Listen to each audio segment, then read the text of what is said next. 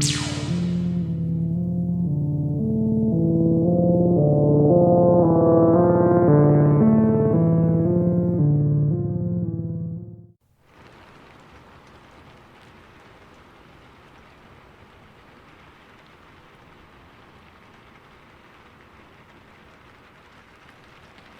grew up not far from Manteno State Hospital. It's an abandoned insane asylum in the far south Chicago suburbs. My dad would sometimes drive my family down there, and we'd circle around the property by car just for fun. When I turned 16, he bought me my own little beater car, and of course, I had to show this awesome place to my friends. By the time I was old enough to go exploring, many of the original buildings had been renovated and repurposed as businesses. Half of the property was converted into a local VA hospital, and a quarter of it was torn down and replaced with new housing. Only a handful of the original buildings remained, all clustered in the back corner of the campus. One summer day, I took friends A, B, and C to go check it out. We brought our cameras and went with the intent to go inside and explore it. We parked in a lot where other people parked to go to work in one of the other buildings to avoid suspicion, and walked about a quarter mile to the abandoned hall. As we walked up to this creepy old building, I felt sick to my stomach and full of dread. The main doors were chained shut, and most of the windows were boarded up. I remembered walking on the porchway and choosing my steps carefully because the windows were busted out and there was glass everywhere. The four of us finally came upon a window that was accessible enough to climb into. Realizing that this was actually going to happen, I had a panic attack and couldn't go through with it. I was trembling and didn't want to be the scaredy cat, but I really couldn't do it. In fact, in just recounting that, I'm still scared. And this happened about 16 years ago already. Anyway, I handed my camera to friend A and told him to take the pictures. I was petrified and felt like I might puke at any given moment. Friend B and I walked back to the car in silence. I had a cigarette in the car while we waited for friends A and C to come back. My nerves calmed quickly enough. Friend B confessed that she was scared too, and was glad that I said something so that she didn't have to go in. Soon enough, our other two friends came running back at the car, full speed. We heard their footsteps pounding on the asphalt, and quickly unlocked the doors. I started the car up, and we were off in an instant. I assumed that the cops had arrived, so I sped off the campus and into town, hoping to blend into normal traffic. I asked them what had happened, and if the cops were called, and they said no. Both friends who had gone into the building said that they heard voices. Both of them said that they saw a hand curl around the frame of a big metal corridor door, and heard it slam shut with an impressive echo. Both of them testified that they heard someone crying, saying, "Where am I?" At some point, they got too frightened to continue and just decided to bolt. I was really spooked. Friend A, who had taken my camera, was eerily quiet. Friend C showed me that he had found a newspaper from 1979 on the floor, and he had taken it as a souvenir. I, being the more suspicious type, demanded that he get rid of it. I didn't want any potentially haunted objects in my car. So he tossed it out the window without too much coercing. It took us about 45 minutes to drive home, and since we were kinda shook, we decided to go to Denny's and rehash the experience.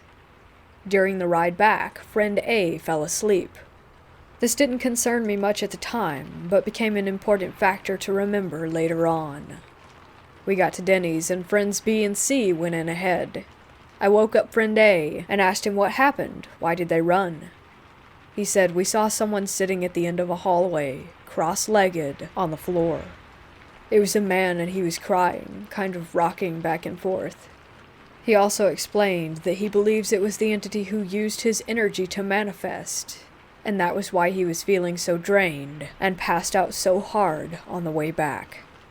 We had a late dinner and I drove everyone home afterwards. After I dropped off my last friend and was going back to my house, I distinctly felt someone pressing their knees into the back of the driver's seat. It's a familiar feeling, especially if you take the bus in high school. Lots of people prop their knees up on the seat and the feeling is unmistakable. I yelped and sat up straight so that my back wasn't touching my chair, and drove home faster. The very next day, I picked up my cousin to go see a movie together. She blurted out to me that she thought she had seen someone in my back seat. I was immediately horrified, as I hadn't confided in her the events from the night before. I asked her which seat, and she said, of course, behind the driver's seat. That night I had a dream about a man.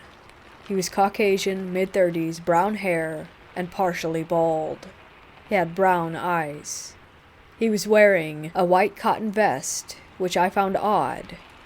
I instinctively knew it was the ghost that my friends had seen in the hospital. In the dream, he was guiding me through a series of booby traps. He was holding me by the elbow and walking with me. He seemed sweet and harmless. I thought maybe he's a guardian or something. These dreams continued for about a week straight. Friends who didn't know about our trip to the asylum started to have experiences in my car. One friend heard and felt someone whisper in her ear. Another had her elbow grabbed by someone in the back seat. I felt the knees in my back on many occasions. In fact, I started to anticipate it and often drove without my back touching the seat at all. One time I felt like someone was shaking my seat while I was driving. Like hands on either side of the chair and just violently shaking it. When the experiences and the dreams didn't stop, I grew afraid. I didn't feel like he was a guardian anymore. Finally, after about a week and a half of this, I sat down with friend A again. I asked him, "Do you remember what he looked like?" He said, "All I could see was that he was balding and he was wearing a white vest. I don't know how, but I think his name was David." I told my parents about what happened after that. They suggested that I tell David that he wasn't allowed to follow me anymore. To tell him to go to the light or whatever. At this point, I was ready to do anything because I was on edge and spooked all the time. I prayed every time I came into the house that he wouldn't follow me in. I was afraid to go out with my friends. I was afraid to go to sleep sometimes. So, 2 weeks after our initial venture into the asylum, I went back with friend A. We went during the daytime and idled in front of the building. I said aloud, "You don't belong here with me. You need to go home," or something along those lines. I prayed a lot. I didn't want him anymore. I felt bad, but I needed him to stay there. We parked and just kind of sat there quietly for a while. I think friend A and I were just saying goodbye, severing ties, I don't know, but it felt sad. While we were parked, I did hear doors slamming inside the building. At one point, I heard someone laughing as well. I envisioned him leaving me in my car. I told him that he could never follow me again, that he needed to go, and to move on. We left the hospital that day and didn't go back for many years. I never dreamt of him again. I've never told anyone the full story for 2 reasons. 1 being that it sounds totally ridiculous, and 2, because I'm afraid, and that thinking about him too much will send some sort of psychic beacon out to attract him or other spirits back to me, when that's totally the opposite of what I want.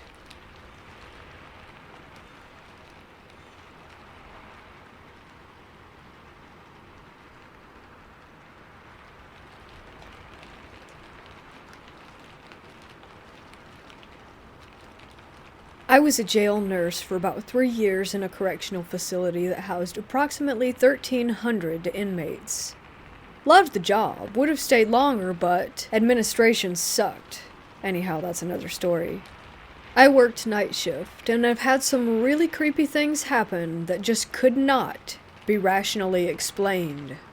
I worked both booking and infirmary, but the majority of the incidents occurred in the infirmary. Okay, so I was there maybe a month.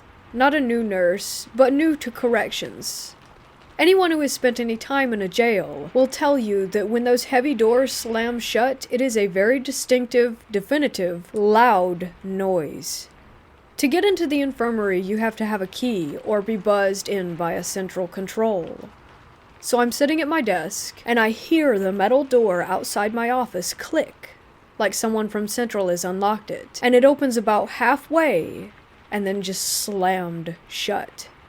Now in my office, there is a huge glass window so that the nursing staff can see any inmates that are about to enter.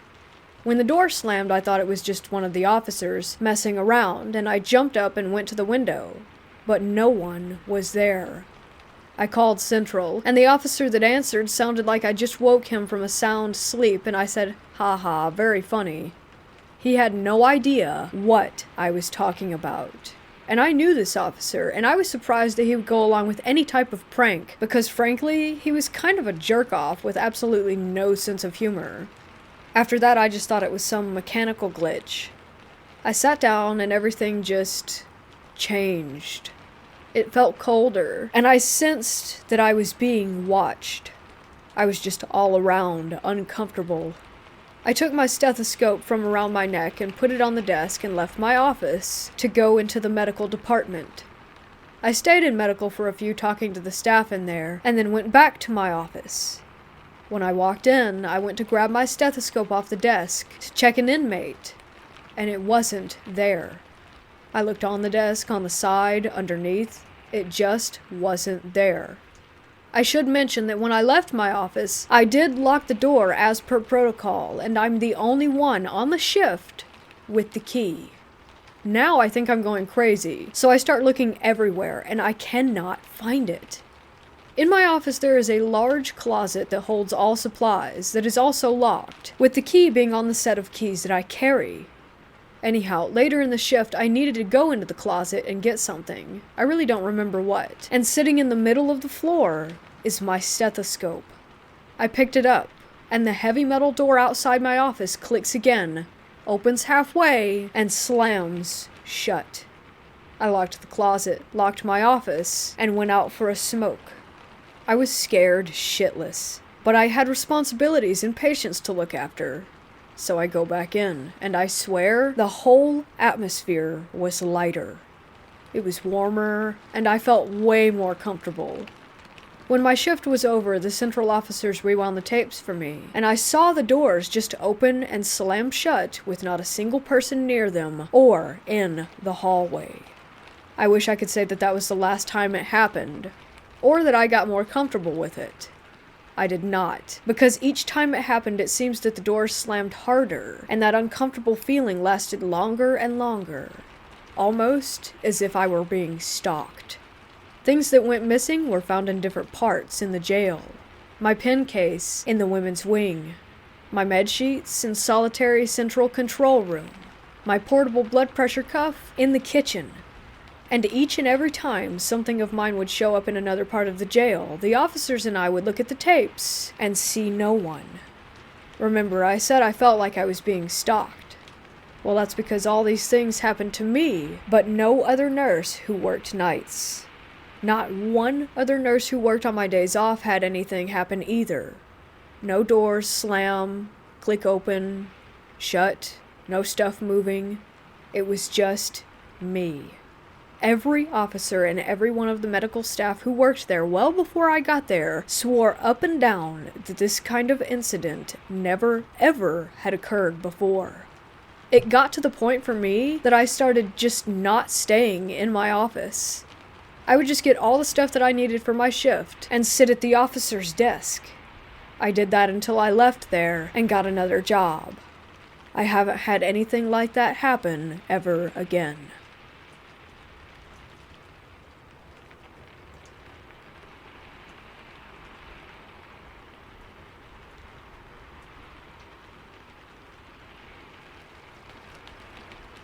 The house my grandparents owned when I was younger had a lady in the basement. At least, that's what I called her. My older sister called her the lady on the landing, because she only ever saw her on the landing to the basement. Either way, basement. I haven't correlated any of my personal stories with my cousins or siblings except my own.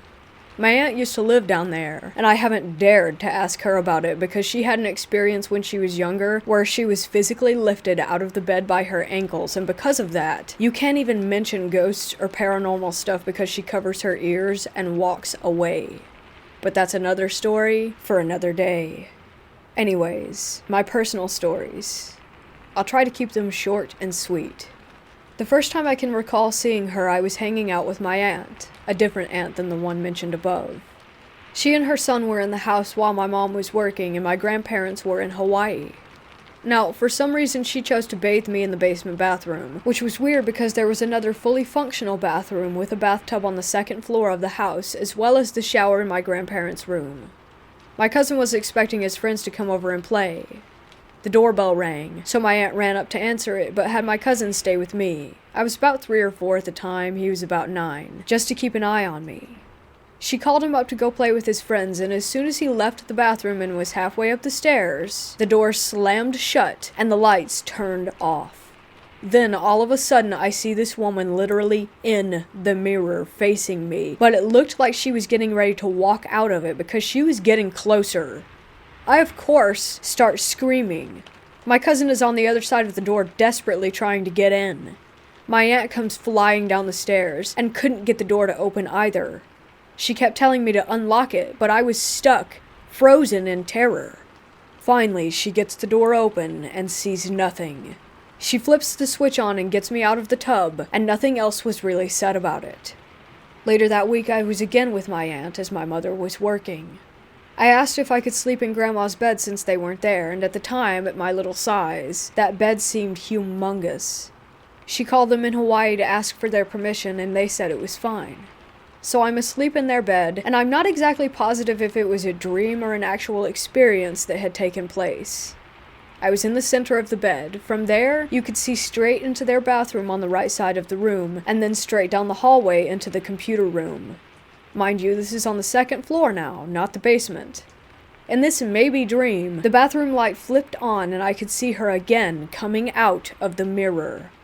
It was like I was locked in place, but I could see down the hall in the computer room my mom sitting at my grandma's computer. I tried to call her, but it came out as a dull whisper. I tried over and over, but the sound just wouldn't come out. The woman actually made it out of the mirror this time, and got just a step out of the bathroom when I was able to get unlocked, and I ran down the hallway into the room where my mother was. Again, I don't think anything was ever actually said about this.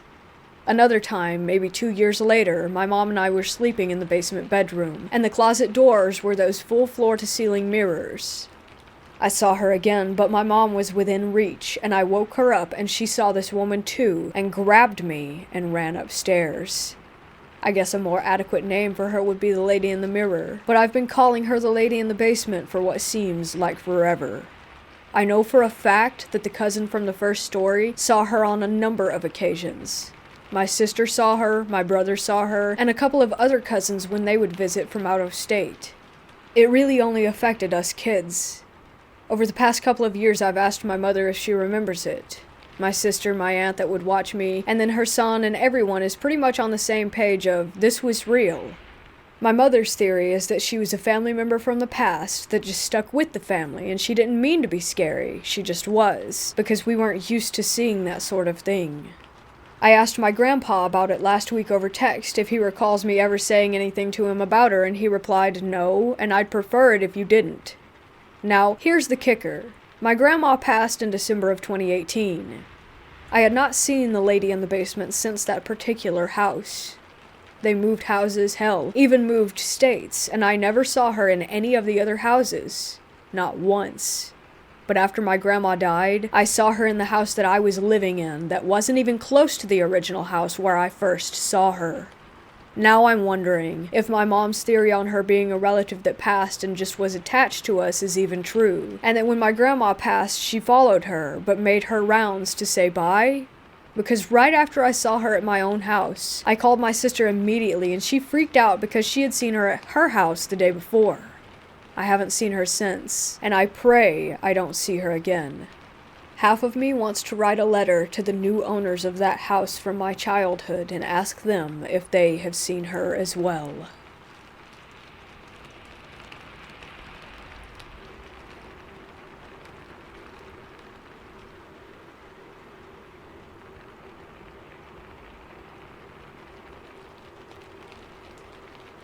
This is a story from my life that I've told to people, especially teens, to warn them to never use a Ouija board. When I was a senior in high school in 1989, my brother came home from college on spring break and told stories about him and some friends using a Ouija board.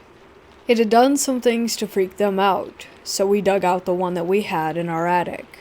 I don't know why we had it or where we got it from. He showed me what they had done, but nothing happened to us. I brought it to a friend's house and we tried it out a few times over the course of several evenings, and then about the third or fourth time, it really started to pick up in its responses. We had been starting by knocking 3 times on the corner of the board and saying something like, "Come, spirit," or something to that effect. Anyway, the marker really started to move around the board and spell things out. I always tell people that it was either our subconsciouses or a spirit moving it around, because I was certain that neither of us were moving it intentionally. With a light touch of a few fingers from each of our hands, it would just move around on its own as if it had its own personality. We would ask it all the usual questions, test questions, and curiosity ones. One day, though I wasn't a fan of it, my friend asked the board in which years we would each die. It spelled out something like 2040 or 40-ish for my friend. I don't actually remember the number, just that it was far into the future at the time. And 1990 for me, which was the next year. I asked, "Does that mean that I'm going to die in 1990 and my friend in 2040? No, it said. Then I asked again, this time switching the years around between us. Yes, it said. We asked the spirit about itself. It claimed that it had died the year my friend's father was born, and said that its name was Stephen Crane. We kinda laughed at that part. Of course, I looked up some dates about the author after that, but things just didn't seem to jive. I just thought, well, it could be another person with that name, and moved on. We started to invite other friends over to watch, who were all entirely skeptical. By the end of the evening, every single one was freaked out. More and more friends would come each night until we started getting a huge group of people. The board would answer plenty of test questions wrong, but then, for example, while everyone's reacting to the wrong answer and half paying attention, it's spelling out, "sorry." Another time, for example, in a lull between activity while people were distracted and chatting, it moved slowly to S, then kept circling around to H, H, H, H, until it came to a stop there. There was nothing else for about 2 minutes.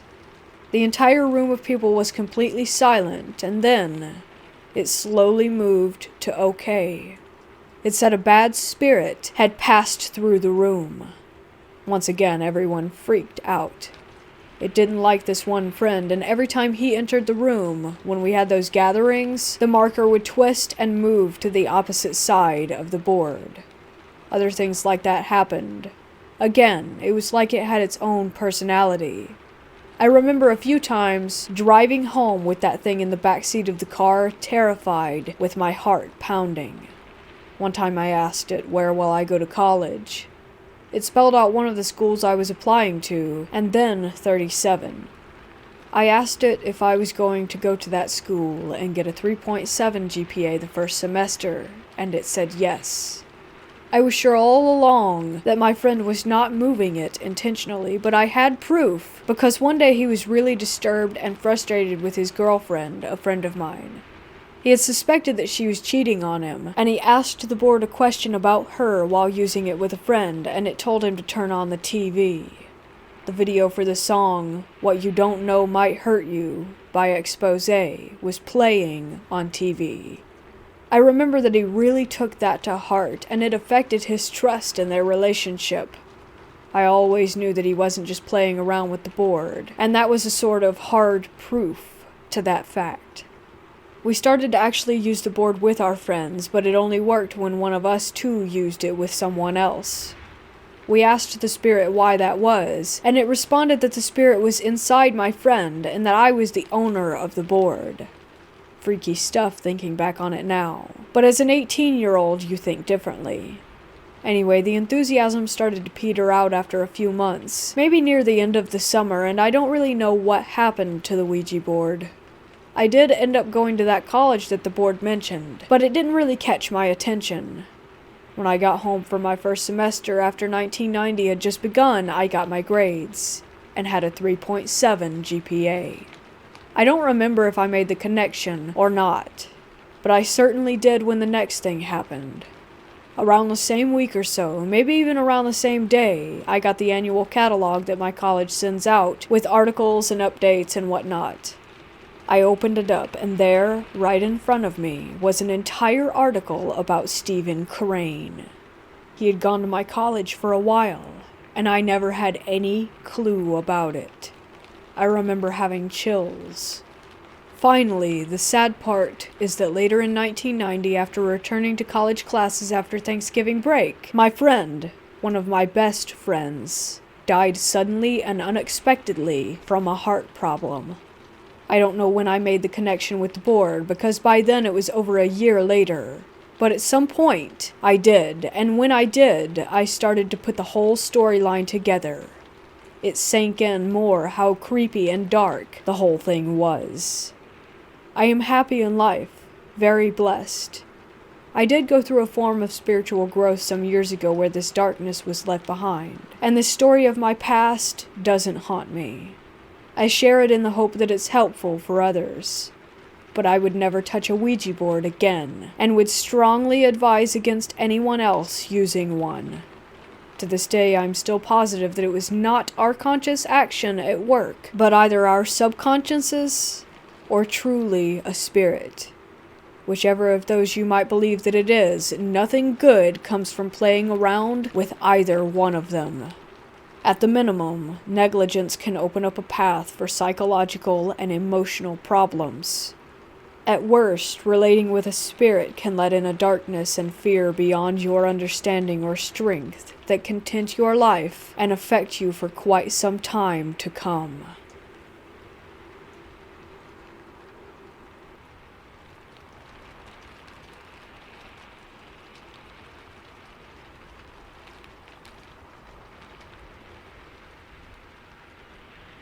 I was raised in a house that had a few spirits in it. My family are all skeptics and would always find a way to explain things. A few experiences, and then I'll get to the main story. 1. Our house had 3 stories, with technically 3 master bathrooms, 1 on each floor. The one on the main floor we used as an office. I would constantly hear someone walking around in the office at night, sinks turning on, toilets flushing, and occasionally taking. My parents would always say that someone was awake and making those noises, and the toilet and water running was just faulty pipes. 2. There would always be a shadow figure that would pace on the top floor. There was a balcony that overlooked the foyer, and I would usually see who I presumed was a lady in a dress, pacing back and forth. My parents just said that it was the shadow of someone outside. We were on a hill, overlooking all of our neighbors. I don't know how they thought this was possible. 3. I hated using the upstairs bathroom, which was my bathroom. I would hear talking and singing from that bathroom. When no one was home and I was in there, someone would bang on the door. One time I was showering and listening to music. I heard the banging sound so loud that it shook the room, and then the locked door swung open, and I heard a scream. My parents said that my brother was pranking me, which is something that he never did. Anyways, on to the main event. My brother is about 10 years older than me. He was the only sibling living at home with me and my parents. He had the master bedroom in the basement. I was never really in the basement except for going to the garage because it was in the basement next to the bedroom. I always remember feeling uneasy down there, though, but I wanted a big room, so when my brother moved out, I begged my parents to let me have his room, and eventually they caved. I moved all my stuff downstairs, painted and everything. I loved it. I was talking to my brother about it one day, and he told me, "Watch out for the little girl who lives down there. She likes to laugh." I was shocked, as obviously he had to be kidding. My whole family besides me never talked about stuff like that. I just kind of giggled and shrugged it off. He was probably just trying to scare me. About a week after I moved into my new room, I had a friend come over. We were just laying on the floor next to the bathroom laughing when she had to go to the bathroom. She closed the door and I was just zoning out when all of a sudden she goes, "That's not funny." I asked her what she was talking about, as I hadn't done anything. She said that she heard someone laughing right outside the door, but I didn't do anything or hear anything. She left freaked out, and I assumed that my brother had put her up to it since she liked him. A few days later, I hear someone in my bedroom while I'm in the shower. I call out thinking it's my mom, but I don't hear a response. I get out, and as I'm putting on my robe, I hear a little girl's giggle and then, "Are you looking for me?" I freak out. I throw open the door to my room, but no one is there. I checked the garage and ended up setting off the house alarm so no one could have come or gone through the doors without everyone knowing. I run upstairs, and my mom is pissed that I set off the alarm and I tell her what just happened. She told me my brother had a similar story when we first moved in, but that it was nothing. I called my brother and asked him why he told me to watch out for the little girl. He said that I was the little girl. He was kidding because, quote-unquote, you would always come downstairs and giggle really creepy. I never did anything like that. I told him that, and he got creeped out. I still would occasionally hear the little girl. I never saw her, but she did like to laugh and open the bathroom and closet doors. I named her Sarah. My brother called me up today and asked me about this. He asked me if I was sure that I never tried to scare him by laughing, and I told him no. He got really uncomfortable. I don't think he knows how to handle the fact that our house is haunted.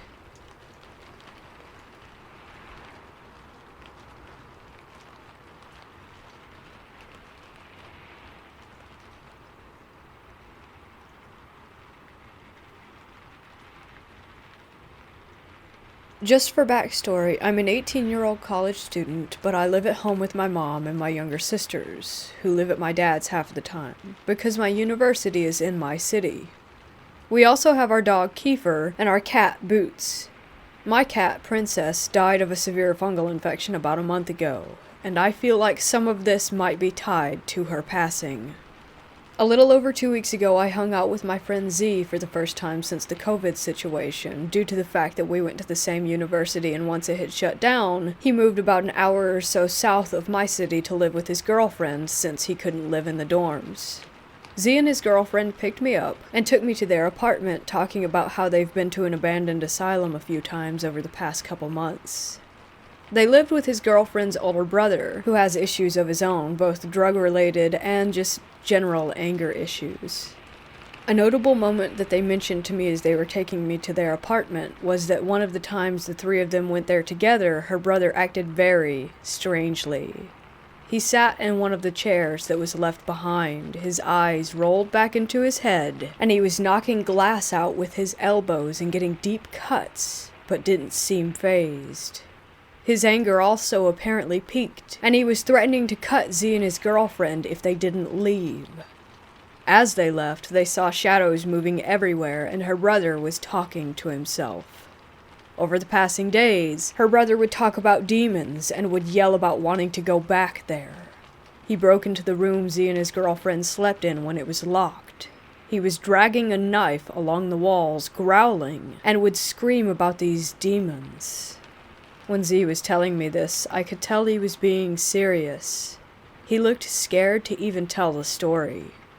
When they went back, her brother was screaming and sat back in the chair and muttered to himself, and after that everything went back to normal. He stopped talking about the demons, they stopped seeing shadow people, and the bizarre behavior ceased. This could have been tied to the drugs that he was on, but they felt the need to say this because they were also seeing shadows, and they were not high. When we got to their apartment, there were other friends of theirs, as well as her brother, inside. I didn't recognize any of them, so I sat and made small talk with all of them, and the atmosphere was generally calm aside from the blasting rock music and a couple of guys playing GTA V on high volume. A little while after I get there and we're all talking, one of the boys asked when we were going to the asylum. Her brother, who I guess we'll call M from now on, said that we were leaving around 11 p.m. since it was an hour-long drive to get there. We had a few hours of time to kill, so someone came and brought us McDonald's, and we talked and stuff until we had to leave in 2 cars due to us having a group of 9 people total. Z drove the car that I was in, and his girlfriend C drove in the car ahead of us. The atmosphere got tense quickly, because only about 10 minutes into our drive on the highway, C almost got into an accident.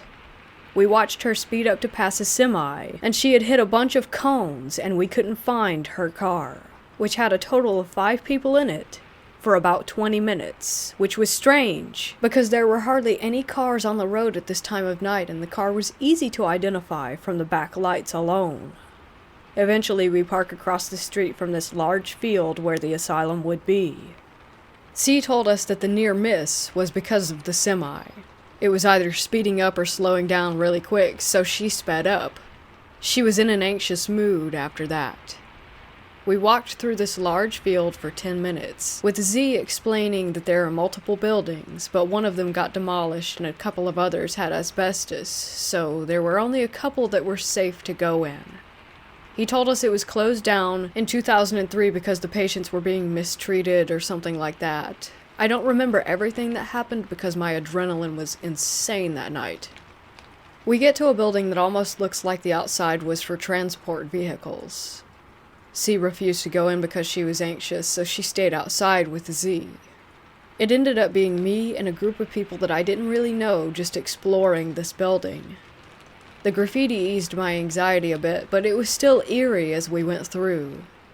Water was everywhere from leaks. There was broken glass all over the place, computers were broken, we found clothes in old lockers, and we even found a pile of what looked like animal bones. I was partially scared because of the atmosphere, but also because I've heard of the things that M did there. After about 30 minutes or so, we left, and C and Z were not there. We had called their phones, screamed their names, looked all around this huge field, and we couldn't find them. About 15 minutes into our search, we heard the most terrifying shriek. I can't even properly describe it because it was something that I have never heard before in my life. It sounded like whoever screamed must have been in pain. It was loud and it echoed, and we all just ran, trying to figure out who it came from. We were scared that it had come from C. At this point, it's past 1 a.m. We're terrified. They're still not answering their phones, and we were terrified that we were about to have to call 911. Then we heard someone from our group say that they had found them. We ran, and they looked confused. We were all trying to explain that we were yelling for them and calling them, but they didn't hear us, and their phones didn't ring. We also told them about the scream, but they didn't hear that either. They told us that they were just in another building, and were looking for us, too. I spent the car ride on the way back to the apartment trying to explain the scream to him, because he was acting like he thought we were just joking. I think he believes now, though, because now it was just us talking about it, not a bunch of people at once. The next day I'm back at my own home, and things are pretty well back to normal. The only bruise that I had was from Z's teething puppy. Over the next few days, more and more bruises were appearing everywhere on my body, the oddest one being in the shape of a V on my forearm. I have never had that happen before, especially because it was so large that it nearly wrapped around my arm, and it was a perfect V. The other bruises were just all over my legs and arms, and are still appearing to this day. Last week, as I was settling in to go to bed, I was cuddling Boots and watching TV when I heard what sounded like a cat screaming from upstairs. I was on the couch downstairs. It was around 1 a.m., and it scared me even more because Boots was next to me and also turned his head in the direction of the sound. Our dog is a Husky and German Shepherd mix, and couldn't make that noise either. The next day, I talked to my mom about it, and she told me that she hadn't heard a thing. A couple days later, my mom and I were in the living room with the cat and dog when we heard the stairs creak. They creak whenever someone is on them, but you can tell who is on them by how loud they are, if that makes sense. We looked in that direction because it sounded like a cat was coming down the stairs, but nothing was there. Boots was right next to me, and Kiefer was on the couch. My sisters weren't home either. My mom told me that I should take comfort in the fact that it's probably Princess trying to let us know she's here with us. But ever since I went to the asylum, I've been really freaked out.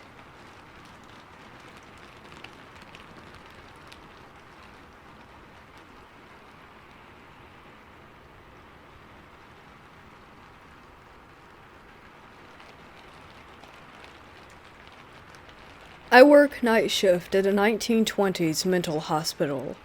Obviously, countless people have died here for various reasons. Hangings, a murder-suicide beatings, accidental overdose, electroshock therapy, etc. There are 4 floors, with the 4th floor being the well-known hotspot for paranormal activity. Me being security, I have to check it out every once in a while.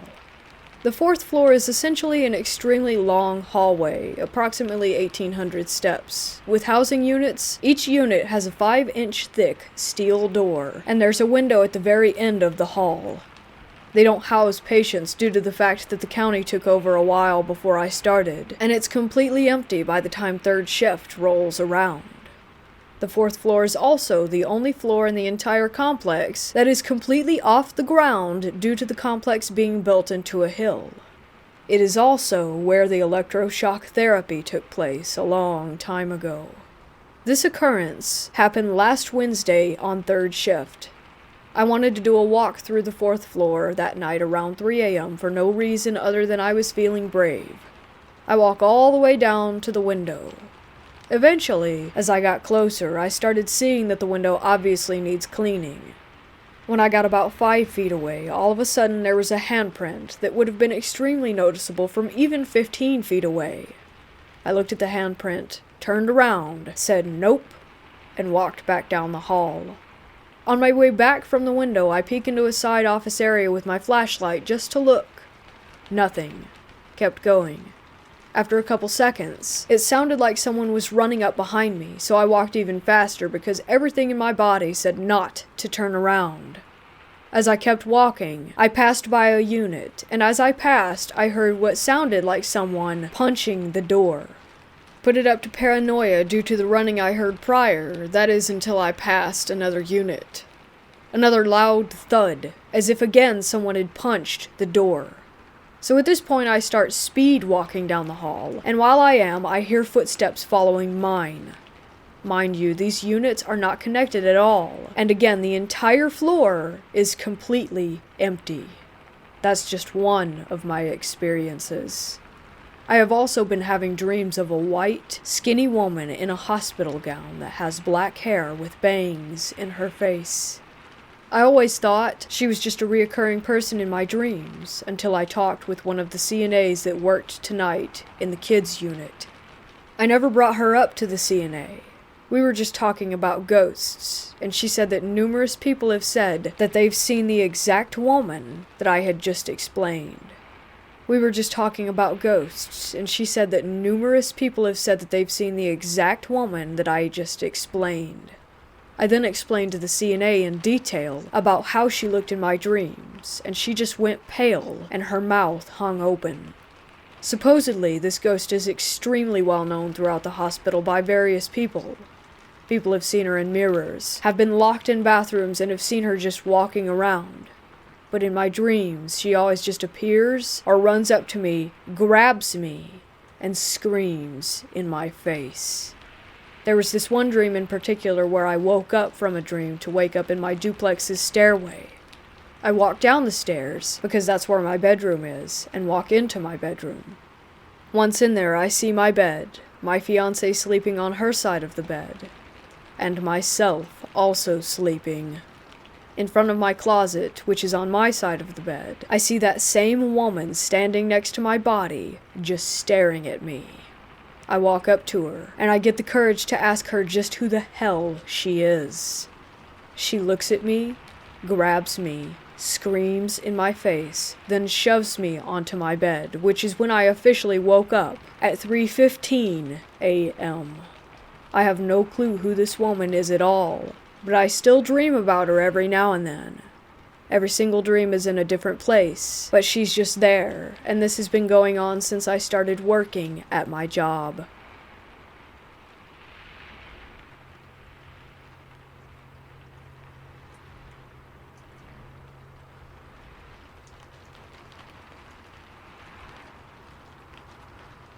This happened in January of 2016 when I was in my late teens. This story keeps coming up amongst my friend group, and something about it kind of bugs me. I have no clue what I really saw. I just know that it seemed paranormal, and not anything that could be explained. I live about 2 hours away from an abandoned campus that was used as both a tuberculosis hospital and an asylum until the 1990s. I didn't really research it, nor did I believe in the paranormal at the time.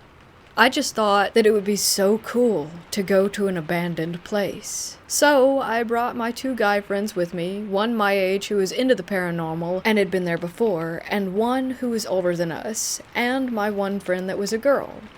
I'm also a girl. It's one of those places that you'd get in trouble for trespassing at, so we hid my car and snuck in through a broken fence. I should mention that we went at around 8 or 9 p.m., so it was really dark out already. We go into the main building and are fine. We're not feeling anything weird, nothing like that. We exit that building and go into another that's maybe 2 buildings away, but within a couple of minutes we end up at the exact place where we exited the first building, the main entrance, and that felt a little off. We decided to venture into the basement. My girlfriend and I felt uneasy immediately, and suggested that we go back upstairs instead, which we did. We go up into the place where they kept children. This was evident because of all the children's toys on the ground, and there was a soundproof room. Some of the toys were moving, and there was a ball that was bouncing on its own. Our friend who's been there before stopped us while we were walking through a hallway. We heard a door slam, followed by footsteps in front of us. The hallway in front of us was also pitch black, while the rear of the hall was at least lit up a little bit by the moon. We turned around and went back. Against our better judgment, we let the boys bring us into the basement. As soon as my girlfriend stepped her foot onto the basement floor, her flashlight went out, and we couldn't get it back on for the life of us. It did end up coming back on later, but that didn't happen until we had already left the premises. Anyway, my phone that was at 80% immediately died. We were standing in the center of the room together, and around us, it was almost like a haze was there. I felt so sick and lightheaded. I had a dread in the pit of my stomach, and so did my friends. We felt like we were surrounded by other people. We quickly went back upstairs. This is when it gets extremely unsettling. We go into the ballroom and grab a table. We sit on it, each of us on an end. It was square. We heard a door slam shut, so I look up at the ceiling to avoid looking around the room. My friend who's into the paranormal starts trying to communicate with whatever was in there with us. He said, "Knock once if you're a boy and twice if you're a girl," and we heard one knock. As this was happening, I see a black figure that's almost human-looking sitting in the windowsill. It's kind of hunched over and very tall. Its leg is swinging, and then it takes off. It's crawling across the ceiling. I tug on my other guy friend's arm, and he shakes his head as to not acknowledge it, and I try to forget it. My girlfriend says out loud, "Do you guys see?" But my guy friend, who is ignoring it, cut her off and said, "Stop." My guy friend, who is trying to communicate with this thing, told it to come and sit down. We felt the air get freezing, and that's when he said, "We have to go. Goodbye. You're not allowed to follow us out." We all jumped up off the table and walked out. After we were out, we practically ran to the car and left as quickly as we could. As soon as I was in the car, I felt so much better physically. We were silent for a while, but then my friend who was ignoring the figure said, "Did you guys see that?" And of course we all said yes, and shared our experiences. He thanked my girlfriend and I for getting the message about ignoring it as much as possible. It still scares me to think about it to this day, and I always get chills when writing or talking about it. The amount of energy needed to manifest that is what boggles my mind the most. I'm not even completely sure what we saw, and as much as we discuss it, we cannot come to a solid conclusion.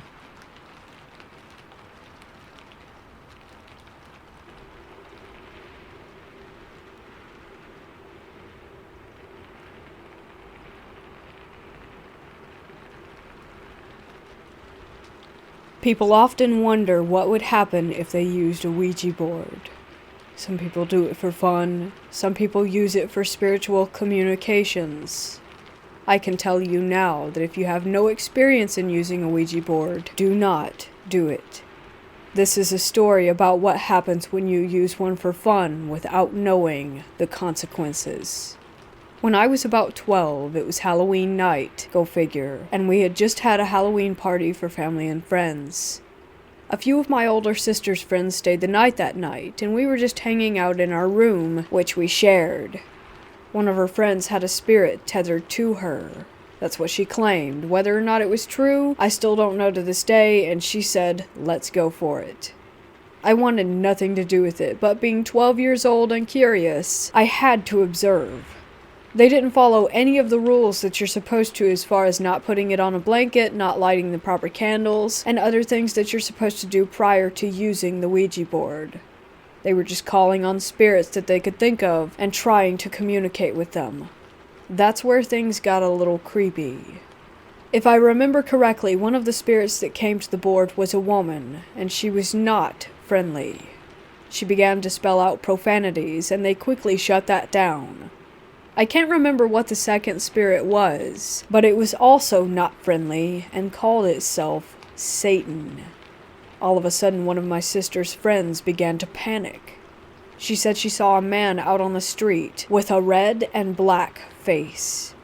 We did not see the man out on the street, so I don't know if she was having a panic attack and seeing things or what. The next event that occurred was kind of insane and terrifying. All of a sudden, my sister started zoning out and staring at nothing. We tried to get her attention, and she gave no response. Then she got up and walked downstairs, and we were confused, so we just followed her. We heard something in the kitchen, so we went and checked that out. My sister was standing over the sink taking knives from the counter in the knife holder, and she was throwing them into the sink one after the other. We try to get her attention again, and again, she refuses to respond to us. Then she goes and grabs the coffee pot off of the coffee maker and drinks black coffee straight out of it. Mind you, she hated coffee at the time.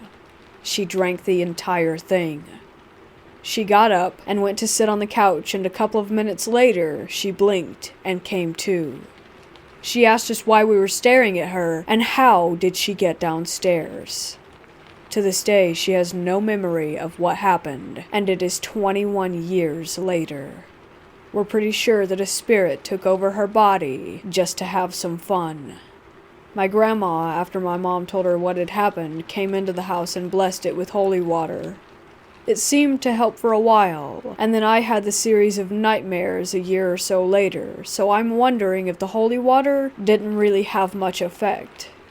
So this is a lesson learned, and a disclaimer to anyone who wants to mess with a Ouija board. If you have no real experience with it, do not go there. You never know what you're going to be inviting into your home.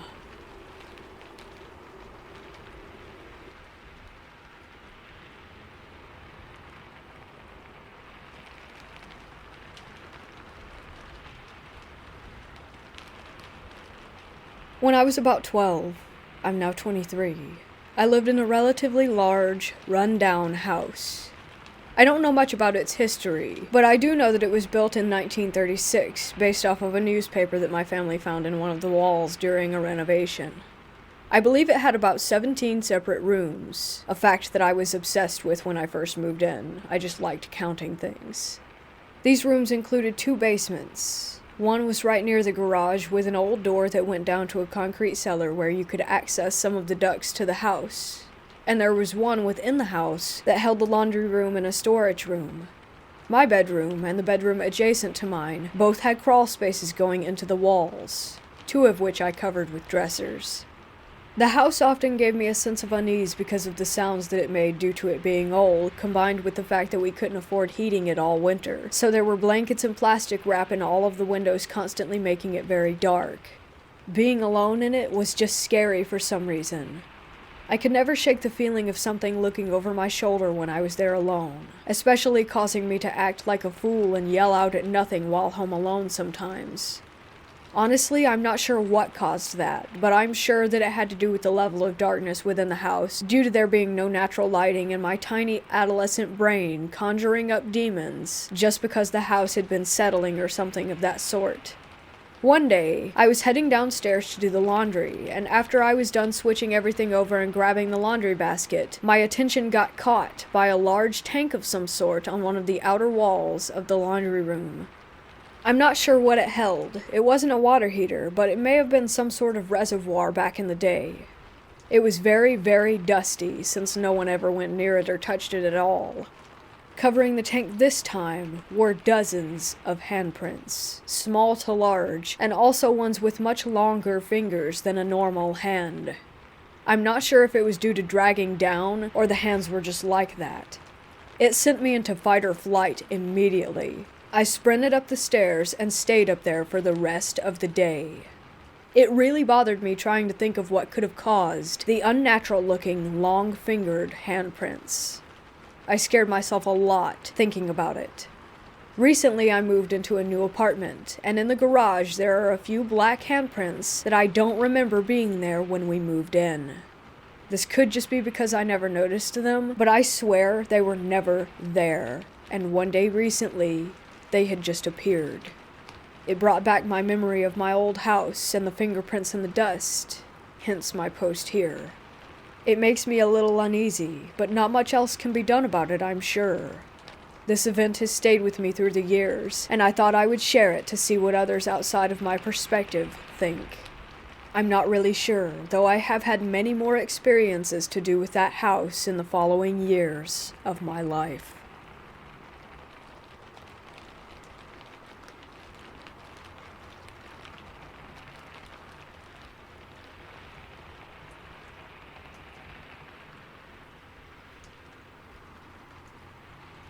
I live in Massachusetts, and there's a location out here called Belchertown State School for the Feeble-Minded. Check it out on Wikipedia and Google some pictures. It's pretty neat stuff. Well, it has a very dark history, with ill treatment of patients including children and reported suicides. Closed in 1992. It was mostly demolished in late 2016 into 2017, but before that, I spent about a year going there on a weekly basis, usually Fridays. I began with a few friends, and then over time, I would go there alone. I spent a lot of time on those grounds to the point where I knew every part of it, inside and out. I even became something of a local legend because I wore a mask when exploring, and if I ran into other groups, they would recognize me from stories. There's a few selfies out there of me with some folks, too. People like taking pictures. Never saw any of those selfies, though, sadly. But there were many nights when I had the whole grounds to myself. Paranormal activity was rampant, and I have some crazy stories. The most obvious and frequent one was the noises. Now, mind you, the whole of the complex was in disrepair. Not only that, but wild animals would sometimes move in and out of the location, so there were a lot of unidentified noises that I could likely attribute to animals. I'm a firm believer in the paranormal, but I do try to approach all things as a skeptic before jumping to potential conclusions. A few things I absolutely could not explain. One was the X door. There was one door in the hospital, on the 3rd floor, right wing, 2nd door into the floor, on the left. It was beside what once was a bathroom. This door led to a hall containing several empty rooms, and I could not determine what these rooms might have been. They didn't look like cells, more like office or storage spaces. I'm a pretty stocky 6-foot dude, and I had to lean into this door. I call it the X door because it was the only door in the whole facility marked with a spray-painted orange X on it. Imaginative name, I know. This door was a highlight for my personal trips as well as when I went with groups. Because we would close the door, walk away, and later come back to find it open. It's possible that some animal managed to open it, as unlikely as that is. What was more unlikely were the times we left it open, and when we came back about 10 minutes later, it was closed. I tried when alone to sit and watch the door, but nothing happened. I tried to replicate potential causes, but there was zero airflow in this wing due to heavy doors on all the other sides, and honestly, if an animal did get in, it could not have been bigger than a rat due to there being so little open space to move in this particular segment. I could never explain the X door, but it's always a good stun when I bring a group back up to that floor, and we would find the door had shifted. Another experience was one time when I was bringing 2 of my friends out there. It was their first trip to the grounds. We made it in past the fence and to the outside of the asylum. They didn't want to go in, already getting spooked. I encouraged them to try it. It had some cool stuff to see after all. Then we all 3 at the same time heard what sounded like screaming, laughter, and talking all at once. I heard more laughter, but my friends said that the screaming was most prominent. Now it could have been another group inside the hospital building, but here's the thing. I have been on the grounds when another group is talking or laughing or screaming inside. You can pinpoint exactly where it goes down. There was lots of broken windows and open walls, so it was pretty damn easy to lock down any sound and where it was coming from. But this sound came from the building. That's the only way I can explain it. Like the whole building at once just let loose a scream of trapped noises. I'm a gutsy bloke, but I got chills. We left after that to the begging of my friends to flee the grounds. I wish I could have stayed that night. The activity was just getting started, I feel. I would go there weekly and spend about a half hour in several key rooms. The padded room, the silent room, the X room, the auditorium, and gym. There were lots of great sounds and some truly disturbing sensations.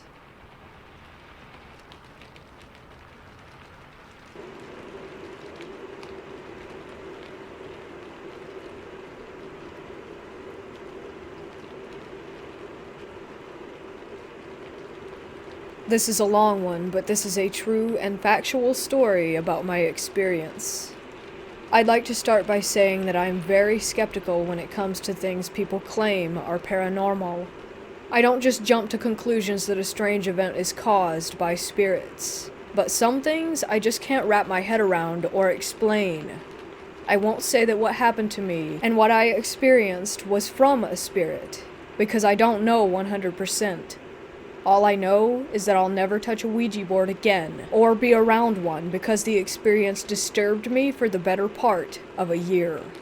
Also, I'd like to add that this is only one of 2 paranormal events that I've ever personally experienced that I can say 100% that I don't know what happened. Here we go, starting with the background. I used to think that Ouija boards were a load of crap. I still kind of do. I really don't know how I feel about them anymore, actually. I always saw them as a party game for gullible people, so when my friend Joe, not his real name for privacy, told me that he had one, I just laughed it off. I had only known Joe for about a year or so after meeting through mutual friends. He lived in a small apartment with his girlfriend Lisa, also not her real name, and their dog Vincent. At the time, I was only 18. Joe was like 23, and Lisa was 20. For a period of time, I used to go over to their place every weekend after work because Joe bought me alcohol. So one night we were hanging out, and Joe starts talking about some strange encounters he had growing up and how he, quote-unquote, attracted spirits his whole life or some garbage. I smiled and nodded to be polite while he went off on paranormal tangents and started talking about shadow people following him. He then goes into his room and pulls out a Ouija board, but not the one that you get at a store made by a toy company. It was made of real wood and hand-carved. It was actually pretty nice. He said that he had gotten it as a birthday gift from his parents years ago because of his obsession with the paranormal. I didn't inquire as to where it had come from or who made it, but like I said, it looked handmade. While I sat there laughing and joking about it, Lisa chimes in and says, "Joe, tell him about the other night." Joe proceeds to tell me how him and Lisa allegedly spoke to a demon using it, and the demon claimed that his name was Beelzebub. Me being a big metalhead at the time, he got my attention. "Let's do it. Let's try to talk to this demon," I said, half joking. Joe asked if I was sure that I wanted to try it, and I agreed. So we went into his room. We turned off all the lights in the apartment. Lisa lit candles all around the room and we sat on the floor. I was nervous, but I was having fun watching Lisa and Joe's pageantry. It was spooky. I looked over at Joe and he seemed unsettled. I asked what was wrong, and he said that he wasn't feeling right. He didn't like the doors open displaying the darker areas of the apartment. Him and I got up and closed every door in the place, as in every room and every closet. We sat back on the floor and Vincent, the pup, laid on the bed. And we began. I forgot to add, this is very important. Before we started, I told Joe that I was skeptical of someone using their fingers to push the planchette around. So we all agreed to just use the back of our fingernails to touch it. Imagine just slightly bending your finger and placing the surface of your nail on the top. That's what we did. That way, even if you added pressure, your finger just slipped around on the planchette and didn't actually move it. We also made a rule. If the planchette moves, everyone has to lightly scratch the planchette with their nail to prove that none of us were the ones making it happen. What it looked similar to is placing your two fingers on a table and acting like they're legs and running in place. I hope that helps you get the picture. No one was able to move it on their own. We tried several times to ask if there were spirits with us, and got nothing. For about 20 minutes it continued that way. I told Joe I wanted to ask for someone in particular. Is John Smith here with us? Can John Smith talk to me? John Smith, obviously once again not his real name, was the name of my best friend's dad who was killed in a car crash while driving home from a fishing trip. That was when it moved, and it was absolutely insane. It felt like a great force just came to life in the planchette, like it had a mind of its own. None of that gliding around the board crap that you see in movies. This thing felt like we were holding onto a person's hand who was tugging and pulling. It was strong, but articulate movement, and it spelled out, "Hello." I asked him if he was John, and it spelled yes. I asked him to prove it, and it spelled out the name of my best friend. I asked him where he was when he passed, and he spelled Lake. I had chills down my spine. What I thought was just going to be fun had turned into being emotional and scary. Joe and Lisa knew nothing about John Smith. I never mentioned him or brought up anything about the circumstances, so they couldn't have known. I began to grow very unsettled. I told Joe and Lisa that I didn't want to talk to John anymore, so they told me to push the planchette to goodbye or whatever it was. I called it a night after that, but I wanted more. Next night, I was back. Same routine, John and Lisa set up the room, John closed all the doors, Vincent was on the bed. Lisa said that she wanted to talk to her grandma, so we did the process. It was the same incident for her as it was for me. Memory is kind of fuzzy, but it spelled out "I love you," and also spelled out some sort of inside joke that she used to share with her grandmother. Lisa was in tears. As with me, I had no info on her grandma, and Joe wasn't that cruel to make her cry as a joke. I felt powerful. I think we all did. I felt like I was finally a believer, that we had an actual way of talking to spirits. The possibilities. But then it happened. After the incident with Lisa's grandma, we were all kind of in shock. Joe was comforting Lisa, and I was speechless. We regained our composure and got back to it. This time we were asking the normal, "Are there any spirits with us?" What usually left the planchette lifeless suddenly kicked in with great force. Scary force. The planchette moved violently around the board. We all kind of laughed nervously. We asked, "Who are you?" The planchette shot to the moon symbol. If you don't know, this allegedly means a dark spirit. We all looked at each other and then simultaneously moved the planchette to goodbye. As soon as we did, Vincent jumped up and ran off of the bed. He sat and stared as if looking at someone. We had that door closed before. Joe jumped up and said, "F this," and ran into the kitchen. Lisa and I followed. Joe about nearly had a panic attack. He rushed to turn on all the lights. I've never seen him act that way. We were all pretty scared. We don't know what happened, but we had that door closed, for sure. After some talking and calming each other down, I left. I didn't sleep that night. I had never seen anything like that. After that night, I felt like I was being followed constantly. For almost a year, I slept with the lights on. That year ended up being one of the worst years of my life. I fell into a depression and was incredibly paranoid. I just couldn't shake the feeling that something was always watching me. I continued to go to Joe and Lisa's place occasionally, but we never touched the board again. We ended up having a falling out some months later over unrelated drama and never communicated after that. Like I said, that year was horrible for me. I started drinking a lot and tried to get over the feeling. I always felt like my energy was being sapped, like the air was heavy, and I struggled to find joy. The depression was real. Then the experience hit a peak. I was sleeping one night and woke up in a panic. I couldn't breathe. I felt as if someone was literally sitting on my chest. I gasped for air. Suddenly, I felt like what was someone grabbing my feet and trying to pull me off of my bed. I instantly went into a struggle, trying to kick out as hard as I could.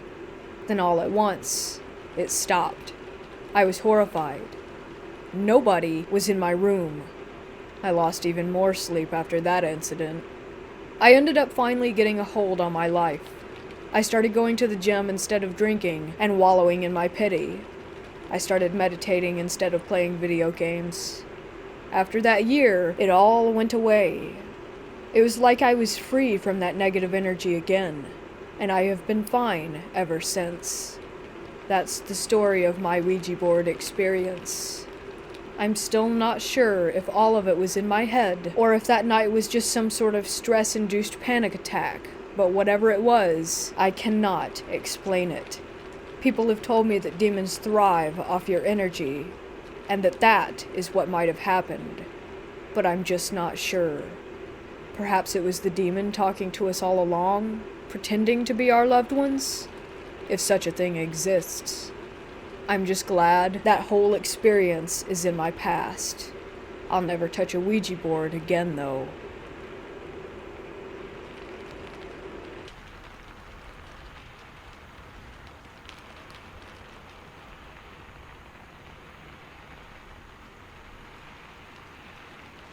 I was reading somebody's Reddit post today where they talked about their mother being scared because she heard 3 knocks and related it to the 3-knock omen, which I had never heard of. I decided to do some research on it, and apparently there's a superstition around hearing 3 knocks because it's supposedly followed by a death in the family or someone that's close to you. That has happened to me. A couple years ago, I went to a mountain resort in California for a little over a month, and stayed with my sister and brother-in-law who lived there. Around the same time when I came, they got a new roommate. He was a nice guy, maybe in his late 20s, early 30s, an ex-alcoholic, but overall, just a really great guy. I spent a lot of my summer going on hikes and playing video games with him and my brother-in-law, and I would say that I got to know him pretty well, but not as well as my sister and her husband did. The roommate, Jack, had lost a close friend a year or so before when he got drunk and decided to fall asleep outside in the middle of a snowstorm, which apparently happens more often than you would think. Since then, Jack had never so much as touched a beer, and he was quite proud of it. Anyways, it was around my 3rd or 4th week there, when my sister and I were watching The Babadook, and it was pretty late at night, around 1, maybe 2 a.m. The movie ended, and she was going to let me sleep in the room with her since Jack and her husband were out camping or something, but I don't really remember what they were doing. It was silent in the house, and all the lights were off when we heard 3 loud, distinct knocking sounds. I asked her if she had heard them, and she said yes, but it was probably just the dryer making noises upstairs. It was a fairly new dryer that didn't make any sound. Maybe around 10 minutes later we heard the same 3 knocks again, but my sister wrote it off to the dryer being noisy once more. It didn't sound like a broken dryer, since it was 3 obvious knocks, though. I don't want to go too far into the history of the house or anything, but it was definitely haunted. Things would randomly fly off of shelves, and the lights would randomly turn themselves off. Also, some of the furniture that the house came with had what we thought were blood stains. I wrote that night off to the spirit in their house messing with us since we were watching a scary movie, up until today, when I put everything together. 2 days after I left, they found Jack dead in his room upstairs. They said he drank himself to death, which was surprising considering how proud he was of getting sober. Maybe the death knocks were real, or maybe not. Maybe it was all just a coincidence. What do you think? Also, I should probably also mention that he had a bad liver from his previous drinking problem. I don't really know how that works, but I guess one night of extremely heavy drinking did it for him. I didn't push for more information about his death since it really shook my sister up. All she said was that he drank himself to death. Disclaimer. In no way am I saying that death knocks are 100% real, or that if you hear them, a family member or friend will definitely drop dead. As for the furniture that we thought had blood on it, it might not have been blood. Maybe it was just an odd-colored stain from where something had been spilled. I'm not saying that I'm sure that Jack's death was related to anything that happened in the house. I just made the connection and found it fascinating.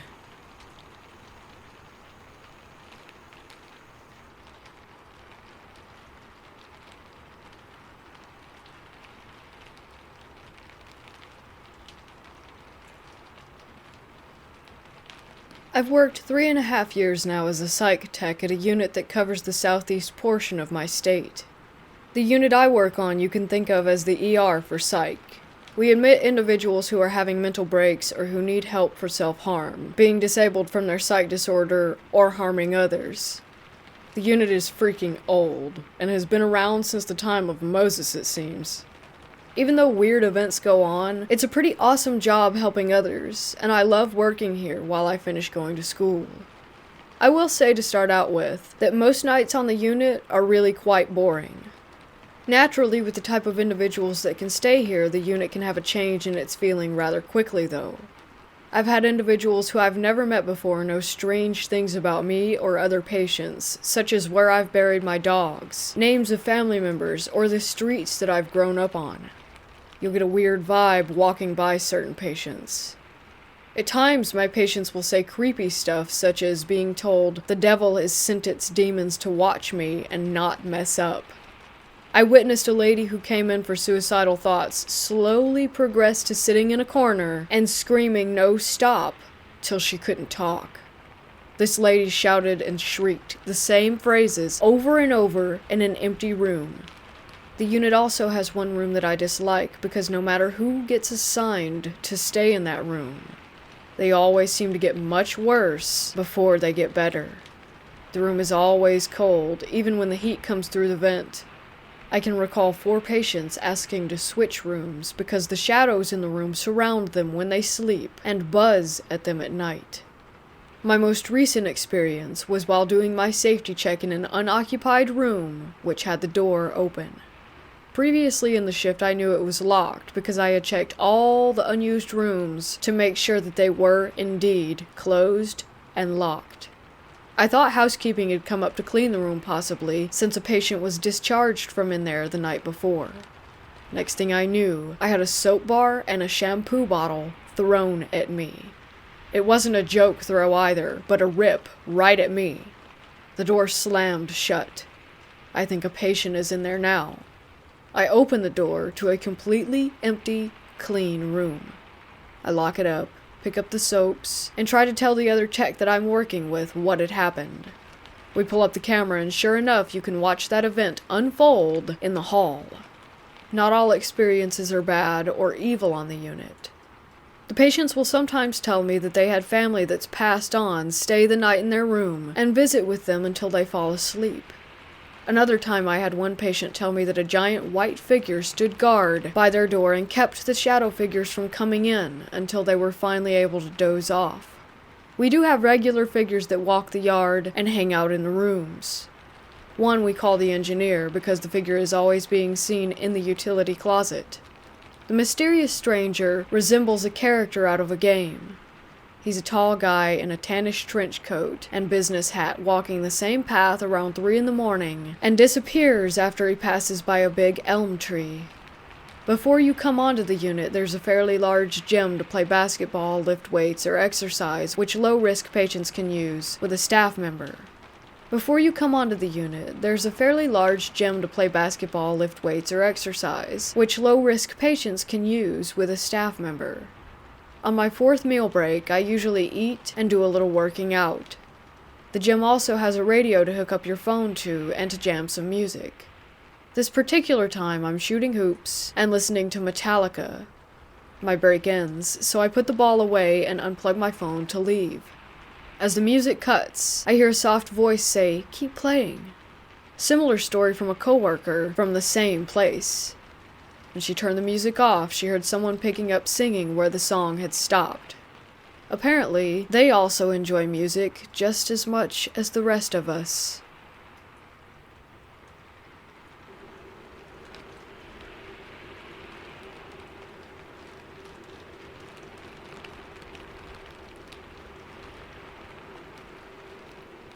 I was 19 years old and a trainee manager for Sainsbury's, a UK supermarket chain.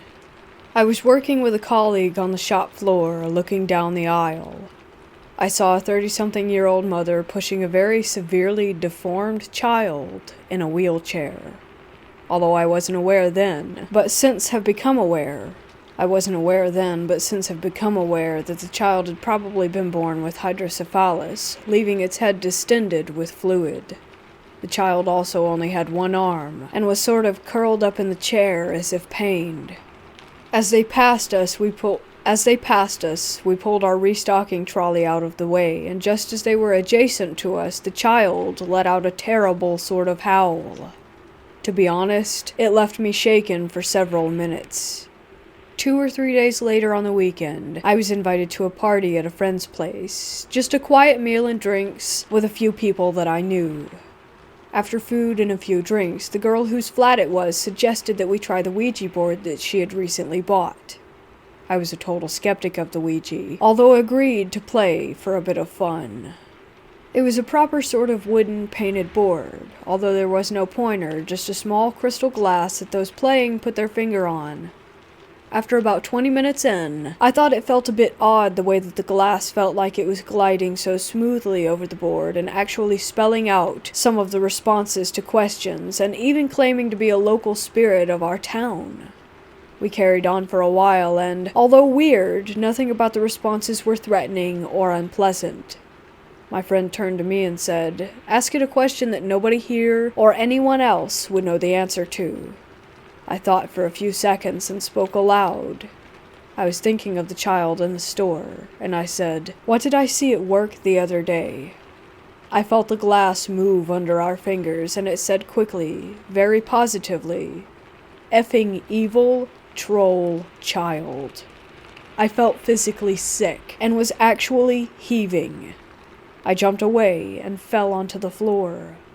I then blacked out for a few minutes, resulting in my friends calling an ambulance in panic. When it arrived, I had calmed down a bit, and they just checked my vitals and left. My friend drove me home, and although I was all right, I had nightmares involving that child for several months. Today I believe that there are definitely consequences to messing with that sort of stuff, and it is absolutely best left well alone. That was over 25 years ago, and I remember that incident as if it happened just yesterday.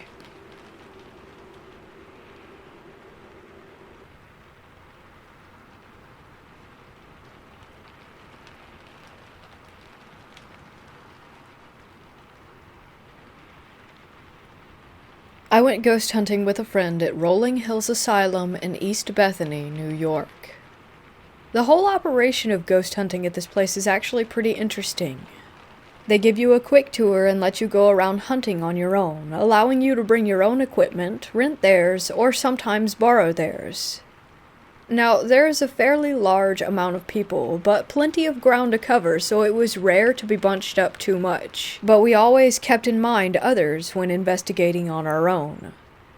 Primarily, the equipment that I was using was pretty mundane. Flashlights, audio recording on a Samsung Galaxy S6, and a Nikon Coolpix.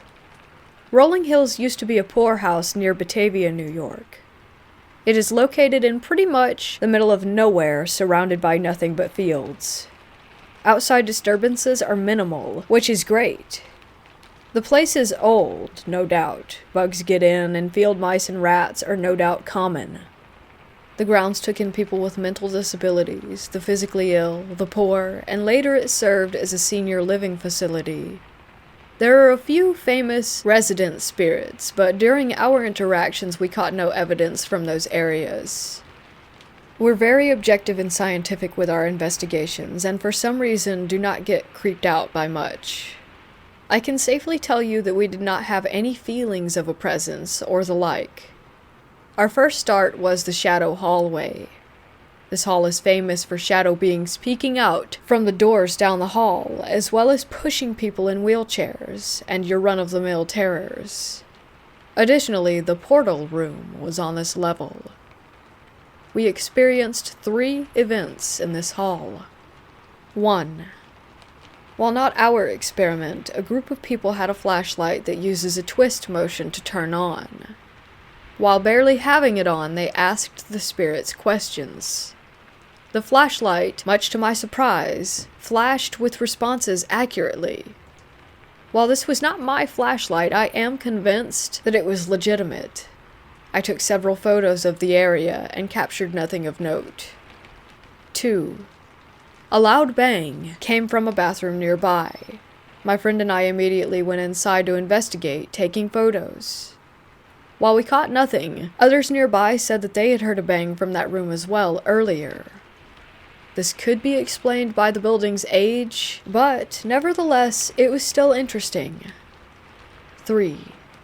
We thought we heard footsteps coming down the hall, but we did not record any sounds on the audio device, so I cannot say that this was 100% legitimate. The next location that we experienced an event in was a small building attached via tunnel to the main building. My friend, who is extremely skeptical, always brings this situation up when talking about the experience. We were standing in the building right in the middle. They say that there was a boy who liked to hear songs. So, as I was about to chime in my best pirate shanty, don't ask, we heard a knock on a large wooden door behind us. Okay, I know that you're probably thinking that someone was on the other side of that door. Well, that door is out in the field, and we were extremely quiet in that room. There was no window for someone in the next room to look through. The door was a large sliding wooden door that was sealed. He thinks it was the best experience there. Shortly after the door knock, something made a noise almost like an object falling on the opposite side of the room. While my friend investigated the door, I investigated the noises across the room. There were no people anywhere near us at that time, but something could have fallen. The rest of the building was fairly tame, and I enjoyed the experience. I may go sometime again, but next time shell out the cash to make it a private event. I am far too worried about individuals ruining evidence, or worse, causing false positives.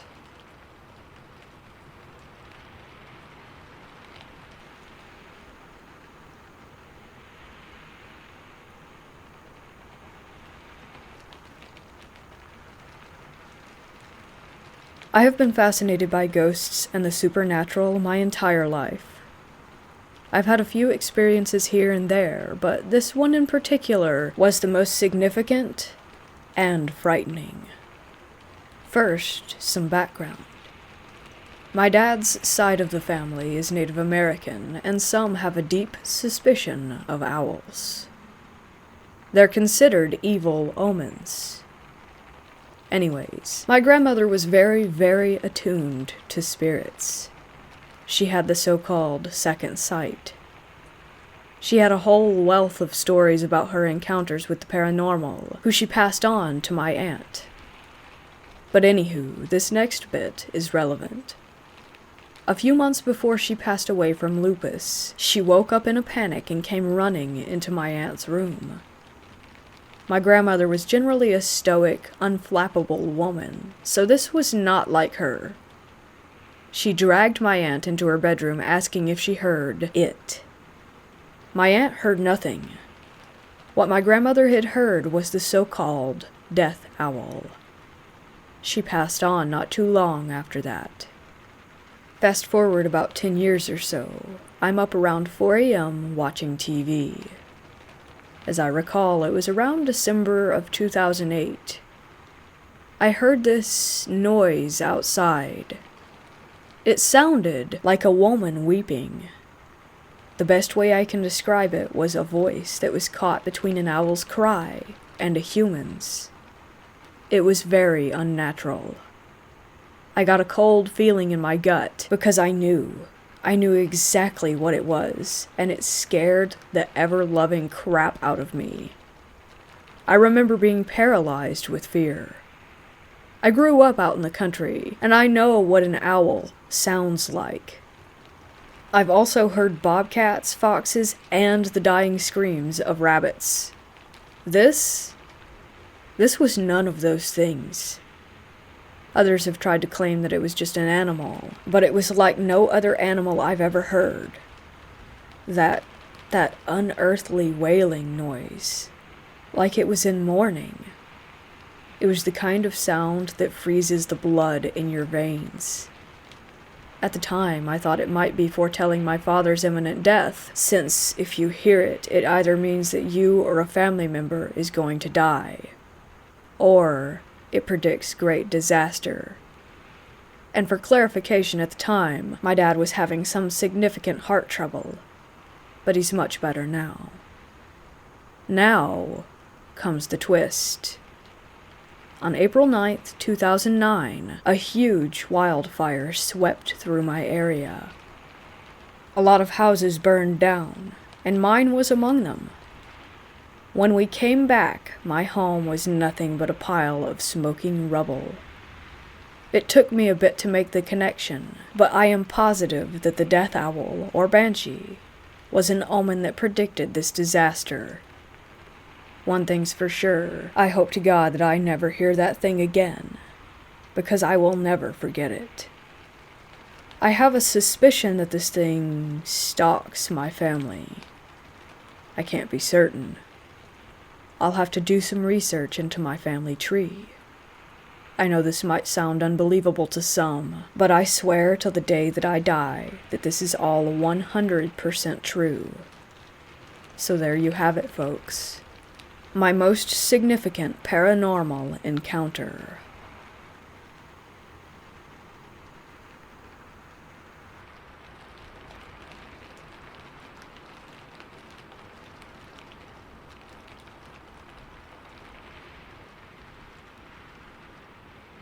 I worked at a small, old hospital for a couple of years.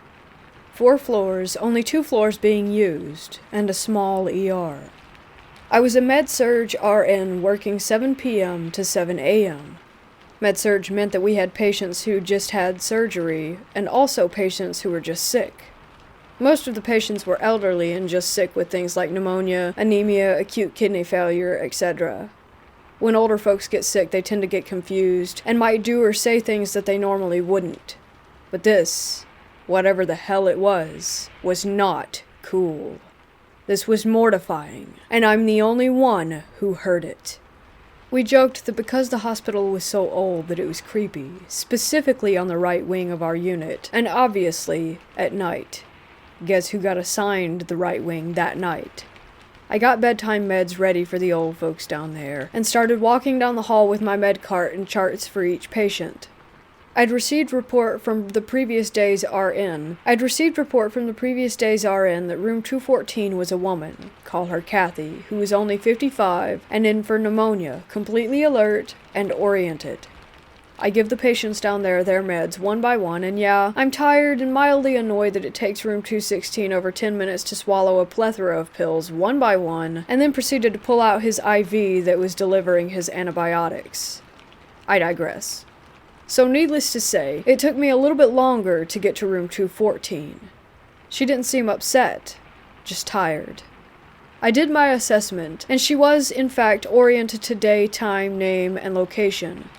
I said goodnight after hanging another bag of fluids. I'm hanging out in the hall with my computer documenting my assessments, and I hear something that shook me. It sounded like whispering, but I heard more than one person doing it. I cocked my head up to hear better. I mean, it's night shift and I'm tired, so I'm making sure that I actually did hear this. I followed the noise to the outside of Kathy's room, and there seems to be a full-blown whispery conversation going on with multiple people. I couldn't make out what the different voices were saying, but it sounded like chanting of some sort. I had to make sure that I was legitimately hearing these whispers that seemed like they were coming from different people, and try to make sense of it. I walked slowly past her door, which was slightly cracked open. Hoping to hear things more clearly, the whisper chanting sounds only got louder, but were still unintelligible. Kathy, who had been tucked in bed and dozing off when I saw her less than 7 minutes ago, was now sitting straight up on the side of her bed, looking away from me at the wall. Doesn't sound that scary, right? Well, Kathy was unable to lift herself out of bed without assistance during my assessment. She was having labored breathing when I assessed her. Now Kathy has pulled her nasal cannula out of her nose, that plastic thing that goes around your face that has the 2 spouts that go up your nose to give you extra oxygen, and sat up in bed in less than 7 minutes without struggle, and then she stood up, still looking away. She turned and walked to the bathroom, still without seeing me. Because she was labeled a fall risk, she shouldn't be out of bed alone. I saw her profile, and her lips were not moving, but the whispers grew louder. I panicked, but kept my cool. I briskly walked to the nurse's station and asked if a nursing assistant could please help Kathy with the restroom. I normally would do it myself, but I was rather busy, and Kathy was doing quite well on her own. I was sweating, freaking out, and getting further behind on my charting. The nursing aide helped Kathy and didn't report anything unusual when I asked her how she was doing. I swear I heard those voices. They were unsettling, to say the least. I requested the left wing as often as possible after that, and eventually went on to work at a larger hospital.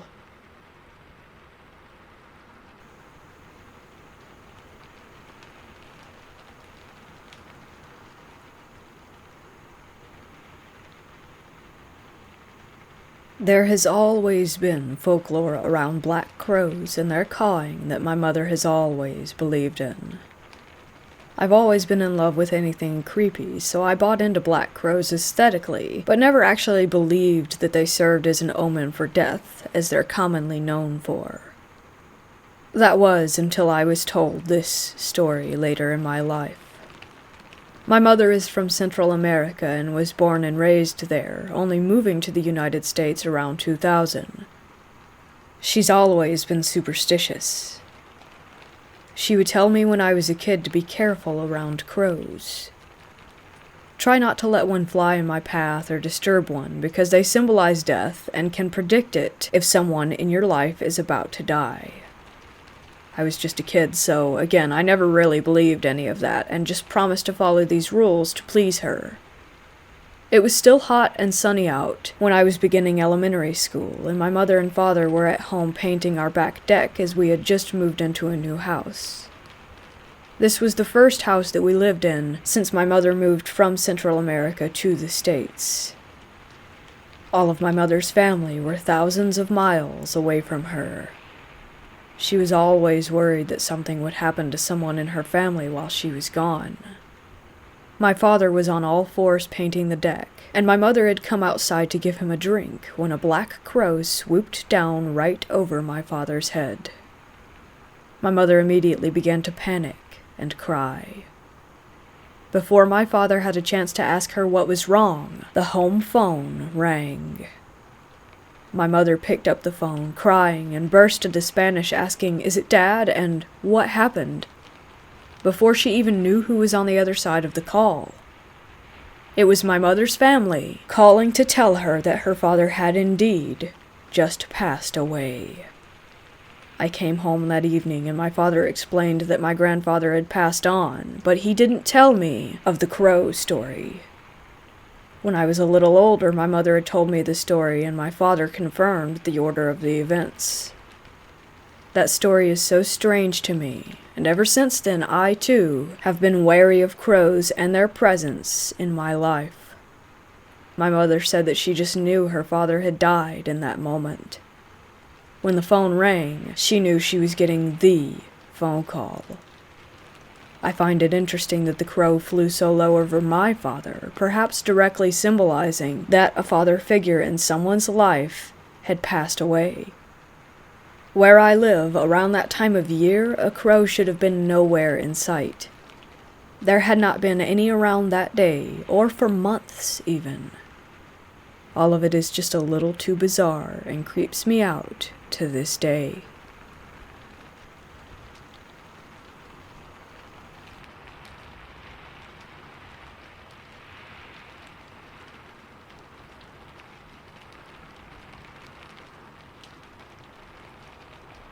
This happened a couple of days ago. My family and I went to an old asylum while on vacation. They had renovated it and put a couple of stores and a restaurant inside, so my father thought it would be a nice place to visit. When we first drove into the driveway, I was overcome with dizziness, and I couldn't even finish the message that I had been typing while we were pulling in. As I got out of the car, the dizziness subsided for the most part, and we all went inside. It still looked like an asylum. The doors were big metal cage doors. The floor was old and cracked. The walls were old, yellowed bricks, and there were entrances that were covered over with more bricks so that no one could enter. As we began walking down the halls, I noticed that something was off. The overall feeling in the place was just terrible. I started getting a headache, but it was only minor. I know spirits can give people headaches and stomach aches, so I wasn't at all surprised. As I said, mine was minor, but I couldn't help but notice that my sister was getting worse and worse. There was an old metal-looking door that resembled something that would be on an animal cage. It was just a pitch-black, empty room on the other side. I had mentioned to my mother the feeling that I had about the place, and so as a joke, she held me close to the cage and said, "Look in there. Do you see a ghost yet?" As they were all laughing, I stood there in shock, because there was someone on the other side of the gate looking back at me. I ripped away from her grasp, and kept walking down the hall away from the cage-like door. My sister was giving me a look, so I knew that she wanted to tell me something. We went off to the side, and she told me that she had a terrible, pounding headache. We kept walking as she told me about it, but I could see that she was getting worse, like she didn't know where she was going anymore, so I took her outside the building for a minute to help her head, and told her to pray and imagine that there was a white light surrounding her. She did this and started to walk away from the building as her headache was getting better. My father had scheduled for us to eat inside the building, and our table was ready, so we were forced to go back in. She told me that her headache was even worse than before, and that she was about to pass out, and that the praying in white light now made it worse instead of better. We were texting each other, and she was telling me that she felt a strong pressure on her back and head. Soon enough, I could see that she couldn't take it anymore, so I took her outside again. My parents were furious, but only because they didn't understand. Once I took her outside, she started crying and shaking, and so I took her away from the building, and we went for a walk. We went across the street, and I talked to her until her headache stopped, and so did the pressure. Our parents texted us telling us that the food was there, so once again we were forced to enter the building. I held her hands and prayed with her before we entered again. We ate as fast as possible and got out of there even before our parents did. We drove off, but she still felt uneasy, and so did I. We got out of the car at our next destination, but it was almost as if we were still in the asylum. My sister started crying and shaking again, and she asked me if it could make it kill herself. I asked her why, and she told me that it was giving her suicidal thoughts and that it was making her depressed and draining her energy. I took her and my mom and dad, and we all prayed together over her. As I placed my hand on her head while praying, it was weird. I could feel it there still. It had followed us.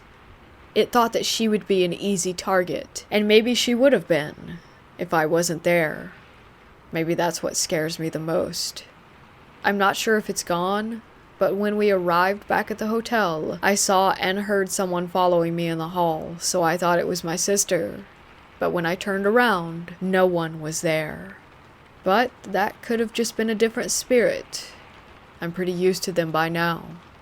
Last night, my sister and I didn't sleep. We were kept awake the whole night through. Maybe we were scared, or maybe we were kept up by something else. Something dark. Something inhuman.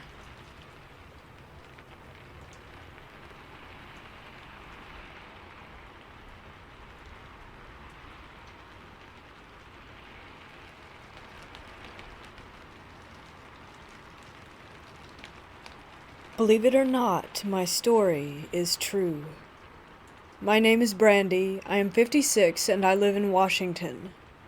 All these years, my kids wanted me to write down events that happened to myself and my loved ones. Quite a few members of my family have recently passed away, leaving so many untold stories that I didn't want these experiences to die with me. So for my children, here it goes. A lot of messed up and supernatural things have happened to us in our lifetime, most with witnesses. This is one of them.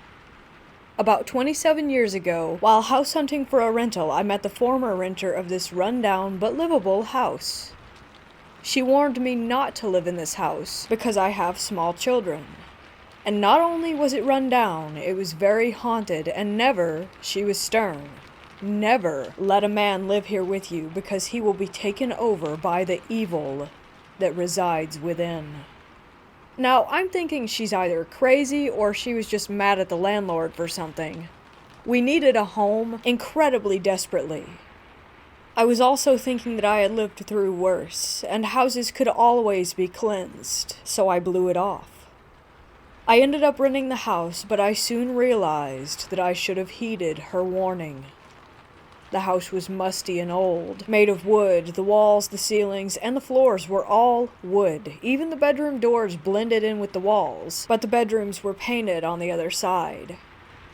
There were French doors all along the front of the house going into an enclosed but open-viewed screen porch with a front door. The main living space was long and open. The living and dining area were stretched into one long room, and it was always cold despite having the heater on and it being in the desert. It was located in the high desert of California on the corner of an acre lot of barren desert, and across the street there was a popular grocery store and a few small shops too far away for anyone to hear us. It served as a town hall back in the day, and I think a turkey ranch before that. It was 6 a.m., and we had planned a 3-day trip to the happiest place in the world, Disneyland. My kids, Michael age 1, Penny age 4, and Jenny age 3 were all sleeping on my bed in our bedroom at the other end of the house so I could pack in peace for the trip in the dining room and not wake them. I could see the bedroom door though, and it was closed. I was standing up folding clothes at the table. My boyfriend's mother, Opal, was sitting across from me when we heard the bedroom door creak open slightly. We both looked up, and it was my daughter Jenny in her little pink and white flowered onesie. I said, "Now you know it's too early, go back to bed." And she replied, "Me up now, Mommy," in her little sweet voice. It made us both chuckle, and I told Opal that I thought she was just excited. I told her no, that we weren't going right now, so please go back to bed. She stomped her foot, which we could feel vibrate through the floorboards. Opal then told me that I had better go and put her back, and I agreed.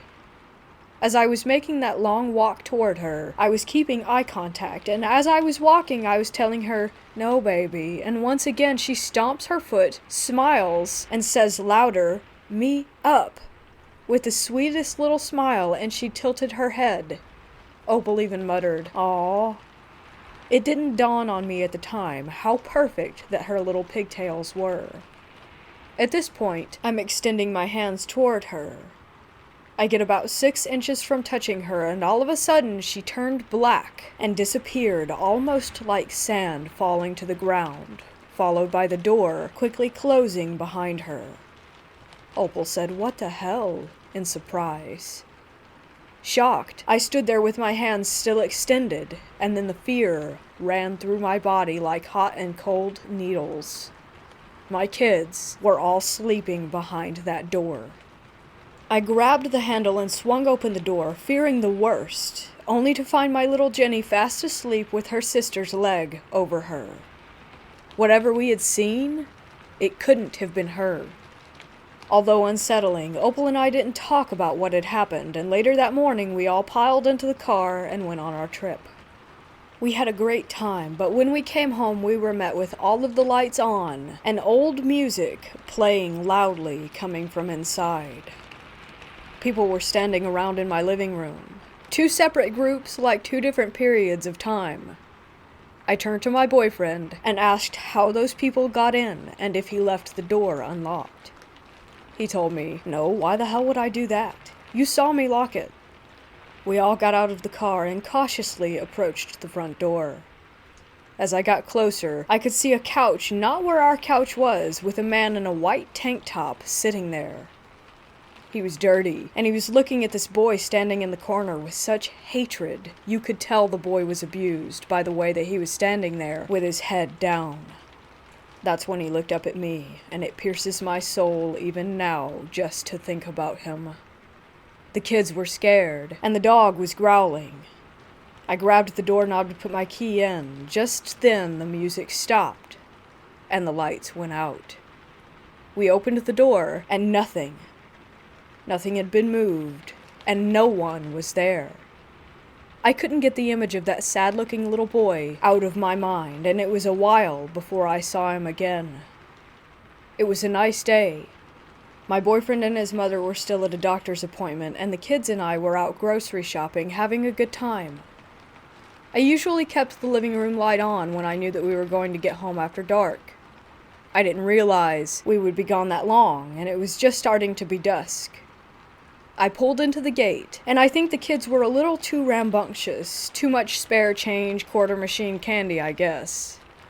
I sat for a moment, planning my attack with getting all these groceries, a sleeping baby, and the 2 girls up the steps and into the house, when I noticed movement in the living room. No one was home. I could hardly even see anything in there because the light wasn't on. I started to get out when the girls jumped out of the car and started running for the steps. I yelled for them to stop and ran over to them. We could hear noises like a child running around, and my eldest daughter to this day says that she saw a little boy and describes him to a T, but at that moment I thought that it might be an intruder or something like that. 3 steps went up to a landing, a locked front door opening into a windowed screened-in porch, and then the 3 French doors. I told the kids to go to the car, but they were too scared to leave my side. Both of them were clutching the back of my shirt. I armed myself with a huge stick by the landing and forged on. I burst through the front door to the porch, and he was there, his face in his 2 hands cupped against the glass, as if he was peering out, and then he vanished. It was the boy that I had seen standing in the corner before. We went inside and I searched every room with my obviously frightened children practically glued to my side. There was no one there. Was my mind playing tricks on me, and I was projecting my fear onto the girls? I turned on all the lights and ran out to get my sleeping baby and the rest of the groceries out of the car when I stopped in my tracks. There on the glass were 2 crescent moon handprints, and it was fogged up where his nose was. It stayed there for at least 20 minutes. Just to add my own thoughts here, I don't feel that we always need words to communicate with spirits or for them to get a message to us. They are not bound by flesh. It is important that you have an open mind and always keep your will strong. At night, you could look out the French doors at the stores across the street and see the vast desert behind them. The property was pitch black, so you saw the reflection of yourself and whatever was behind you. That night, everyone was asleep. It was nearly Christmas, so I was admiring the lights decorating the storefronts when I felt one of my children through the floorboards skip up next to me, and then I heard a faint giggle. I felt a tug on my shirt, so I turned my gaze to the reflection, extending my arm over as if to caress the back of his head and pull him in next to me. It didn't occur to me that this was not my child. He came in under my arm and stood there looking up at me, and all I could feel was love and sorrow. I turned to look at him, but he was gone. So I looked back at his reflection, and it was gone as well. He was about 7 or 8 years old. He had what looked like black and white Converse on, and was wearing old jeans with rolled-up cuffs. I could see the edge of a white t-shirt under a light gray sweatshirt, and his hair was sandy blonde and wisped to the side with the sweetest smile. In that moment, I felt everything that he was feeling, and I cried. I saw the images of abuse flash through my head. I don't want to elaborate on that, and he made me feel that the man was not his father, and that he loved the comfort of our presence. There were so many emotions. I went to bed and held my kids tight. I was so full of questions, like what happened to his mom? How did he die? I looked for records and was told that back in the day there were not many records kept out there in the desert.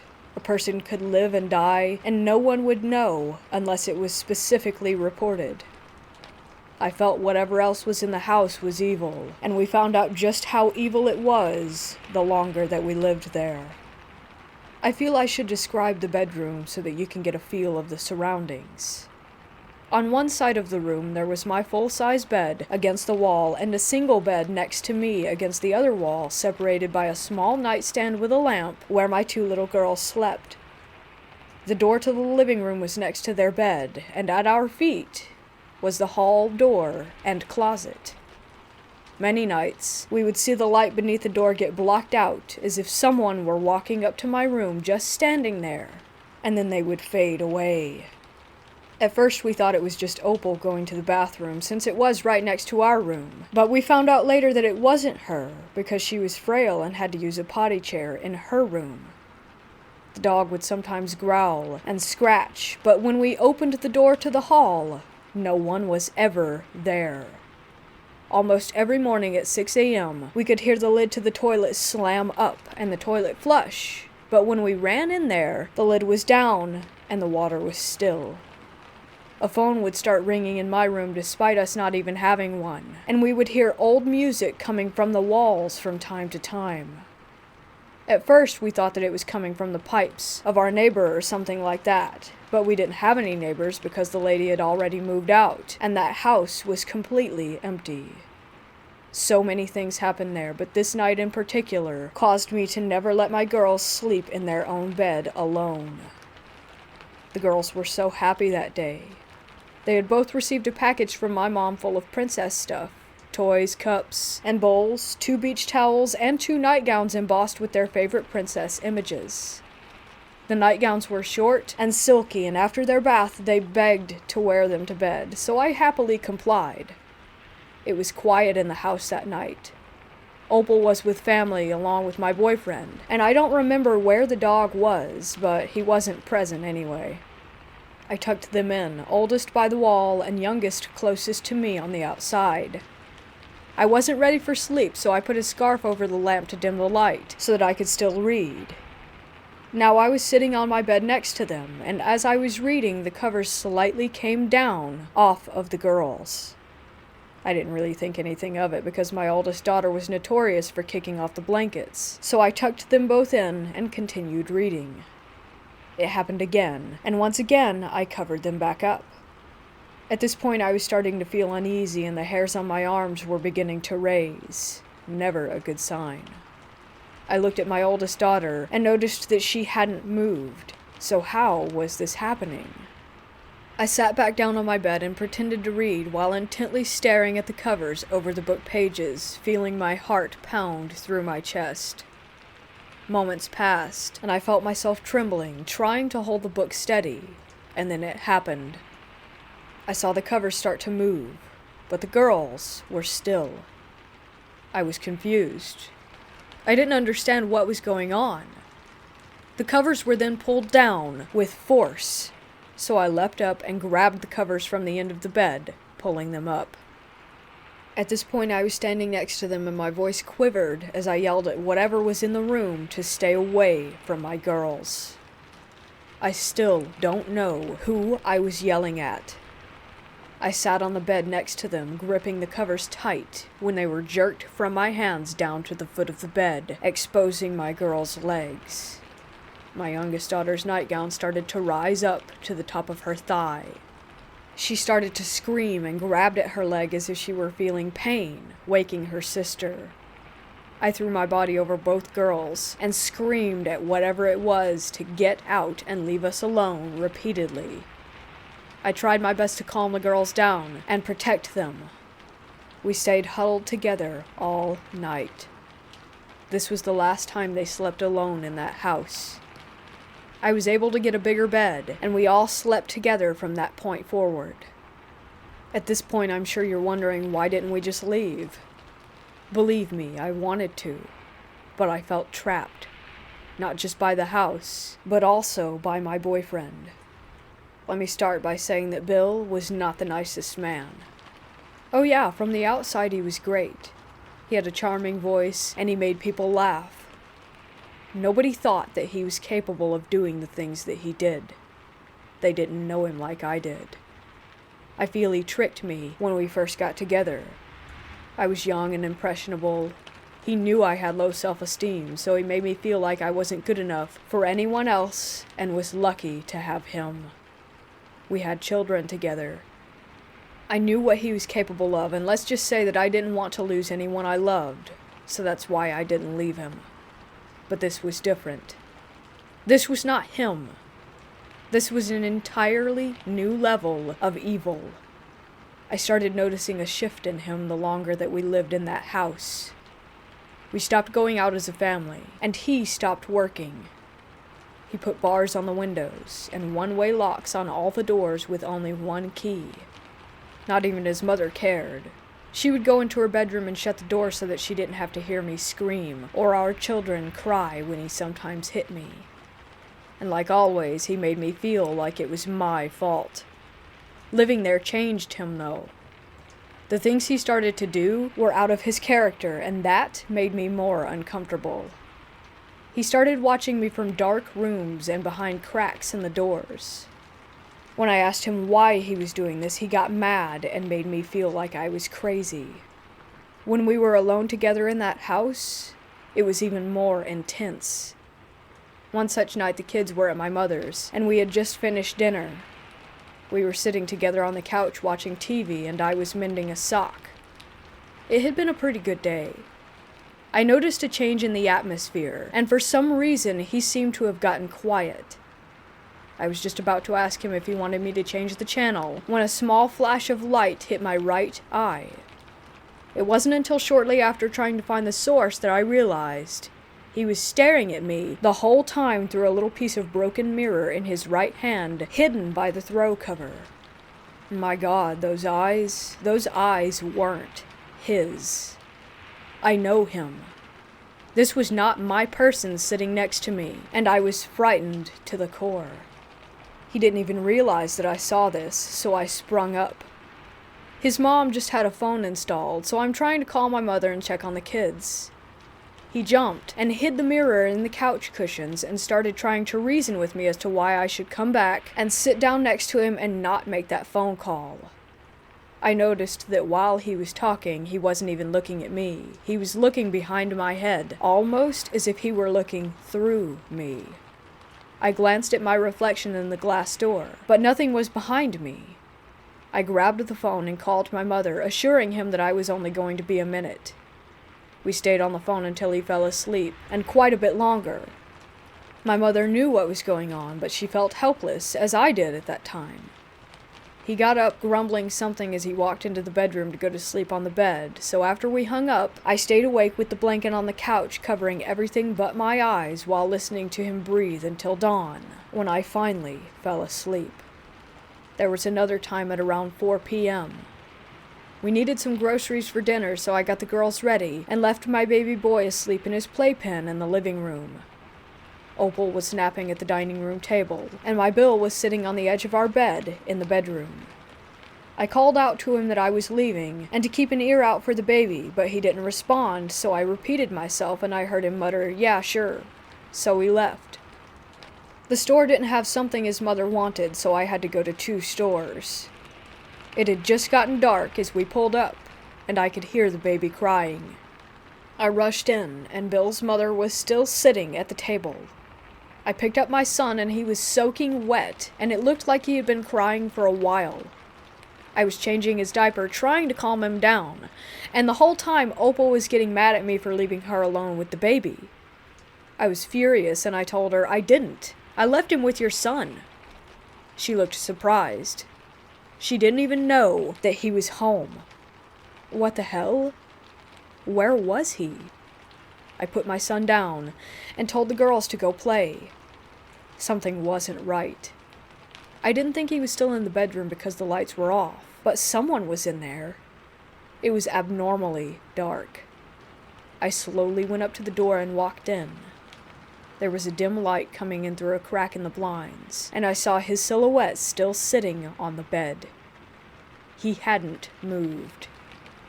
His feet were on the floor, and he was slightly hunched forward with his elbows resting on his legs, cupping his hands together. The room smelled stuffy, and the air was thick. I called out his name, but he didn't reply. Once again I called out his name, adding, "You're scaring me." I moved closer, saying, "Why are you not answering me?" I saw that he was sweating and that it was glistening in the light and dripping from his head to his hands and then his hands to the floor. I could hear it as it dripped. I was shaking while I slowly made my way around him to the lamp, and I heard a growl that almost sounded like it was coming up from the floorboards.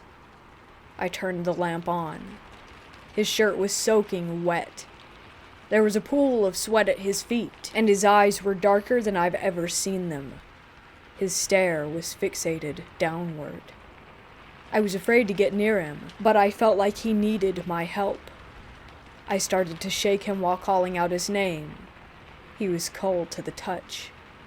I crouched down in front of him between his legs, but honestly, all I wanted to do was run out of that room. I took his face in my shaking hands and said, "Please, Bill." Just like that, he snapped out of it. He grabbed both of my wrists and hurled me onto the bed behind him. He said in a loud voice, "What are you doing, you freak?" Then he got up and went to the bathroom. I heard him turn on the shower as I laid there curled up, not knowing what had just happened. I soon composed myself and went out to bring in the groceries and make dinner. Later he joined us as if nothing had ever happened, but I still felt uneasy. The night went on, and he was his old self, goofing off with the kids and watching cartoons. I went into the kitchen and started washing dishes with my back to the hall. I heard him in the living room with the kids. I swear, I heard him. The next thing I knew, he was behind me, and he aggressively grabbed my waist and put his mouth on me. I could feel his teeth on my neck. I jumped. He startled me. Then he looked at me like he wanted me dead and said, "You disgust me," and left the house. I don't know where he went. I didn't ask. All I know is that he was gone. He came back later that next morning, dirty, and saying something about him getting lost in the desert. I remember him telling me once that I could scream out there and no one would hear me. We eventually got out of that house after living through horror, not knowing from day to day what was going to happen next, and who was safe from that evil. Later, after his mother had moved into her daughter's house, she passed away. I felt bad because I wasn't even sad about it. I found a way to leave Bill. I made an excuse that I needed to pick up a check from the welfare department, and that I had to bring the kids with me. After I got there, I told them that I was being abused, and they helped me find a safe place to go. After I didn't return that day, a detective from the sheriff's department came and asked me questions about him because apparently he stole a child and took her to that empty house. Thank God he was caught before he could do anything to her. I never let him hurt my children, but sadly, they remember him hurting me. For years after that, I would have nightmares of him appearing at the foot of my bed, clawing his way up my legs, and closing the space between our faces with his cold breath on my lips and those eyes. I would wake up gasping for air. About 9 years ago, I looked up his name and found him on a website exposing predators. I still shiver when I see small mirrors or broken glass. A few years after we moved out, I ran into the former renter, so I asked her if she knew anything about a little boy ever living there, or did someone die there, and she said, now this is not fact.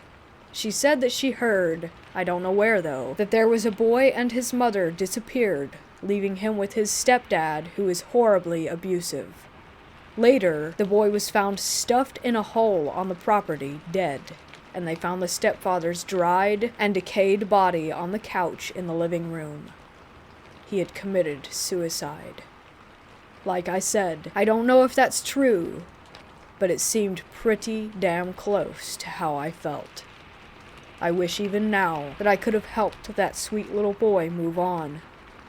We couldn't even drive down that street for years after that, and we all cried with relief many years later when we found out that the house had been demolished to the ground and that a housing tract was being built over the land. I still wonder if those people living there are plagued by the same evil that plagued us.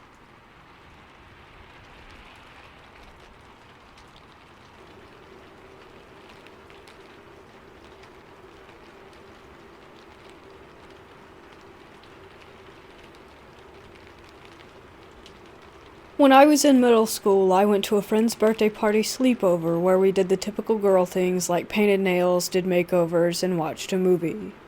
It was all normal until my friend suggested that we make a Ouija board. On a sheet of paper, we scribbled out yes, no, goodbye, along with numbers and the alphabet. She told us all the rules, and we nodded in agreement that we would follow. I remember the first movement happening, and I looked across to the girl facing me, insisting that she had moved it. She said that it was not her that moved the clear pebble that we were all using as a planchette. We asked it dumb questions like who we each liked and if our crushes liked us.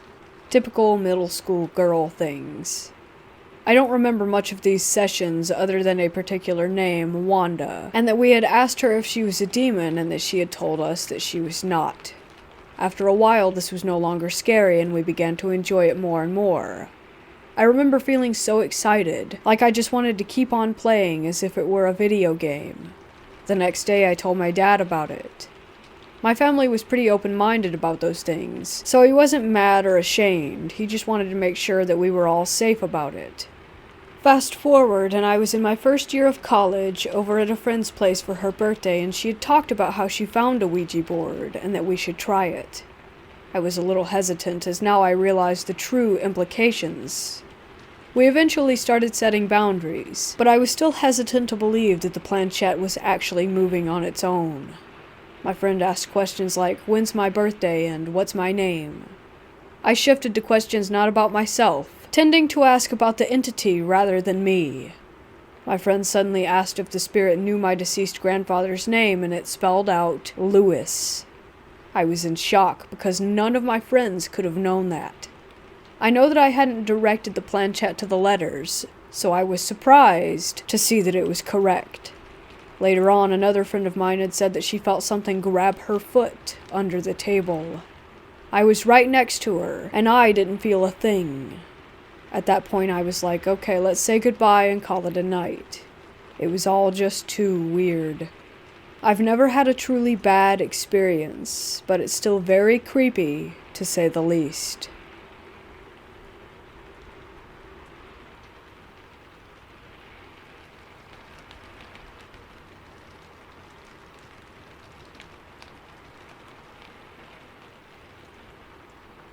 I live in the basement of my parents-in-law's house, and my wife never goes down to my room.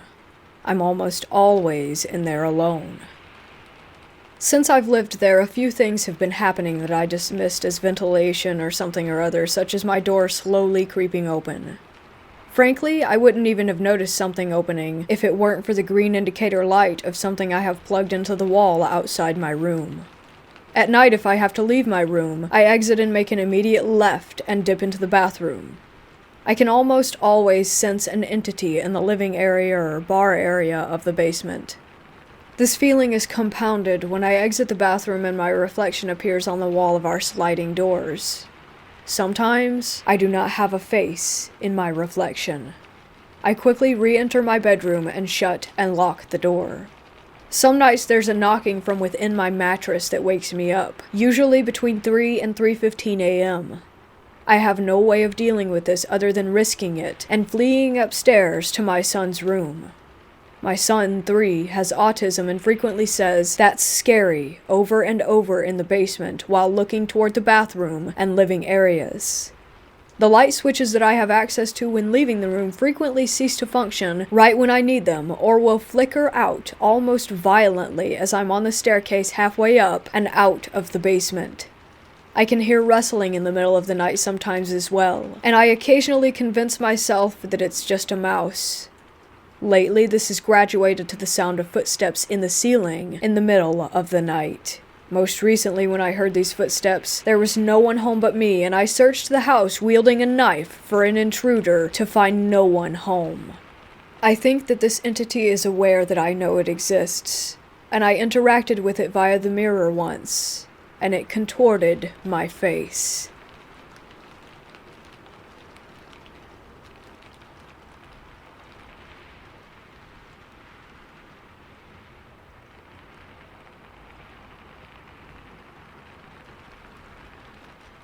Last year, I went to the Transalgony Lunatic Asylum in Weston, West Virginia. It was a birthday trip for my friend, and since we both had an interest in the paranormal, we decided to head there and check it out. If you're a paranormal enthusiast, you should know that this place is supposedly haunted. Looking into the brief history of the place, deaths, suicides, housing for Civil War patients, housing for tuberculosis patients, and medical patients, you would definitely expect some ghosts are not at rest. It was cold and dark as it was November at around 5 p.m. or so. We made it for the last historic tour of the West Wing and the Civil War Wing. As we waited for the tour guide to gather our group, we took a tour of the front entrance and saw all these patients' drawings. One was of a man cutting his father's head off, and there was a long list of reasons for being admitted into the asylum. We then went back to wait in the lobby for our tour to begin. As we sat there waiting, I felt a slight tug at my jacket on my right side. My friend was standing on my left side. I brushed it off, as maybe being my sleeve button caught my jacket, just some casual debunking, since what are the odds of 12 people standing in a lobby that the ghost somehow decided to screw with me? Our tour began, and if you studied the place you would know that the building is shaped into L-like sections as to try and let in as much sunlight to the building as possible. It was one of their treatment ideas. Eventually, we made it to a section where they hosted the Halloween parties, which was originally, if I remember, a place where patients could acquire their medication or new clothes. After the tour guide walked away, I waited for my turn to walk through the doorway. At this moment, a loud bang came from the closet. I again shrugged it off and debunked it as maybe an animal or a bird who had gotten into the closet and knocked something over in there. Our tour finally came to a close, and we began to walk back to the lobby. I was in the back of the group with my friend in front of me. No one was behind me. As we were beginning to walk through the connection between the first and second part of the building, I looked back at the end of the hall. Down at the end, by the nurse's station, I saw a large, black figure cross in front of the window. I was immediately spooked. I started taking steps back and forth to see if maybe it was my shadow or anything really like that, but it was nothing. I could not debunk it. So I just continued on and tried to write it out of my mind. Then came the final walk to the lobby. This building is massive, by the way. If I remember correctly about this, they said the building is almost a quarter-mile long from end to end, so you can only imagine how long these wing halls are. Before I made it to the lobby, a chill went up my neck. I'm again in the back of the group. I would also like to mention that I have long hair as well. After that chill, I immediately felt as if someone blew on my hair, and the sound of a quick breath. There was no wind in that building, no doors being opened or closed, nothing. Someone or something blew my hair. I continued to keep my cool and started talking to my friend about it, who had no experiences whatsoever and thought that I was just trying to spook her. I was a bit unnerved, but we didn't want to leave without a t-shirt, so we went into the gift shop and talked to the lady inside about if she had experienced paranormal activity. She said most of it happens on the 3rd floor, and has had many people talk about seeing, hearing, and feeling things.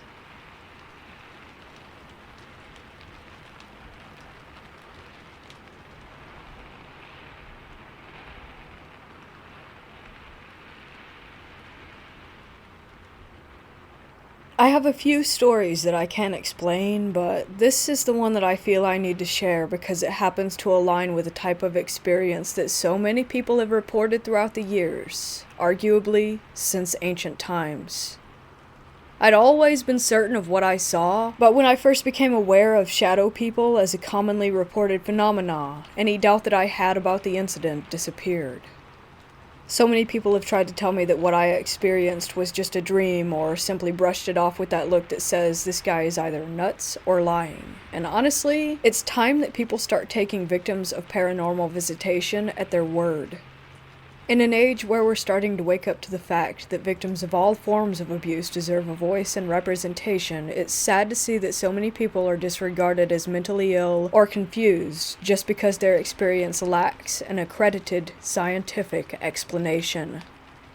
My experience was not as extreme as some that I've heard from others on various paranormal forums and podcasts, but it has affected my life in a number of ways, and to have the source of so many anxieties and frustration in your life disregarded as a dream or a fiction leaves a person feeling very alone, unable to really explore their trauma, because the subject is so taboo and very few people are willing to take your account seriously and help you search for answers. This is my story. And I assure you, I have nothing to gain by bringing you a false account. I just want to put my testimony out there so that other experiencers can know that they are not alone and that they are, probably at least, not crazy. There are things in this life that do not yet have a scientific explanation, and humanity is not the only sentient intelligence that operates in this world. Beyond that, I really don't know a damn thing. But accepting the fact is the first step in beginning to fully understand the nature of this world, or any others that may exist. The first time I saw it, I was about 8, maybe as old as 10. I was living in a dingy little house in Clear Lake, Iowa, in what you would consider to be the trashier part of a small tourist town. My room was at the end of a long hallway on the right side of the hall if you were looking toward it from the kitchen on the opposite end. Across the hall, the left side, was my toddler sister's room, and in the middle of the hall on the left was the door to my parents' room. One morning I got out of bed and started to move toward the kitchen. When I was just about at my parents' door, looking toward the kitchen, the figure appeared. It sort of leaned into the hall from the living room, which was adjacent to the kitchen. It was a tall, black figure. Black as in pitch black, but sort of smoky and hazy, like it was just a bunch of compressed black smoke molded into a human form. Everyone seemed tall to me as a kid, but this thing certainly seemed taller than my parents, who were about 5'5" and 5'6" respectively. The only distinguishable feature on the being were that it had two glowing red eyes, just like circular LEDs, on its face. They didn't really seem to be the size and shape that a human eye really is, but truly round and glowing very brightly. This detail I'm sort of fuzzy on, but that's what I recall. From the moment it leaned into view, the thing was just watching me, and when I saw it, I stopped and watched it back. I wasn't exactly scared, but had the distinct impression that this was all it was there to do, to watch. I knew that this wasn't something that I should be seeing in the real world, and I was uncomfortable, but all in all, the thing was non-threatening and didn't make any advancements on me. It just stood there for a minute or two, and then leaned back out into the living room. I didn't follow it to see if it had disappeared. I just went back to my room until my parents woke up. I never, quote-unquote, woke up from this experience. My day progressed seamlessly into a normal day. I knew that this was not a dream because I was very familiar with my dreams. I had constant night terrors in this house, but I'll get into that later on. The point being, the kinds of dreams that I had were more distinctly bizarre and surreal than this experience, and I always woke up with an understanding that what I had experienced that night was just a dream. This was not the case that morning. If I was dreaming that morning, then I'm still dreaming, because like I said, I never woke up from it. The second experience was just as brief, but a bit more menacing. I can't say how much time passed between the two events, but this incident was dead in the middle of the day, full daylight with other people in the house going about their daily business. My mother was in the living room, and I had just walked into the kitchen and toward the hall. I was now standing approximately where the figure had been on the first occasion, looking down toward my room and my sister's. Suddenly, the figure appeared. This is where it gets really bizarre, because the thing actually crept out of my room. I mean, this effing thing was literally creeping, like some old school Scooby-Doo villain walking on tiptoes with its arms raised and hands bent toward the floor. If you get what I'm illustrating here, you should probably laugh, because it was just as goofy as it sounds. It crept from my room into my sister's room, which is what really freaked me out by this event.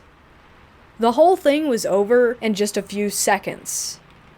Moving in this bizarre manner, it had its head turned toward me the entire time.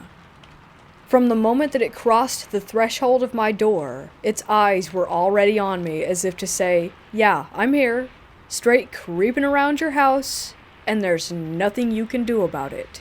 No one's gonna believe you. I had already told my mom about the first sighting, and of course she had dismissed it as a dream or my overactive imagination. So I didn't bring it up, but I was really scared that it had some sinister intentions with my sister. I do remember her having some nightmares around this time, which I heard from my room, her crying to my mom about how the quote-unquote creature from the Black Lagoon was standing in the corner of her room. I asked her about this years later, but she doesn't remember any details on that. So that's it. That's all I saw of this shadow person. But there's another element to my life at this house that I feel might be relevant to what I experienced. As I mentioned earlier, I was prone to night terrors while living in this house. Vivid but bizarre nightmares that almost always had something to do with being chased by various demons, monsters, etc. One recurring type of dream I had went like this. I'd be laying in my bed, everything seeming to be completely normal in my room, as it was in waking life, but I would get this feeling. It was this instinctual understanding that something horrible was about to come through my door.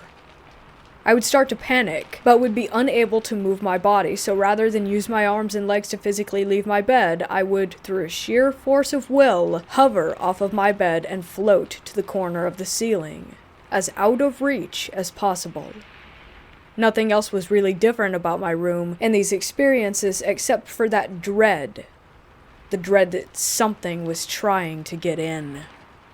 Another night I had a similar dream, where I woke up in my familiar room to find a tall, hairy man standing above me, reaching for me.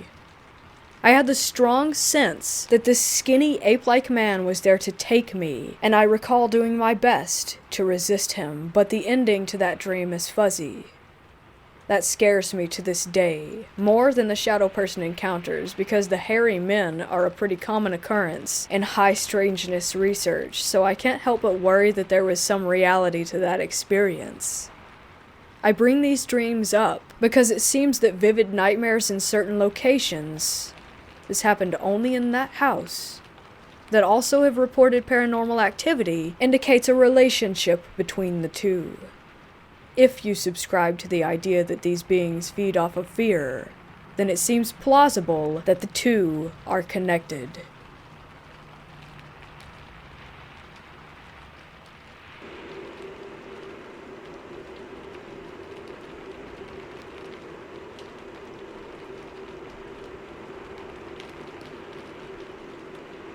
This happened about a year ago in a park near my house. My brother and I are very spiritual and believe strongly in this type of stuff. I had this one Ouija board for a few years now, gifted to me by my old stepdad. We decided to use it one night and got in contact with a ghost. It went pretty well, and we did it again a week later. We talked to a new ghost, and the ghost from the first time. It was pretty cool and insane to experience something so real. They were very nice, and we were very respectful since we take this stuff seriously. Toward the end, we asked that they would not follow us home and that they would let us leave. They agreed, and we said goodbye. They moved the planchette, therefore they said goodbye with us. It seemed to be all going normal when we left, until my brother started noticing a weird feeling in our home, and on top of that, he said that one day he was hanging out in the living room and felt something in the room with him. It was on the couch where he was sitting, and he could see a cabinet door that he left open in the kitchen. He asked out loud that if someone was there to please close that cabinet door, and they did. After I got home, he told me this, and we busted out the board again. I know that you shouldn't use the board in your home, but I felt like we needed to know what was going on. We asked if the ghost who was in our home was the ghost from the park. The planchette moved to yes. Fast forward a year today, and we still live in the same house. We have a few experiences with ghosts and spirits in our home, but never the one from the park. Plus, I never go to the park anymore. My question to you guys is, what made this follow us home? We did everything we were supposed to do, had a very friendly encounter, and they moved the planchette to say goodbye. I read that that's usually all that you need to do, but we did all that, and it still didn't work. I don't believe that the ghost was negative or evil, considering that they just left our home after a while. Or at least I think, since I don't feel them here anymore. My brother is convinced that the ghost was messing with us, since during the conversation when we asked their religion, they just muttered out a bunch of nonsense. I guess that could be it, but I'm wondering if there could be another reason that they followed us home.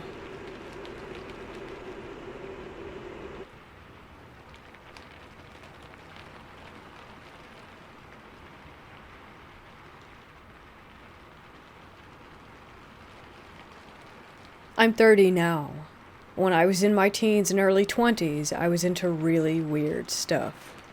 There's a few local shops that sell unusual oddities and antiques in my town, like art made from dead animals, skulls, pickled specimens, things like that. I started pickling my own specimens around age 20, when I figured out that it wasn't that hard. I had some articulated skeletons, but stuff that I was really interested was supposedly cursed stuff. I bought things people claimed were cursed on eBay, and even drove to different states to buy things from people that they claimed were haunted. I bought 3 different diebuck boxes supposedly cursed from eBay. I bought numerous haunted dolls, whatever I could find. I had some weird taxidermy items too, like a couple 2-headed baby chickens, a 2-headed snake, stuff like that. I had a few things that I wasn't supposed to have either, but I won't get into that. Long story short, nothing weird ever happened. Not a thing. I never had one unusual, creepy experience with any of this stuff. I should start this off by saying, I've never really believed in the paranormal or supernatural. Like, I wouldn't say that I'm a skeptic, because I think to use that term you have to go into something deciding that it isn't real and operate from that perspective. I'm fine with saying I have no idea what it is and I can't explain it. I won't say that I don't believe in ghosts, because I really don't know what a ghost is or what it's supposed to be. I've always been into aliens, and was really obsessed with them when I was younger, but still never fully believed in them. I just kinda liked the idea of them. I'd never seen one, or seen any real proof of one, despite poring over documentary and late-night History Channel binges. So, on the subject of all things paranormal, you could say that I'm a fox molder and that I want to believe, but never really did. Anyway, needless to say, after the following series of events, my mind is quite a bit more open. Though I won't pretend that I can tell you exactly what was going on. So I'm around 21 years old and I'm working at Walmart at the time. We had these steps that we would smoke on that were outside the tire shop that would lead up to another parking lot for a different building. I went out to smoke one day and was by myself, and sat at the top of the stairs. As I was smoking, I noticed a paper bag sitting kind of underneath the bushes that were there. I don't know why, but I looked in it. I was expecting to find some empty beer bottles or something, but inside of the bag was a porcelain lamb. It wasn't particularly creepy looking, to be honest. It didn't have bleeding eyes or whatever. It just looked like something that would be on your grandma's shelf. There was a red ribbon around its neck, and it looked really new. When I picked it up, there was a note underneath it in the bag. The note said, "Take me home. I'll be a good little bitch, I promise." I'm not even kidding, it really said that. It was written in red ink and looked like female handwriting. Really neat. It was written on a piece of torn out standard notebook paper. I know how stupid and cliche that it sounds, but that really is what it said. Of course, being me, I brought the thing inside Walmart and stashed it under a register because I was totally gonna take that home.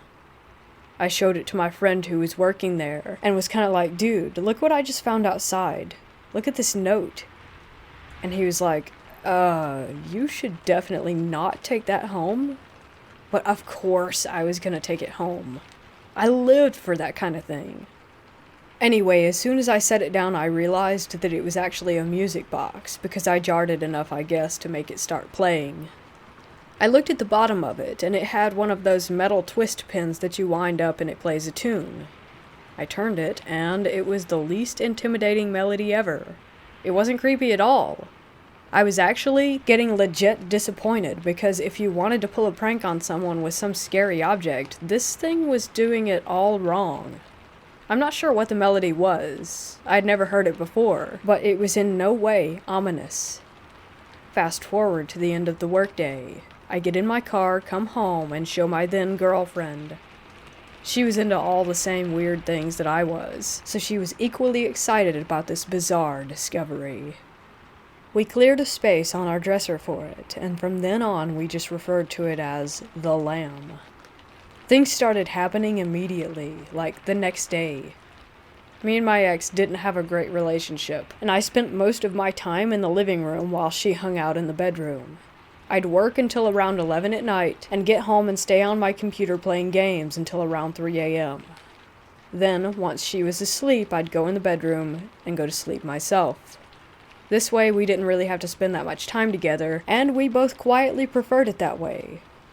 So, the very next day, I'm sitting in the living room and I hear a rustling sound coming from the kitchen. I could see the entire kitchen from where my computer was, and I assumed that it was one of our cats messing with something, but both cats were actually on the floor staring at the kitchen just as confused as I was. The sound seemed like it was coming from the top of the fridge, and it was like it was rustling around the cereal boxes and bags of chips and such that were up there.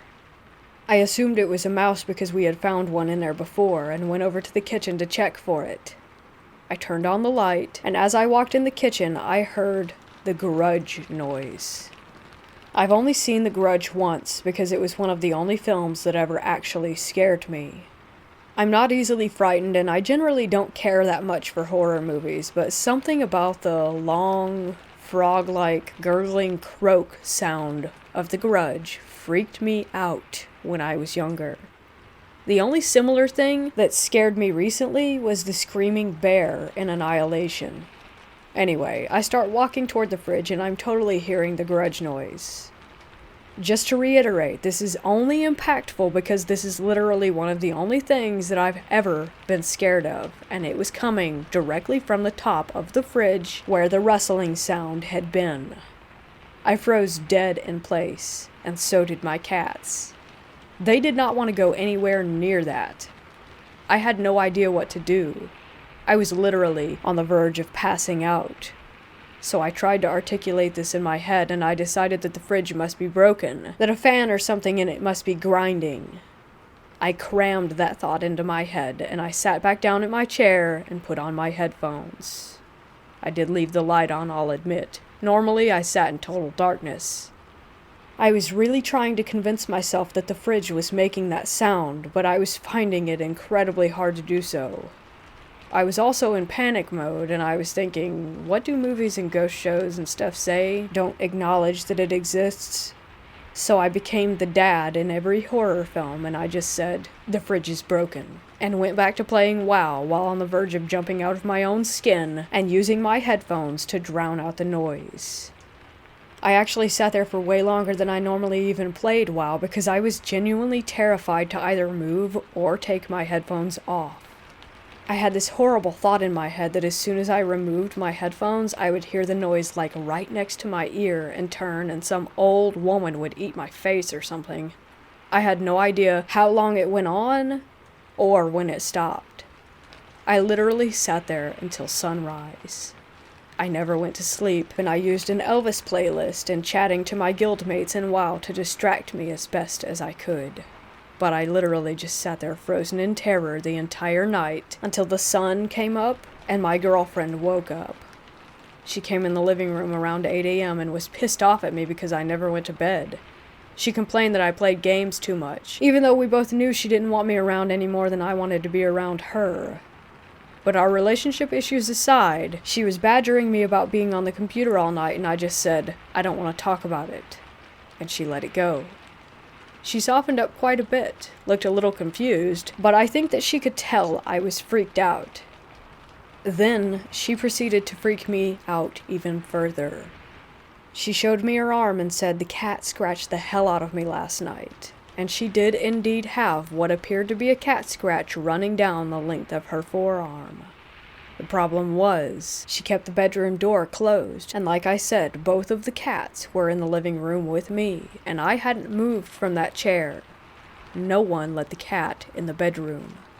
In fact, when sunrise came, they were still almost in the exact same spot staring at the kitchen that they had been in when I went back to playing WoW.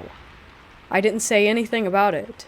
I just said, oh, dang, and I felt like I was going to be sick. Since I hadn't slept, I called into work that day, even though in reality I really just wanted to leave. So I did an unusual thing, and me and my girlfriend went bowling for the day, then to a movie, then dinner. I was clearly acting weird because we never did anything together, and I was obviously trying to avoid the house. I asked if she wanted to go night fishing, and she finally asked me what the hell was going on. I didn't tell her though. I didn't want to talk about it. She declined my generous offer to fish in the dark, and we ended up going home. We started our nightly ritual. She retired to the bedroom to watch TV, and I stayed in the living room. The grudge noise started within an hour of me sitting down. This time, as soon as it started, I willed my completely stiff in fear body to get up and walk down the hall to the bathroom. I left my computer running and WoW open, and said I felt like watching TV. My girlfriend again remarked that I was acting weird, and I again declined to talk about it. I couldn't hear the grudge noise from the bedroom. I took some Benadryl and went to sleep when she did, which was hours before I normally went to bed. The next day I went to work, and at around 9 p.m. she called me. I was the manager of the toys department, and had a bit of leeway in using my phone, since no one really supervised me. I answered, and she was on the phone freaking out, screaming into my ear, and I could hear knocking in the background and couldn't really make out what she was saying. But finally, I made out a sentence. She was saying, "There's banging, someone's trying to get in through the walls." I left work and drove home, and stayed on the phone with her the whole time, and at some point on my drive home, she left the house and started running down the street. I picked her up in her pajamas as I was driving back, and she again claimed that someone was trying to break in through the walls. She heard banging on all 4 walls of the bedroom. By this point, I was pretty certain I knew exactly what she was hearing, but I still didn't want to say anything about it. I wanted her to calm down, and I told her that it was just animals. I said that I had seen some squirrels going into a hole in the side of the wall and was afraid that we might have them in our walls. Of course, this was entirely made up, but it actually worked, and she did calm down. She didn't know squirrels could live in your walls, and I convinced her that this was the case, and I told her that I would call an exterminator in the morning and have them come out and check on everything. We went back to the house, much to my despair. My squirrel story had worked on her, but that was short-lived. The way our house was set up, we had a bathroom that was connected to our bedroom, but not by a door, just by the wall. So you had to leave our bedroom, and the bathroom was the next room on the right. So the bathroom wall and our bedroom wall were the same wall. Makes sense? Anyway, we got inside, she went to the bathroom and immediately started screaming again. I went in there to see what she was screaming at, and it looked like a tiger had been clawing at the bedroom wall. The one connected to our wall. The wallpaper was torn off about 6 feet high, and there were large gashes in the drywall beneath it. Reminder, this is all about 4 days into having this lamb. At this point, we got in the car, and I told her about the sound I had been hearing. Her initial reaction was that we needed to get rid of the lamb, but something told me that I couldn't. She wanted to just donate it to a thrift shop or something, but I had this weird sense of unease about doing so. I felt like we couldn't just get rid of it that way. Like someone had to know what it was and want to take it from us. I can't explain why I felt that way. I just did. At this point, we did what you probably would not expect, and we actually just lived with it. Like, this went on every day. We had rules about it. The first rule was that we never talked about it in the house. We never even mentioned it. We pretended that the lamb did not even exist. It was like that episode of Family Guy where they had a giant octopus living in the house and just no one wanted to talk about it. When we had something to say about it, we would always say, "Let's go for a drive," and the other person would know what that meant. The clawing at the bathroom wall was getting deeper all the time. Eventually, there was a huge hole in the drywall, and it was starting to claw through the drywall that was connected to our bedroom. That was when I really started to freak out. For about a year, we lived with everything. We just ignored it and pretended like nothing was happening. Every night, I sat with the grudge noise. Things would fly off of shelves, doors would slam. Straight up paranormal activity, BS, every single day. One of the worst ones was one of our pickled specimens jars just exploded. It was a bird that we had had for a while, and the mason jar exploded on the mantel in the living room. Glass went everywhere, and it took hours to find it all. The The bird itself also completely exploded, sending body parts splattering around the living room. It was hell.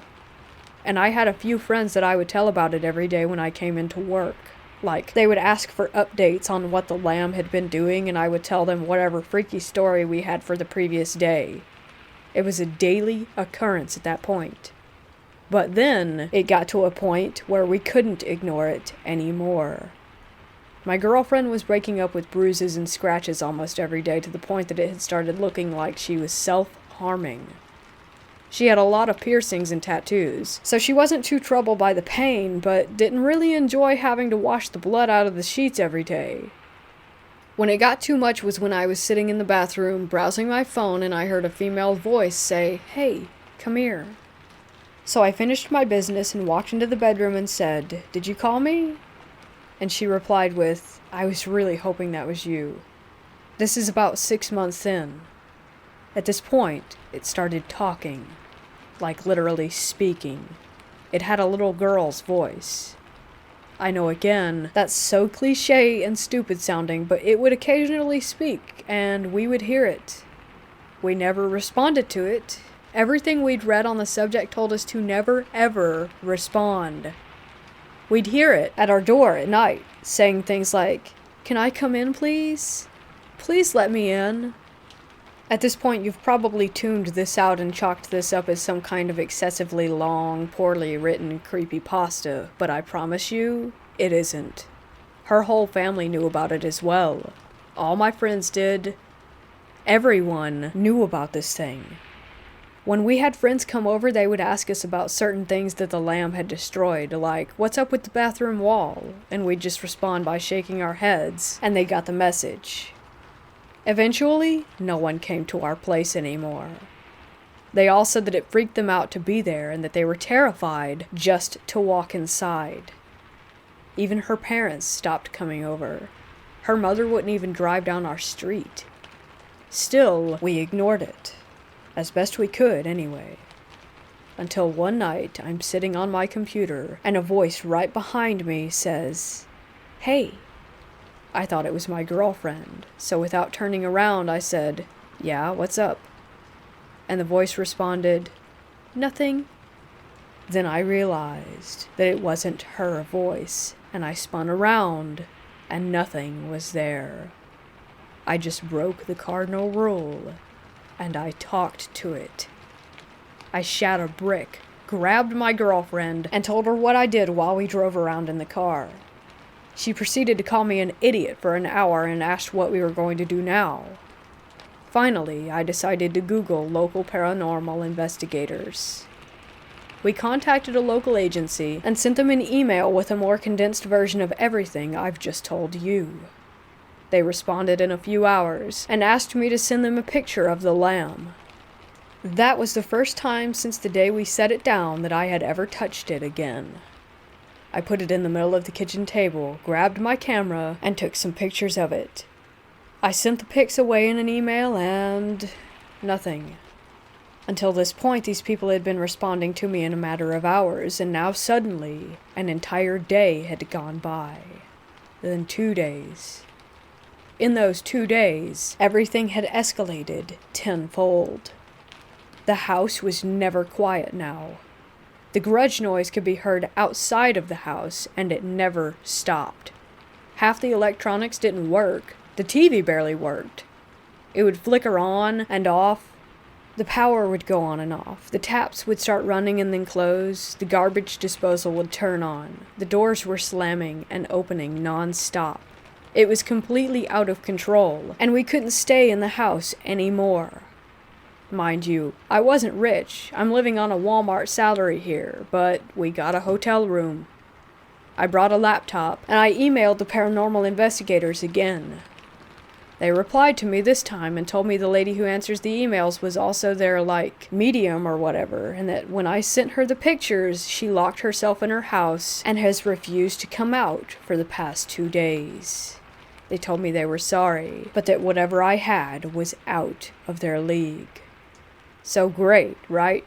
My house is possessed, and now it's gone apeshit because I talked to it. And the paranormal investigators don't even want to mess with it. I contemplated calling a priest or something, but I'm not religious, and I didn't know if I would have to have faith in the Lord Jesus or whatever for it to work. I contacted another paranormal investigations company in the area and sent them the same pics and basically begged them for help. This time they actually responded and were helpful, and they drove down from about 2 hours away just to talk to us. When they showed up at our house, nothing was happening. It was quiet, and everything looked normal. The doors were all closed, no sounds, nothing.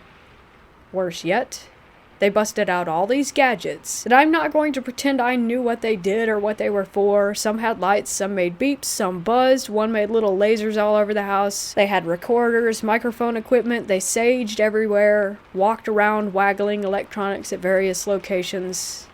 I don't know exactly what the hell they were doing, but I at least appreciated that they seemed to be trying. But they weren't getting anything. Nothing was happening. I even recorded bits of it on my own camera. Then all of a sudden, stuff did happen. My camera quit working out of nowhere. The battery just KO'd. All their noisy equipment started making noise, and something was over 9,000. There were 3 people, and they started talking to it like, "If you're here, give me a sign."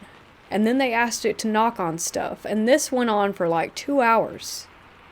Eventually, they wrapped up, and the woman who was with him said that she believed the thing who was inhabiting our lamb wasn't a spirit. She said it wasn't ever a person, and that it was something else. She said that it was pretending to be a child to try and trick us, and the fact that we weren't being tricked was angering it. They left and told me that she would call me the next day. She said she knew someone who might be willing to take it. I couldn't fathom who would want this thing, but my girlfriend and I spent the night in the hotel room again, and I did indeed get a call from the woman the next day. She said that she had spoken with someone called John Zaffis, and that he was excited and wanted the item. I didn't know who that was at the time. She told me he was the haunted collector, but that meant absolutely nothing to me. They said he had a paranormal museum. They came back to the house, got the lamb, and mailed the thing off to him. Later I realized that the dude had a TV show and is the nephew of Ed and Lorraine Warren. And that's basically it. Once this Zaffis dude had agreed to take it, everything stopped. We never had another weird incident happen again. I never fixed the bathroom wall, though. We moved out when we split up, and left it like that for the people that we sold the house to. On a side note, I recently, like in the last 6 months, watched the Conjuring movies. In a very short scene, I believe, in The Conjuring 2, there's a shot of the Warrens' daughter sleeping in her bed. On her nightstand is an identical lamb to the one that I had. When I saw it, I almost started crying in terror.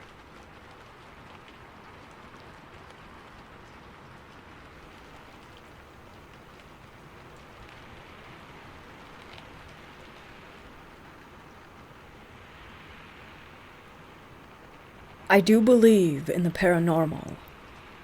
Not routinely and not as an explanation for everything, but I definitely believe that some things just can't be logically explained. I've dabbled in divination for the past couple years, which has led me to notice more universal symbolism and omens. Recently, I've seen some weird ones. I was driving around my area the other day, and passed a funeral procession twice. It struck me as sort of unsettling and out of the ordinary. I drive around a lot, and I don't usually see funeral processions around just randomly. I was a little bit anxious by it, especially so when I passed the hearse itself, but I pretty much brushed it off. That same day, I was pulling into a drive-thru at around 3 a.m., and a black cat came out of seemingly nowhere. It strolled in front of the car and continued walking into nothing. It felt very rare to see, since I live in a well-populated suburb that doesn't usually have animals roaming about. This morning, there was a black cat watching my window on the windowsill of the house across from mine. As I looked at the cat, it began to thunderstorm. I know it all sounds really small and maybe a touch overzealous, but I couldn't help but feeling odd about these things because of how out of the ordinary that they felt, and silently spooky. Not to mention, all happening in the same couple of days. The closeness of it all made me curious, and I had to look into it, just to see if these things were things that other people believed to be bad omens. In my very unofficial research, I have found that 1. Passing a funeral can be bad luck and can, quote-unquote, hasten your own death. 2. In European folklore, a black cat crossing your path can be unlucky and lead to misfortune and death. Occasionally, however, they can represent good luck, but from what I've found, it's fairly situational. And 3. In Greek mythology, thunder could represent punishment to the humans by the gods, associated with Zeus. Clearly, death is kind of a theme here. All of this just doesn't sit well with me, and it's accompanied by a generally strange feeling that I've noticed prevailing in my mood lately. Something just feels off, you know?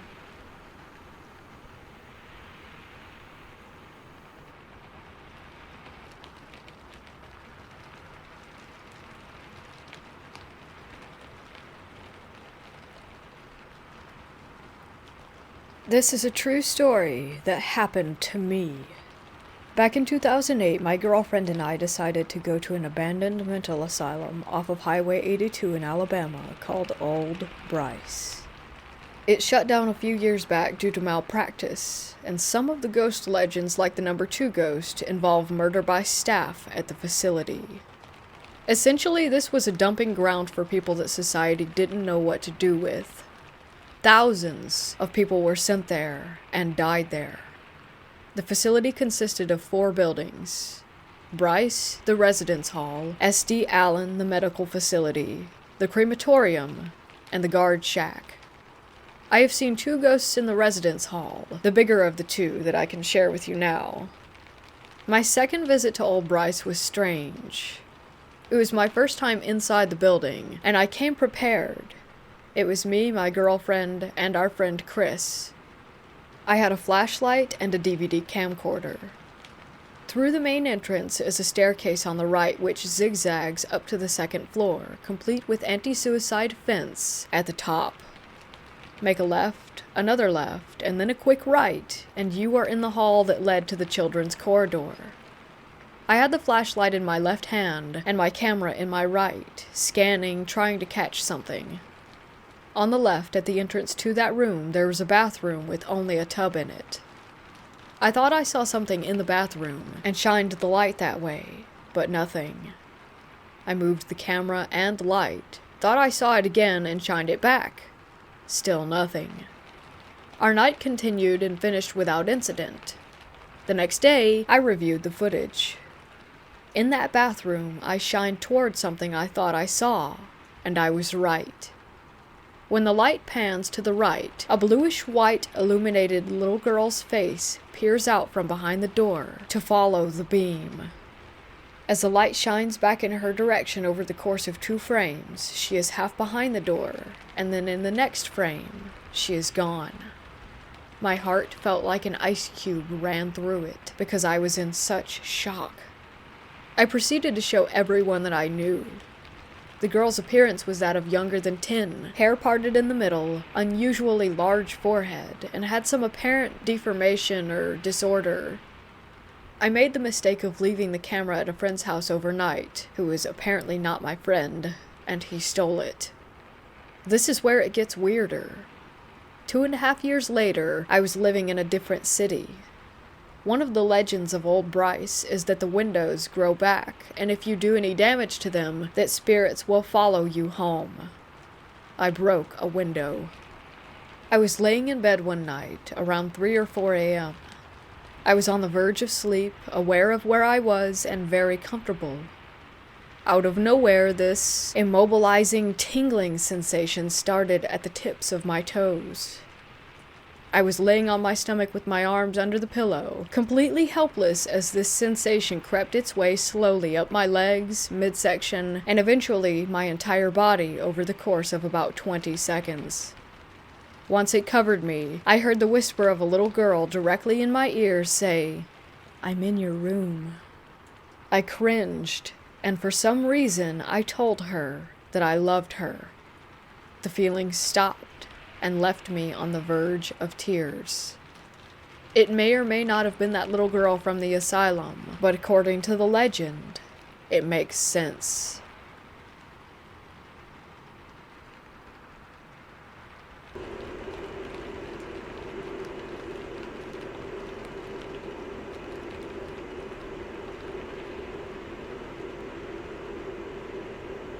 When I was about 15 years old, I was a very curious teenager. I had only heard stories of the Ouija board, but had never actually tried it. So one weekend, my best friend slept over, and we decided to take our chances. My mom was super against me buying one, and she would have killed me if I would have brought one into her home. So my best friend and I took a big poster board and made our own Ouija board. We lit candles and turned off all the lights. It was about 1 a.m., and everyone in the house was asleep. When we started out, it was slow, but then the planchette started moving all around the board. I was convinced that my best friend was the one moving the piece around, but she denied it, and I trusted her not to lie. We asked how they died, and they just said, sick. After a bunch of other questions, we asked, how can you prove that you are who you really say that you are? They responded with, cemetery. I don't fully remember all the questions that we asked, but I know that it led to Charlie giving us some details. He said that his gravestone was by a path and a tree, small, round, with the year 1820. My mom's house is literally right across the street from a cemetery. I can look out the window and directly into it, so we are very, very close. It is an extremely old, historical colonial cemetery dating back to 1690. The next day, my best friend and I went over to the burial ground and started our wild goose chase for Charlie's headstone.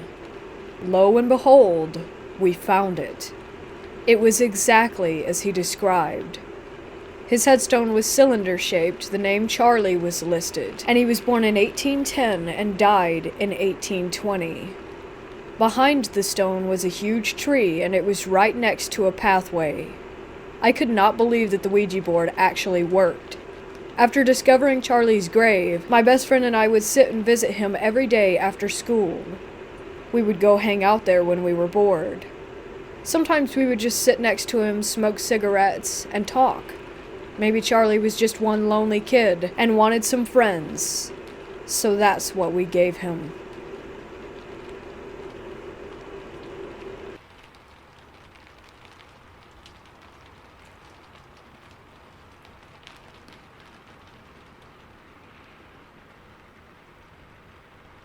All the guards at my workplace know this theater is haunted.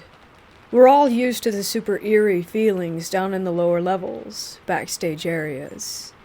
Most of it can be passed off as long work hour stress, but there is definitely some evil shit in this building with us. It's probably an entity that's latched itself onto themes like theatrics and whatnot. I don't know. We got all kinds of stories. We have all heard the grand piano playing on its own in the night, heard ghostly voices arguing every now and then as we walk through the halls.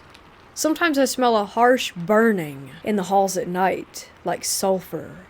We all know that doesn't mean well. Tonight has been the worst it's ever been.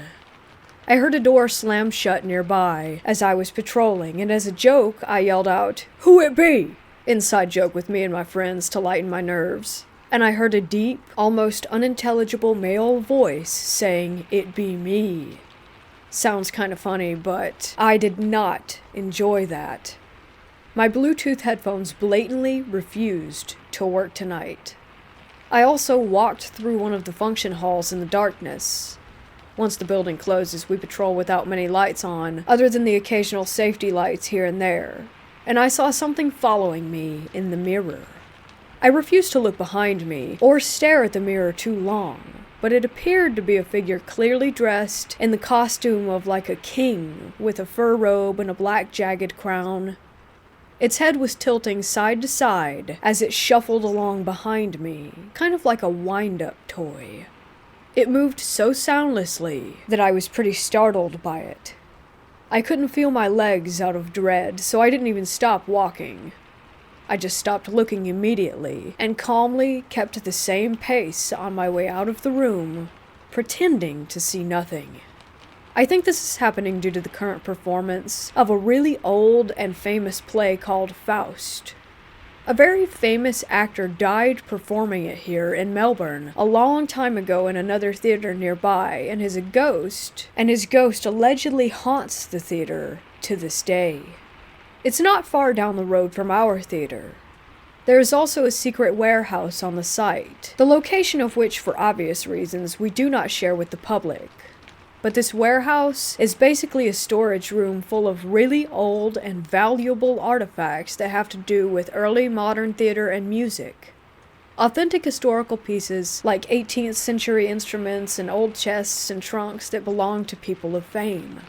One-of-a-kind tapes recorded by famous rock and blues musicians, old stage set models, some dating back all the way to the 1800s. It's crazy.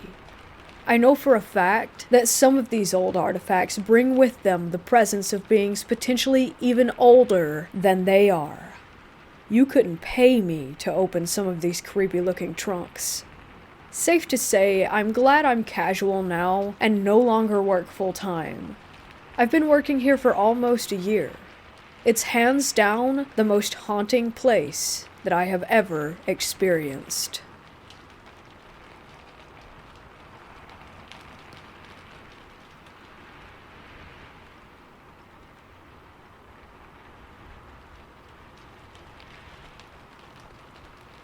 I used to work as a cleaner when I was 16 and between colleges. This is the UK, so I had already left school. The place where I worked was a popular clothing store near my house and was built over ancient farmland. There were also rumors of druid burial grounds nearby, but that's another story. I've always been sensitive to the paranormal from a very young age, but this was by far the most haunted place I've ever worked, and my first apparition sighting. We were a team of 4 to 5 people, and all of us were assigned to different parts of the store. One of the sections was the women's fitting rooms. We would vacuum the rugs and cubicles, polish the mirrors, and all of that. You would hear high heels on the tiles the whole time that you were down there, and the sounds of rustling paper, coat hangers rattling, that kind of thing. There was also a general feeling of discomfort and unease, as though you were being followed and watched. This is hours before the store opened, so of course there were no customers. Sometimes a manager would be there, but they stayed upstairs in the office. The next part was the men's clothing area, which was on the 2nd floor. When you cleaned there, you were alone but for the occasional manager walking through. One time I was on the floor cleaning the railings by the cash registers, and a huge black shadow swept over me. I was surprised because I hadn't heard anybody approach, and as I looked around, I was definitely alone. My cleaning routine was to sweep the floor and collect the dirt into little piles around the pillars, then sweep it up all in one go at the end. The dirt piles moved constantly. I would go back to do the final big sweep, and some of the piles always would have disappeared. After I clocked out, the piles would be there again. I had a sense that the spirit was a young male farmhand who was very mischievous. I said as much to my coworker, and she told me that she refuses to clean in that area after polishing the mirrors one day and seeing the disembodied head of a young man peering over her shoulder. Aside from my instances with the piles, I would always hear the sound of coat hangers rattling and shuffling noises, but I never felt threatened by it. I used to laugh it off or just tell the spirit to stop, and he would most of the time. Now, after the store was clean, we would clean the staff quarters. Toilets and canteen, meeting rooms. The toilets were a non-paranormal horror in themselves. Note, I worked here with my mother. We were assigned to clean the female toilets, and usually if someone was using them, we would leave and give them privacy until they finished. So we went in, the middle stall was closed, and we heard rustling paper and heavy breathing. So we left and waited. And waited. And waited. The cleaning cupboard was right next to the toilets, and didn't even have a door. We would have seen and heard anybody who might have left.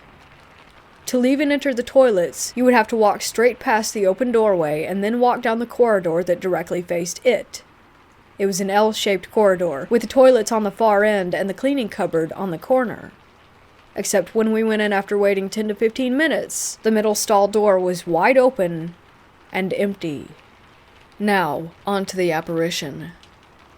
The children's clothing area was generally less creepy. There were coat hangers moving again. Sometimes things would fall off the shelves and rails, but we always just shrugged it off. The elevator was directly opposite the children's clothing, and we usually loaded our cleaning equipment into the elevator because it was too heavy to carry up the stairs. I remember rinsing my mop out, and I glanced up. There was a little boy around 6 or 7 years old, standing directly in front of me. He wore a flat cap, a pale shirt with suspenders, dark shorts, and socks up to his knees. At first I thought it was a mannequin, and when I blinked, he was gone. I thought I was just tired, and I shook my head. I spoke to my mother about it later, as she's Wiccan and super into the supernatural, and I described the boy to her. She had seen the exact same child a few weeks before, but only the back of him, as if he had been walking around a corner. She told me that she had the feeling he had died of lung-related issues, perhaps tuberculosis or pneumonia. So there you have it.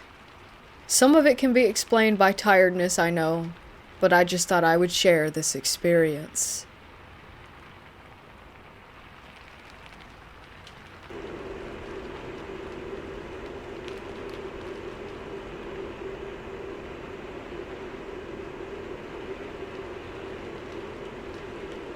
This happened to my dad, who told me this story when I accidentally discovered a Ouija board in a closet in our house. He was living in Spain at the time, and during the 1970s, he bought that Ouija board. He told me that one day he talked too much with a wise entity who responded to everything so clearly and philosophically. The thing is, my dad asked it, "Where are you?" And the board started to mark random numbers and letters such as 1652AC, 8820, that kind of thing. My dad, who was consternated, thought that it was decontextualized. Nonetheless, and he cannot explain why, he wrote down the entire random series of numbers. And he cannot explain why, he wrote down the entire random series of numbers and letters on a paper that he had left sitting on a shelf.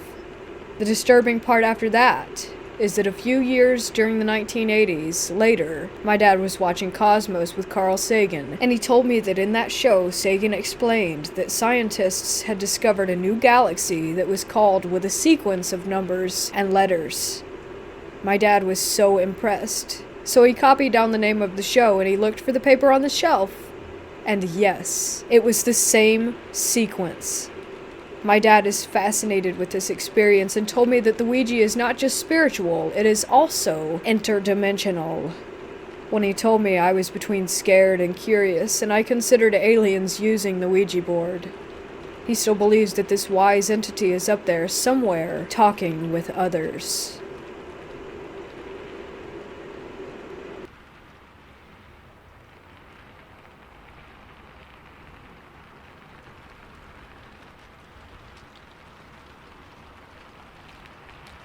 I recently had an experience that I'm just not sure about.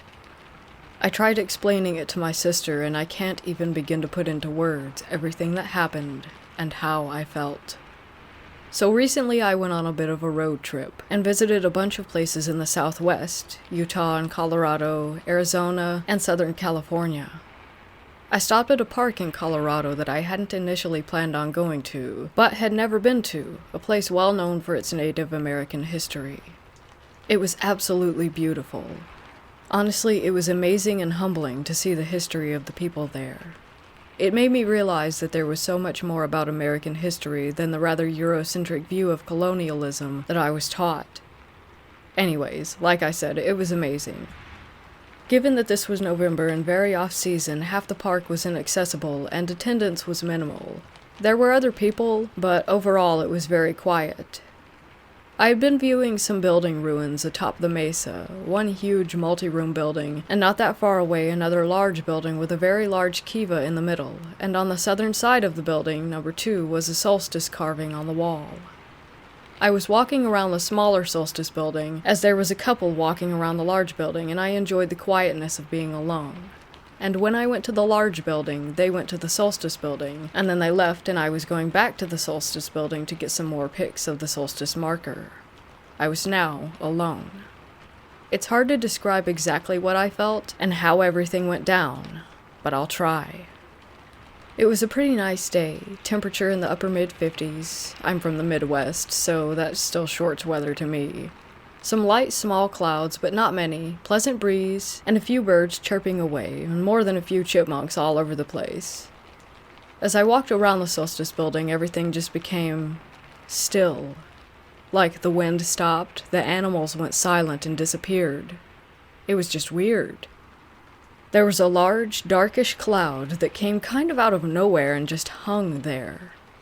There was a weird heaviness all over. And then there was this smell, like what I thought was just a dead animal. Like that sickly sweet smell of rotting meat. I assumed that there was just a dead deer or rabbit or something nearby that the wind had been blowing the smell away, but the wind was gone and everything was just still and heavy. As I reached the solstice marker wall, I noticed that on top of the wall, mind you, the walls are only 2 foot high or so, there was a piece of pottery. I swear that this pottery had not been there before, and it wasn't there in any of my first set of pictures looking back. It was a large, broken piece, but now that I think back, it was really clean. The blacks and the whites were incredibly clear. I went and picked it up to get a closer look, and it was really beautiful. A kind of stair pattern and then an angled set of lines. It was really pretty, but it felt off, oddly heavy for its size. I wanted to keep it, and I wanted to take it, and just kept staring at it for what felt like... God, it's so hard to describe how I felt, but the time stood still, and all I wanted was this pottery. Even now, thinking about it, I still get this weird, longing for it. As I held it, everything was just silent and heavy, and that smell was just so strong. But suddenly, there was this huge raven out of nowhere. Legit, it was on the wall 5 feet away from me, and it was the largest bird that I had ever seen in the wild. This huge raven just cawed and flapped its wings, and I kind of snapped back to reality. Honestly, it was bigger than a friggin' condor. Its body was easily 3 foot tall, and its wingspan was just massive. I put the pottery piece down on the wall, back where I picked it up from, and just looked at this bird, and the bird just looked back at me, and I turned and walked away. Just like that, the dark clouds blew off, and the wind returned, and there were other birds chirping, and the smell disappeared. Actually, the smell all but vanished when the giant raven appeared. I got about 10 feet away from where I had been standing, just around the corner of the solstice ruins, and I turned around to see the raven, and it was gone. I didn't hear it flap its wings to fly away, and I didn't see anything in the sky, not even a shadow on the ground. It was just gone, and so was the piece of pottery. It was no longer on the wall. I went back to my car and headed back to the visitor center, as besides being totally weirded out over what had happened, it was getting late in the day and I had a fair bit of driving to do to get to my next stop down in Arizona. I had a good 35 minutes drive back to the park entrance to reflect on what had happened and how strange I had felt. Honestly, I felt like I had downed a bunch of Benadryl. I was so foggy until the raven showed up. Even now, I just really can't explain everything that I felt. When I got to the visitor center, I was the only person in the visitor center proper besides the employees, and one guy was just leaving as I entered. In the gift shop, I was getting a mug. I get a mug from each park I visit. and was talking to the park ranger and the cashier, who was an older American Indian woman, about how awesome that the park was, and how I wished that I had learned more about these cultures in school, etc. when I told them about the piece of pottery. I also said something like, "Oh yeah, up at the far view sites there's a dead animal too. When the wind dies down you can smell it." And the park ranger and the cashier quickly looked at each other, and then back to me. The cashier asked me if the smell had come before the piece of pottery, and I said yeah, that the wind had stopped and that the animals were all quiet, and I basically told them everything I said above, minus the intense urge to steal the piece of pottery, and they just looked at each other a few times and kept quiet, except when I told them about this huge raven and how it appeared. The cashier let out a gasp. When I finished my story, they had a few questions about the timing of things, how long everything lasted, and in what order everything had happened, and they asked me to describe the pottery and stuff, and all of a sudden the cashier said, "Would you like some tea?" I love tea and was like, "Yeah, actually that sounds wonderful, thank you," and she went and got some. The ranger and I walked back towards the employee break room down the hall past the artifact restoration exhibit, and she asked where I was and what I knew about the area, and I told her about how truly minimal my knowledge was about the native cultures, even those closer to my Midwestern home. When the cashier returned, she handed me a cup of sage tea, and she asked if I was honest about what had happened. I was really confused, and said yeah, and she told me to drink. The tea kind of tasted like a no-salt vegetable stock. I wished then that I had had some honey and lemon. Then they told me about what they think that I had been near. Apparently they hear a few different stories concerning Skinwalker activity throughout the year, but none where someone sees the raven, and that's why they're telling me this. The cashier proceeded to tell me a bit about skinwalkers and how sometimes they curse objects to lure unsuspecting people in. She also said that the fact that the raven had appeared and removed whatever enchantments that I felt was very important, that someone greater than us was watching out for me at that moment, because even though skinwalkers can choose many different animal forms, they would never appear as a raven due to the spiritual importance of these birds.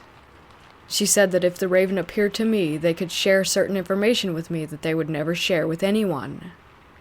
She told me that the sage would help cleanse me of any remnants of the skinwalker's tricks, and suggested that I see a shaman. I had already finished the cup of tea and was getting a little freaked out, but oddly felt more calm after hearing her speak, and I thanked them and left. I tried not to run to my car, but walked very quickly and got out of there. That night, and a night or two later, I had some very vivid dreams, but I can't remember anything of them, which is odd. I usually remember my dreams when I wake up, at least long enough to write them down. But these dreams, even though they woke me up, I couldn't recall them. I don't really know what happened, or if they were just pulling my leg, but once I got home and really started looking into these things, I kind of feel... I don't know. I feel like I'm crazy, because I can't rationalize what happened.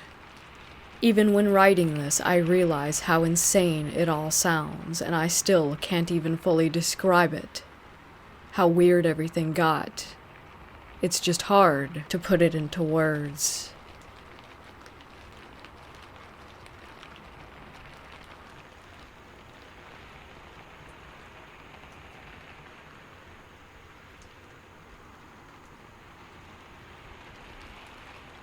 This is a story my grandma and grandpa told me a while back. I'm originally from a small town in Pennsylvania, and my grandfather was a state trooper for a majority of the time that he lived there before retirement. He took a course on hazardous waste removal. I can't remember his reasoning, but he was trained to be a guy in a hazmat suit who took toxic or irradiated waste away from certain locations. One night, while he and my Nana were asleep, he violently jolted straight up to a sitting position in his bed, still asleep. He pointed to a chair in the corner of his room and said to my Grams, who had been awoken by his movement, "Mary Lou, he's sitting right there in the chair. Do you see him?" My Nana was freaked out, so she tried to get him to lay back down in the bed, which took a few minutes, but eventually he was back to sleeping soundly. In the morning, my pop said that he saw death sitting in the chair in his room staring at him, and he took that as an omen that he was going to die very soon. About 2 months later, an incident at 3 Mile Island occurred, and the police force out there asked my pop's station to send all of his people there who had hazardous waste training to help get it cleaned up. My pop decided to take 2 weeks off and take a trip to Mexico with my mom and uncle because of the dream that he had had. And when he got back, many of the people that he had known at his office had some kind of radiation poisoning that eventually killed them. I don't tell it as well as they do, but I thought it was an interesting story.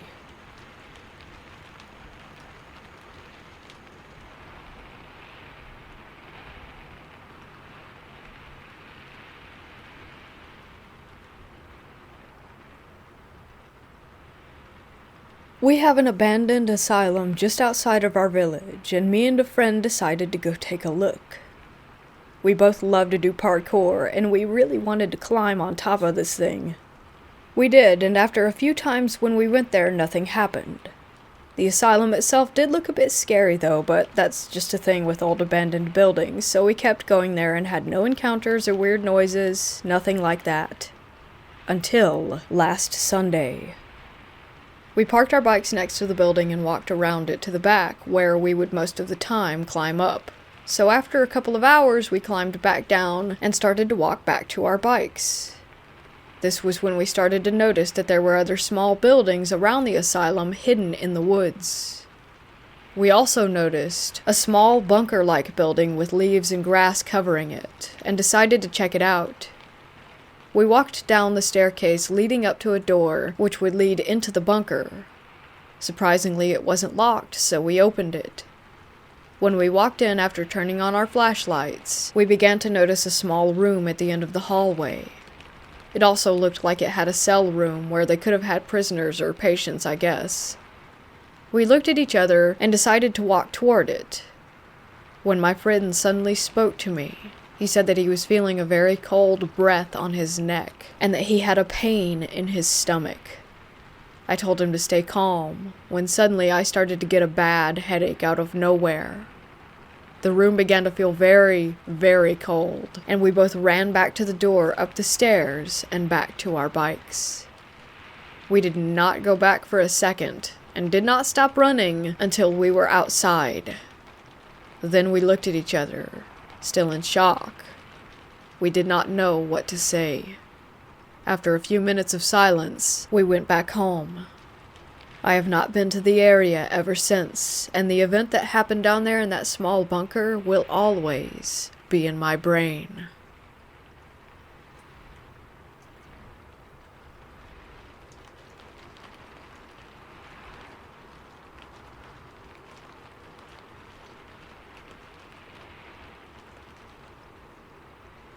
My brother and I were staying out at night at our grandparents' house, and now for context, her house is in the middle of the ghetto in Golf Manor. Anyway, me and my brother were watching TV and my grandma was at the store, and then suddenly my brother says, "Want to go into the basement?" Not trying to sound like a wuss, I agreed. This was the worst decision of the month. We go into the basement, and it is creepy as hell, and when we reach the bottom of the staircase, the door shuts behind us. Now, I just shake it off as natural, but still, I feel uneasy. We go into the garage because her garage is in the basement, so we start going through. We find a rusty pipe and a motorcycle handlebar and some faint writing on the wall. We obviously find other things like a lawnmower and lawn stuff too. But then, we heard a loud bang, like the sound of a metal door slamming. It was the laundry room door. We almost crapped our pants, and we ran back upstairs, scared as hell. Later that night, we started to fall asleep. Grandma was already asleep. We heard what sounded like all the basement doors opening and slamming shut. Grandma, like I said, was not awake. We ended up finally falling asleep and told her about what happened the next morning.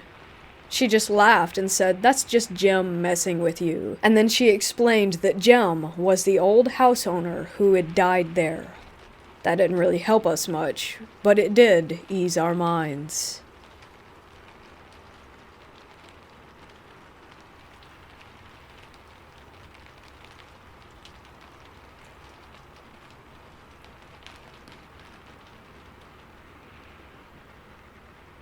I work for a nonprofit that helps mentally and physically disabled people live fulfilling lives. J and C are brothers. I work for the same company as C, but at a different house. There are several houses around the city and bordering area. He works at the houses that only house children, 4 of them, I believe. His story begins on a graveyard shift, which he was working with one coworker, a middle-aged woman. The house has alarms on the doors and windows, which are alarmed during the night to let them know if any kids try to leave when they shouldn't. C was downstairs in the office. His coworker was upstairs cleaning. Suddenly, the alarms in the house went off, every door and window.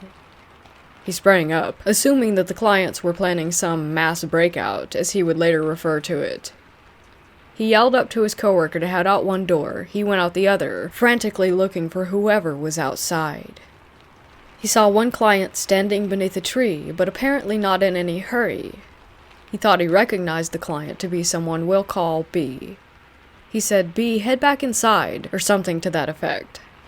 He continued searching for the other clients, but after running around in a panic, found no one. He gave up and headed inside to reconvene with his coworker. He said he found B, but no one else. She stunned him when she revealed that everyone was inside, never having left, including B. He said she must be mistaken. He was just outside beneath a big tree in the backyard. She had fear on her face when he insisted this. She explained how what he saw was in fact what staff of that house referred to as white dress, a ghostly woman wearing all white that seems to reside on the property and is often seen under that tree. Needless to say, he was surprised and confused, and definitely creeped out, but the story doesn't end there. Sometime later, a client from another home whom C was very close to sadly died. He was sick for a while, and C was present for his final breaths in the hospital. He was wheelchair-bound when he was alive, and later a client at the white dress home needed a wheelchair temporarily while recovering from a slip and fall accident. They brought the wheelchair that used to belong to K. Right away, B began fixating on it. When it was no longer in use, B would take it for his own enjoyment. Staff took note of this, and couldn't explain why he loved it so much. He would take it outside to a small hill, push it down the hill empty, and then return it to the top and do it again, over and over. B is nonverbal, in that he can't speak with spoken language, but he does understand speech and communicates using gestures. One useful gesture has him select staff's right or left hand in a sort of this or that conversation. For example, I could hold out my hand and say, "B, do you want tacos for dinner?" Identify it as my left hand option. Or do you want burgers for dinner? Right hand. And then he would choose. He also had a tic where he would hold his palm up to his face very close and sort of mumble into it. This is actually what C thought he saw when White Dress was under the tree. He thought B was there, and that he was doing that. This is important because B would often do this gesture when he played with the wheelchair. Staff got curious and thought that they might be able to determine who B was talking to and playing with in the wheelchair. They posed a sequence of this or that questions with fake names. B, who's in the wheelchair? Is it Michael or Emily? No response. Is it James or Samuel? No response. Is it Stephanie or Teresa? Again, no response. They did this a few times before inserting the real name. Is it Kay or Jen? Right away, he selected the correct hand. Everyone present was shocked. According to C, he was the only real link between Kay and this house. B and Kay didn't know each other, and he didn't believe anyone talked of the previous owner of the wheelchair, so he can't explain how B seemingly knew Kay's name. This story still doesn't end there, however. For reasons unknown to me, C took the wheelchair home for a while. Maybe it was a keepsake. Regardless, he brought it home with him and weird things started happening around his house. C and J, like I said, are brothers. They live in a big house and rent it out with their girlfriends as well as 2 others. One day, everyone was out except for J as well as C's girlfriend. Both of them claim that the door to C's room slammed much too loudly and hard to be explained by wind, especially since no windows in his bedroom were open. This happened a few times while the wheelchair was there, which is made more interesting when you know that K would often get C's attention by slamming doors. Jay said other strange things had happened once the wheelchair arrived too, but I'm not sure what they were and don't want to confabulate the details. I do know that he claimed to once hear someone calling out his name, but no one was home except him. As I said in the opening of this post, both J and C were and still remain skeptics. They agreed that these events are all strange, but ultimately they aren't convinced. I too am what I call a hopeful skeptic. I would love for any sort of paranormal subjects in the world to be verified, but I guess I just need to see it myself to believe it.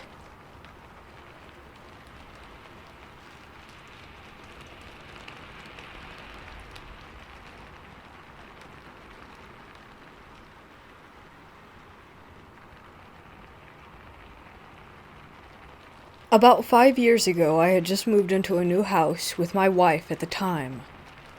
We had 2 kids, ages 2.5 and 1.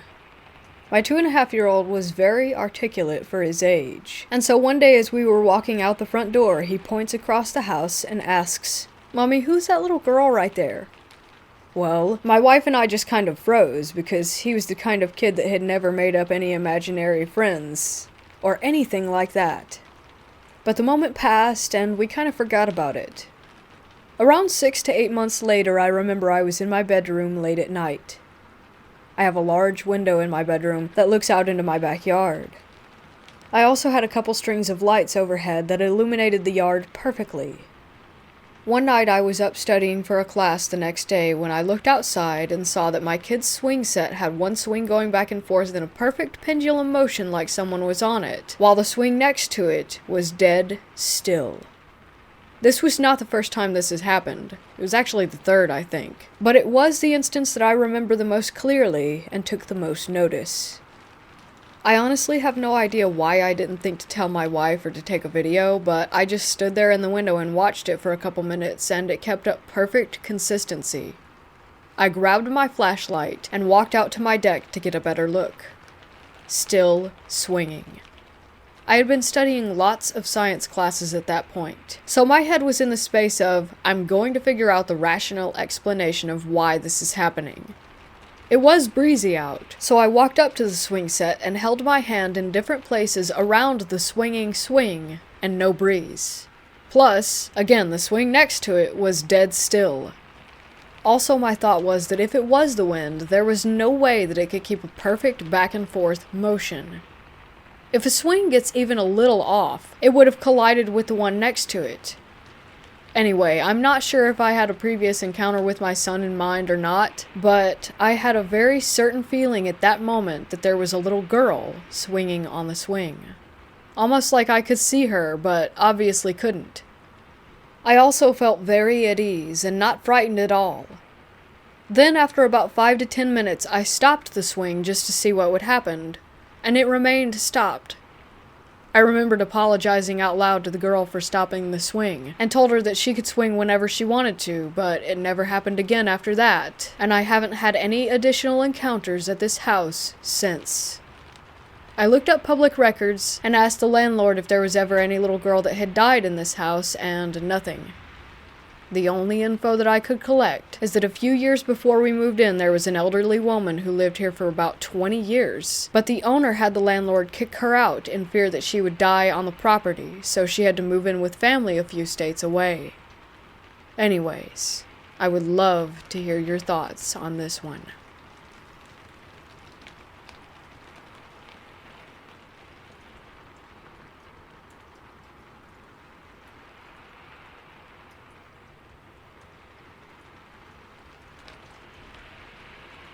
I work in a hospital as a nurse. I was on a row of nights, which I dread. I ended up having 5 patients, 2 of which were under care for cancer. There are 2 events in here from 2 separate nights. 1. The night started normally as I assessed and passed meds to the patients and did my charting and other night duties, stalking and other stuff. Just around 11 p.m., one of my palliative patients started ringing, complaining that there was a kid running into the room laughing and playing when they should be in bed. I checked the room to make sure that there was no one in there and reassured him that there were no children in the hospital area where we were. I made him comfortable and left the room. He rang again. I went back to the room to see what he rang for. Agitated, he said that he was just looking to rest comfortably and that people should keep their children under control and not let them jump on his bed playing and laughing.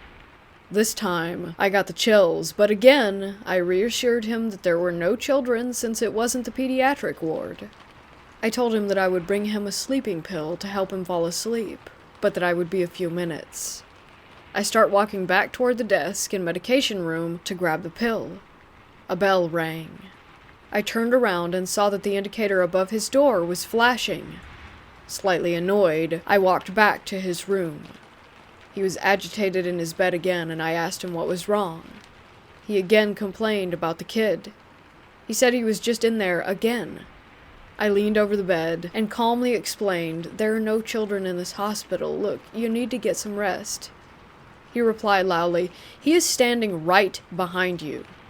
I stood up instantly and slowly turned around. Creeped out, I turned to face the patient, and before I could speak, he says, "He ran into the closet," referring to the lockers where patients can store items. I slowly opened the locker and saw that his jacket was swinging, but no one was in there. I turned and told him that there was no one. I rushed into the med room to give him that sleeping pill. 2. This will be a short one. I came out of one of my patients' rooms and was sanitizing my hands, but facing the wall. As I was rubbing my hands together, I noticed the shadow of someone walk out of the room next door, and then walk into the room across from it, as I turned to see. I went into the room where I had seen it go. I asked the patient, who wasn't one of mine, if anyone had come in there. She replied no, but with a shaky voice. I checked the room to make sure that there was indeed no one. I left that room and went into the room where it had came from. I looked around, but again, no one was in there. I checked the patient, who again was not assigned to me, and found that he had died. He was palliative. I walked out of the room immediately to inform the nurse who had the patient that he had died. She asked me to come with her to check the patient because she had been having creepy vibes every time she went in there. I agreed, and we went. She did the assessment where you listen for a full minute. When she was done, we heard knocking on the wall. She said, "See, it's creepy." I didn't think anything of it until she said, "We are on the 4th floor, and on the other side of that wall is the outside of the building." We quickly left the room. 4 of us came in there to shroud the body.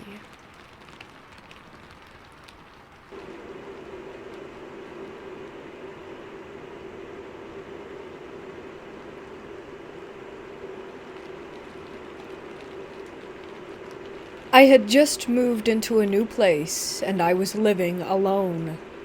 I bought a Ouija board and played with it my first night there by myself. Nothing really happened, so I stashed it in my dresser under some old jeans and forgot about it. A few weeks later, I was having a party and suggested that we all play with it. Everyone agreed. I went to get it, but it wasn't there. I was dumbfounded. I'm pretty tidy. I know where I put it, but I could not find it. I couldn't explain it, so I just said that I had misplaced it. I had basically forgotten about it by the next morning. Fast forward 6 months. As I'm going to bed, I lie on my stomach. I slide my arms under my pillow to get comfy. My hand hits something. It's the planchette. I have no idea how it ended up there. I threw it out, and I have never seen it again, but I fear that whatever happened with the board, and the fact that I was an edgy teen, opened something up. I was into all that black magic crap. I've done lots of rituals with seemingly no results. There's a lot more to this story. Basically, my roommates and I were terrorized in 2 separate houses by something that we cannot explain. Like it was following us. All I know is that it looked like a little girl, but I don't think that it was. I never believed in this kind of stuff, but it's hard to deny what we all experienced.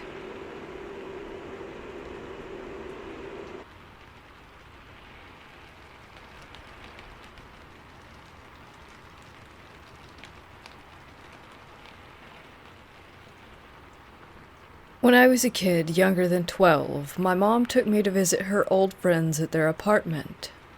It was decorated in an odd fashion.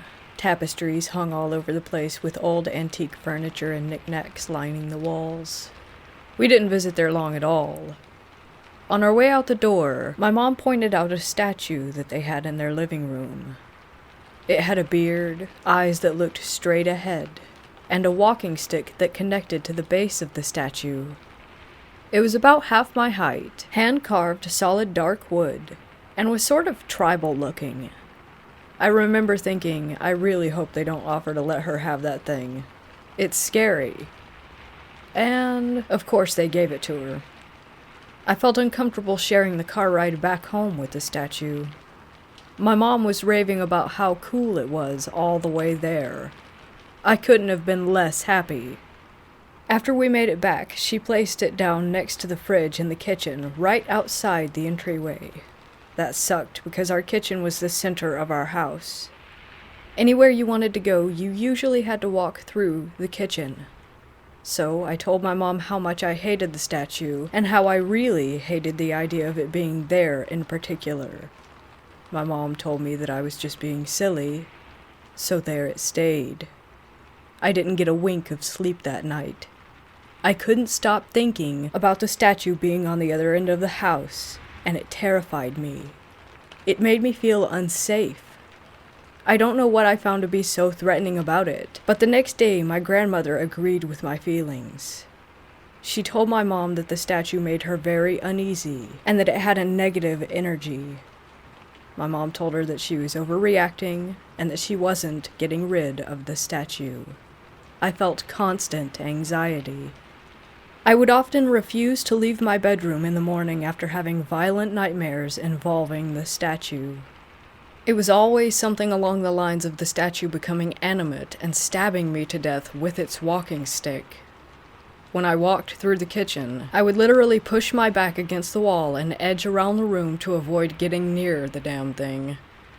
In time, even my mom's friends agreed that it kinda weirded them out too. I hated it. And despite how much it scared people, my mom still wouldn't get rid of it. Though she did finally agree to move it to the living room in a more secluded space. One night I was sitting in the dining room doing my homework, and my mom was in the living room with her friend. I heard whispering that was akin to what you'd hear in a horror movie. Cryptic, overlapping, incoherent whispers.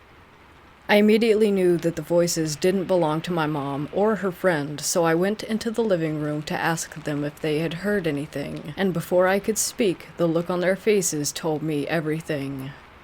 My mom told me to come closer to her and said, "We heard them too." We all agreed that the sound was unmistakably close to us, and it was clear as day.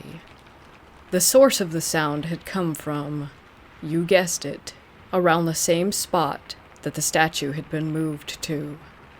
We all just sort of stared at the statue for a minute blankly, and I don't remember what else was said after that.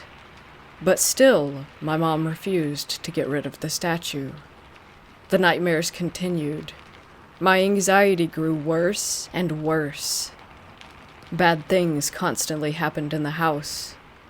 My mom got pregnant sometime around then, and had to be hospitalized, so I went to live with my grandma for a bit. I told her all about how my mom never got rid of the statue, and how I had never felt safe since it arrived. I told her about the nights that I felt someone looming over me, and the times when I locked myself in the bathroom because I heard noise coming from it. After my mom delivered my baby brother, I moved back home. My grandma explained to me that she had burnt the statue long ago, and didn't care how my mom felt about it because I didn't deserve to live in fear over a stupid piece of wood. Once the statue was long gone, my mom finally stopped being stubborn and agreed that strange things had occurred. I was finally able to walk through my house again without tiptoeing around it. But sometimes, I still felt off about the house after that.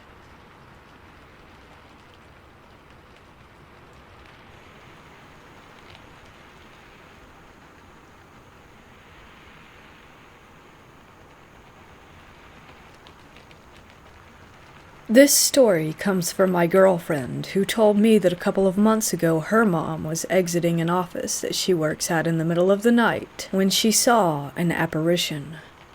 She described it as looking like a very abnormally large black dog that was staring her down in the parking lot. Apparently the dog charged at her and vanished as it went through her, never to be seen again after that. Now, my girlfriend's mom is no stranger to the paranormal and has tons of crazy stories, and this being the latest incident, she knew it meant something bad. She called my girlfriend frantically, asking her to check on her grandpa, who they were taking care of for about a year at that point, but he was okay. 2 days later, however, he passed on. This also happened to my girlfriend's grandma on her mom's side, where she was outside and saw a large, black dog on the roof of her house staring her down until it jumped down and vanished into her as well. Her first husband died after she received this visit from the dog. From what I could take from the story, it seemed more immediate than just 2 days. It was the first I've ever heard of a large black dog figure appearing, and a few hours later my curiosity led me to searching for similar experiences online. I stumbled across mythology and folklore, speaking of how large black dogs and/or hellhounds are omens of death.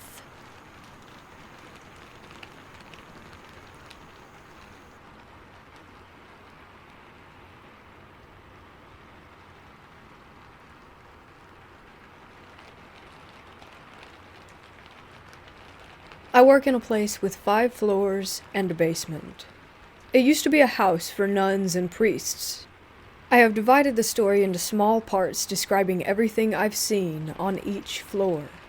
I got called up for a night shift since a colleague called in sick.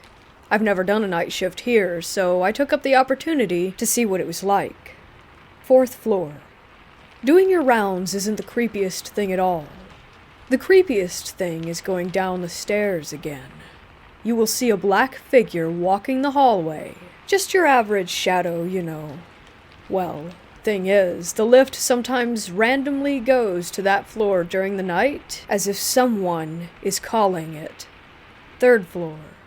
Doing your rounds gets a little weirder here, since it seems as though you aren't alone whilst on the floor.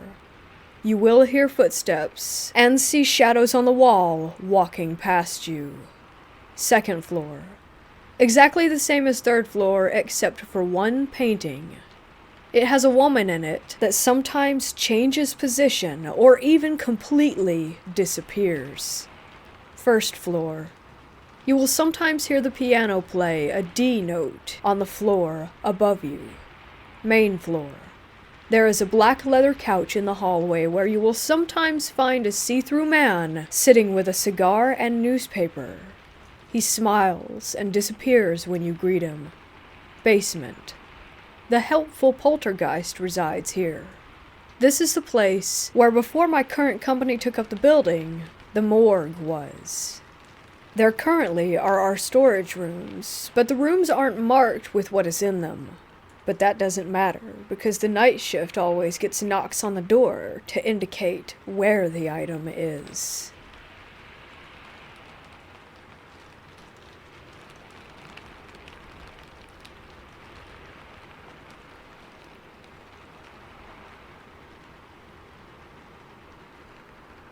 I'm married with 3 kids. The kids are older, 20, 17, and 10. We just bought a house and moved in the first week of December. Our room and my daughter's rooms are upstairs, and my 20-year-old son has a room in the basement. There's a storage room across from his room, then a big area with a fireplace where I have my gaming console, TV, and chair set up. Anyhow, on Christmas Day, the wife and kids were getting ready to go to her dad's house. I wasn't going because me and her dad didn't get along. I fire up the PlayStation in the basement and put on my headset. They're all upstairs running around because they're going to be late, and I see my son come downstairs and head into his room to grab something.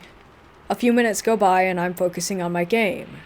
Out of the corner of my eye, I see what I thought was my son leave his room and walk into the storage room, then slam the door hard and loud enough that I hear it through my noise-canceling headset. I pull off my headset and yell, "What the hell, man?" and look over at the storage room. The house is quiet. I walk over and open the storage room door. It's a 10 by 10 room with no windows and nothing in it.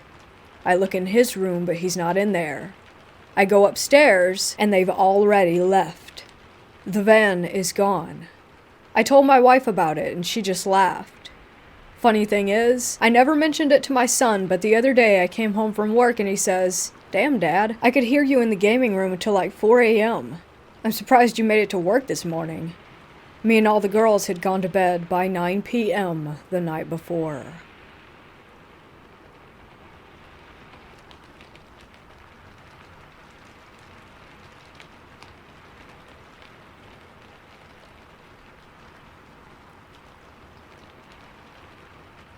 I bought an old antique Asian chest about 15 years ago.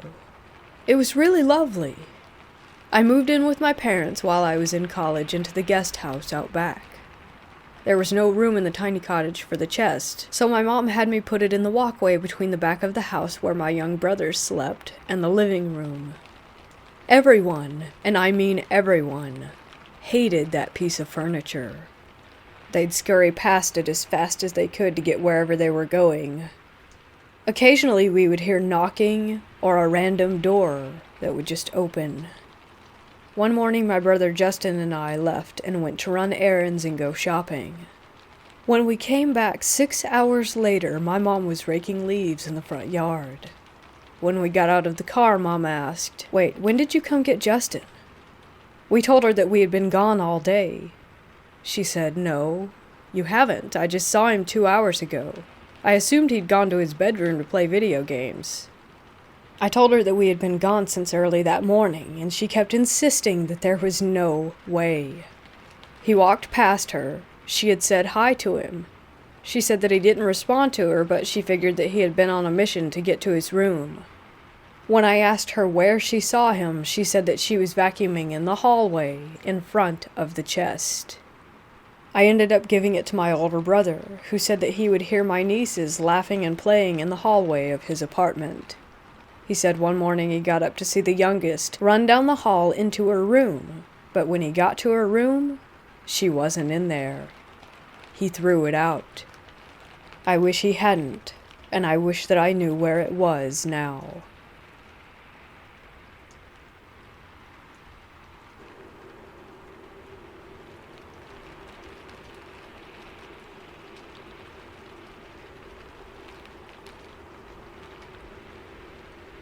I just had the scariest experience.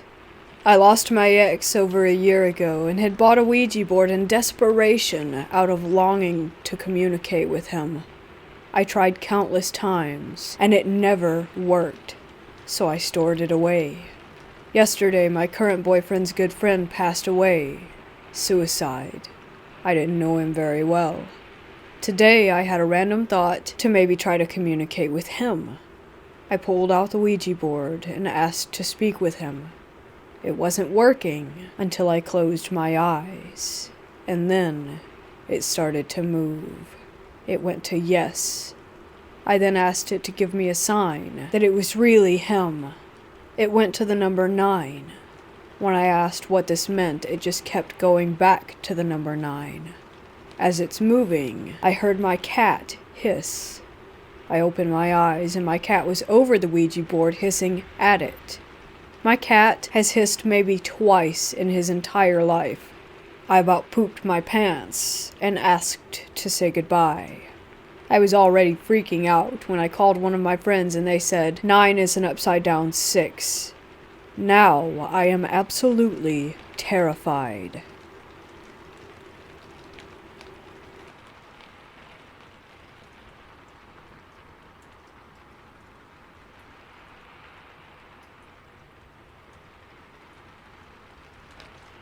This story took place when I was a kid.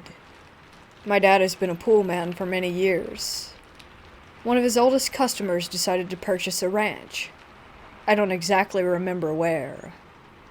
He asked my dad if he could come and fix their pool, which was disastrously maintained before he bought it.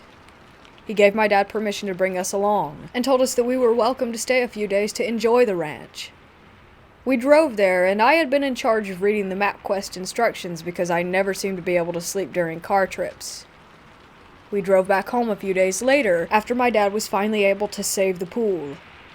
The drive home was very long. For endless stretches, the view was mostly desert, farms, and the occasional small suburban town. Unlike me, my mom and brothers were knocked out almost immediately. So, most of the trip, it was just my dad and I talking or listening to music. I'm also a very avid reader, so I had a book on my lap beside the maps. I remember the ride had been quiet for a while, because I had been reading. I had to stop because it was getting dark, and my dad would only let me turn on the dome lights to read the maps. No radio service, and the Game Boy batteries had all died. All I had left to do was stare out the window. All of a sudden, I spotted a very tall shadow on a roof. I realized that there was a man who seemed to be wearing a hat, bowler or top hat, dancing and jumping from rooftop to rooftop of this suburban lot. It was kind of like the scene from Singing in the Rain, which, at that point, I had not yet seen myself. It took a second for me to realize that this was not a normal thing to observe. The houses were separated in a way where a normal person couldn't possibly have jumped from roof to roof the way that thing was. What scared me the most is how at the last house before a field he seemed to turn around and sense me. He bowed and tipped his hat. Even though I couldn't see it, I could also sense that he was smiling. All I felt was dread. I turned to my dad to see if he had also seen it, but he had of course been paying attention to the road. When I looked back, I couldn't see the houses anymore. They were way behind us. I never saw a face or any details. He was just a silhouette on the roofs. I remember the feeling of being afraid that it would follow us. That it could, if it wanted to. I never saw something like that on our many road trips ever again. Sometimes I wonder if I imagined it, but it felt so real. The memory is so vivid as well, which always comes back when I'm watching old musicals because the dancing reminds me of the way that he moved.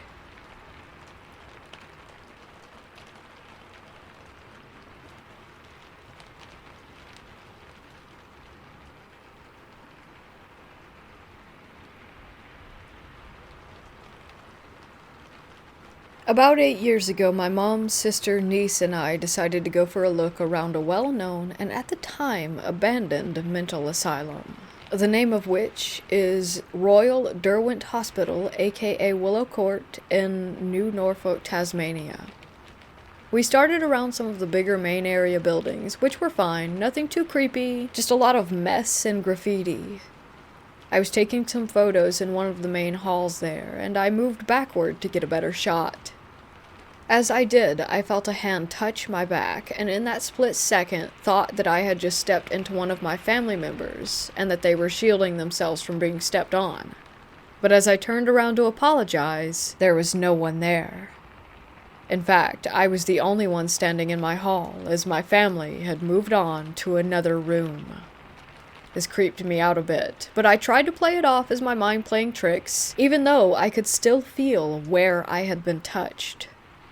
We moved through the rest of the asylum without further incident, until we made it down to where the cells were. These were a number of smaller buildings away from the main area. Most were a little bit creepy, but it was nothing too bad. Then we came to one building that was known for keeping violent patients. Within 30 seconds of being in this building, I had the most awful feeling wash over me. It was so sudden that I nearly bolted for the door. My mom got the same feeling, and we decided not to venture any further into that building and headed out. As we stepped outside, we stood for a second to gather ourselves. Then one of the heavy cell doors inside slammed shut. It was almost like an emphasis on the get out feeling that we had when we were inside. Needless to say, that pretty much did it for me, and we called it quits on our little adventure.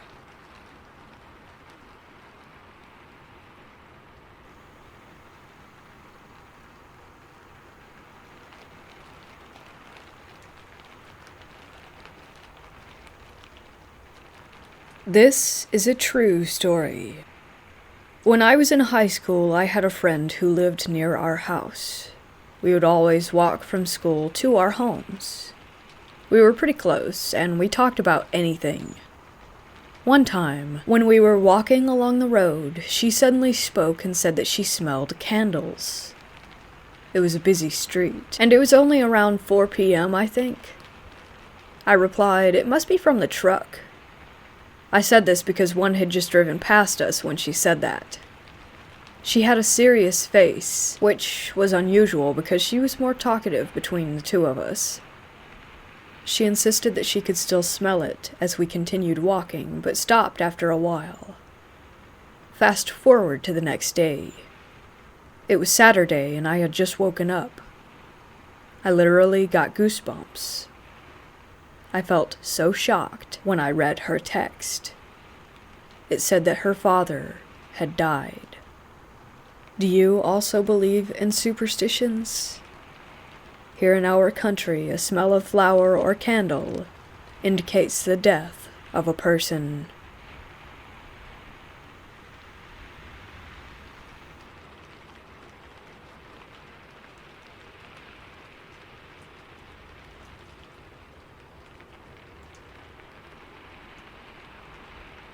My friend Ava hasn't lived with her mom in over 2 years since she moved in with her boyfriend. But recently I went back to her mom's house with her to grab some plants that she had propagated and have lunch. It was a normal day and I had been in the house many times before, so it wasn't any different. The visit was short, but when they went upstairs to discuss what they should do with her old room, I was left to my own devices on the first floor. The basement didn't have a door to the downstairs and the dining room was adjacent to it. So naturally, I decided to look down the stairs since it always gave me a spook. I'm not really a huge fan of the paranormal, and I never really had a cut and dry experience. I also never quote-unquote pick up on vibes either, but I hated the vibe of her mom's place, especially the basement. When I went to the stairs, I looked down them and saw a weird, humanoid figure in the darkness staring back at me. My entire body felt fuzzy, and I couldn't move until I heard Ava and her mom coming back down the stairs, and I hightailed it away from there. Not really sure what it was, but Ava has always said that the house was haunted, and that she avoids the basement like the plague.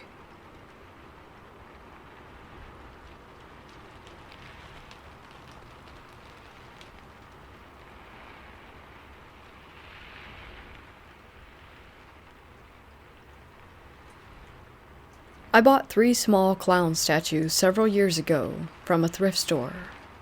They came in a box of about 100 other handmade clowns, and I picked out the cutest ones. Last year I moved into a new house and put the 3 clowns in a large display case in my living room along with the other trinkets. The case is completely inaccessible to the elements and is sealed by 2 panes of sliding glass. I got a horrible wave of fear one night a few months ago, and for no apparent reason my first instinct was to check the display case. To my shock, I noticed that one of the clowns had turned 180 degrees around in the case and had positioned itself to look away from the living room. The glass had remained shut, and nothing else was out of the ordinary. I turned it back to face the right way and forgot about it until I felt the same wave of fear about a month later. Once again I checked the case, and the same clown was turned the same 180 degrees around again. This has happened about 5 times now, and I'm starting to get really worried. I can't help but believe that it's a dark spirit or energy. I'm so freaked out. It's like the clown is trying to reach me, make me notice it, or perhaps get closer to the other objects in the case. I'm afraid to destroy it, move it, or touch it at all, because I don't want to absorb any energy or curse that it might contain.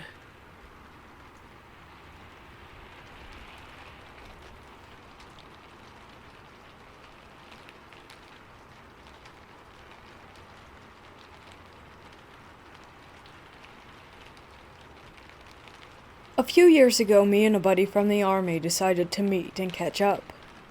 We decided on the date and place. After several hours at the local pub, it was 3 a.m., we had 3 beers each and decided to go pay our respects to a friend of ours who had died a few years ago and was with us in the army.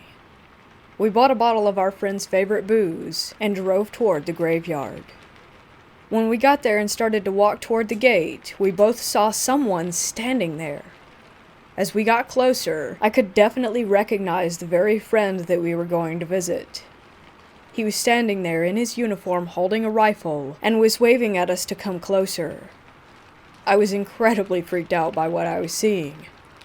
I just turned to my friend and looked at him and asked him if he was seeing the same thing. He was so shocked that he couldn't even talk and was just nodding his head with his mouth open. We backed away slowly and went back to the car and drove away as fast as we could from there. Where I'm from, they say never go close if you see the dead calling you over. But ever since that day, I keep hearing someone call my name behind me when I'm all alone. At first I thought it was my wife messing with me, but that's not possible, because it's a male voice. Once again, I'm really freaking out. A few times I left my phone recording on all night to prove to my wife that I'm not going insane. But every time I do it, there's zero evidence. Just static and me and my wife snoring in the background.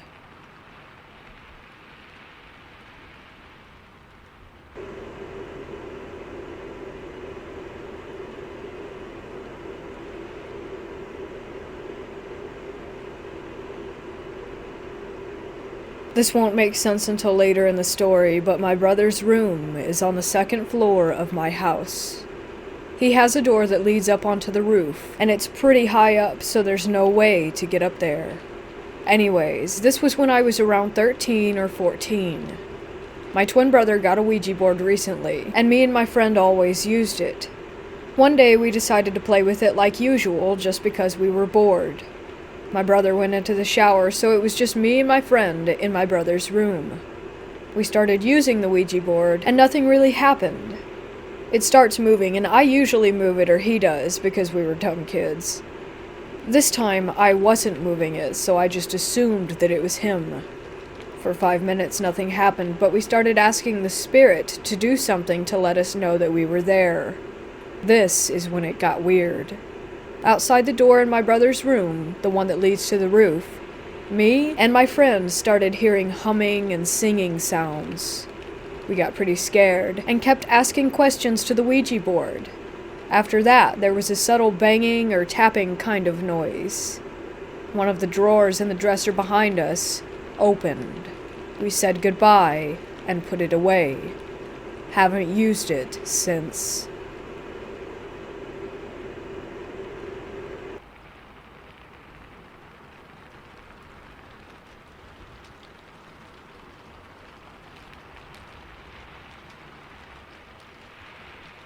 I used to work in a hotel as a security guard. It was built in 1922 and had a basement. One night, the front desk clerk, the valet, and I are just hanging out in the lobby just chatting when a phone rings. The phone call was coming from the basement where there are offices. At the time, there was supposed to be no one in there. I had already locked the doors and made sure that the basement was empty. The clerk picked up the phone, heard a weird noise, and then got disconnected. It chilled me to the bones. The valet guy and I went down to make sure that it was, in fact, empty and that no one had been trespassing. The doors were still locked, and I didn't see anyone coming out, so we went inside the office. The only thing that we found was the phone blinking, and it looked like someone had picked it up and dropped it. The valet and I looked at each other, and there was cold sweat on our faces. That is one of the creepiest things that has ever happened to me when working as graveyard security.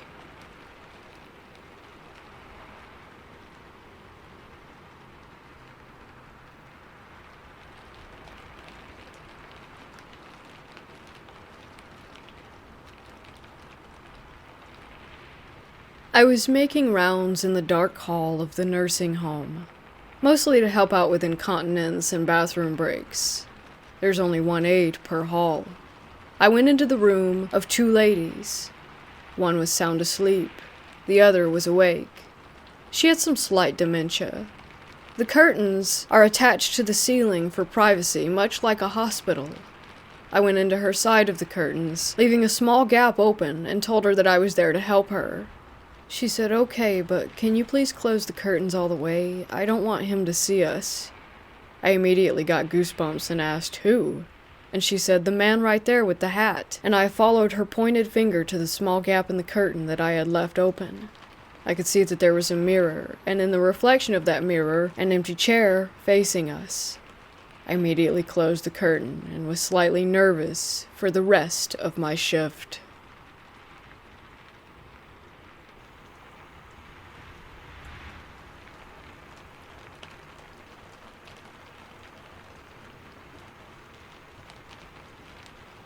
I was wondering if anyone could offer their thoughts, or an explanation on a paranormal experience that I had as a child. When I was 11, my younger sister passed away from a very sudden death. Months before this incident, I had a vision in the middle of the night that I had never made sense of until recently. I had woken up and saw a floating orb of white light in my room. Inside of it was a young child, around 4, maybe 5 years old, the same age as my late sister, with short hair, wearing a Victorian-style nightgown. I came close to it and stared at it for a minute or two, and then went back to sleep. The next day, I was filled with overwhelming anxiety and the feeling of someone's presence in the house. Only years after this vision and the death of my sister have I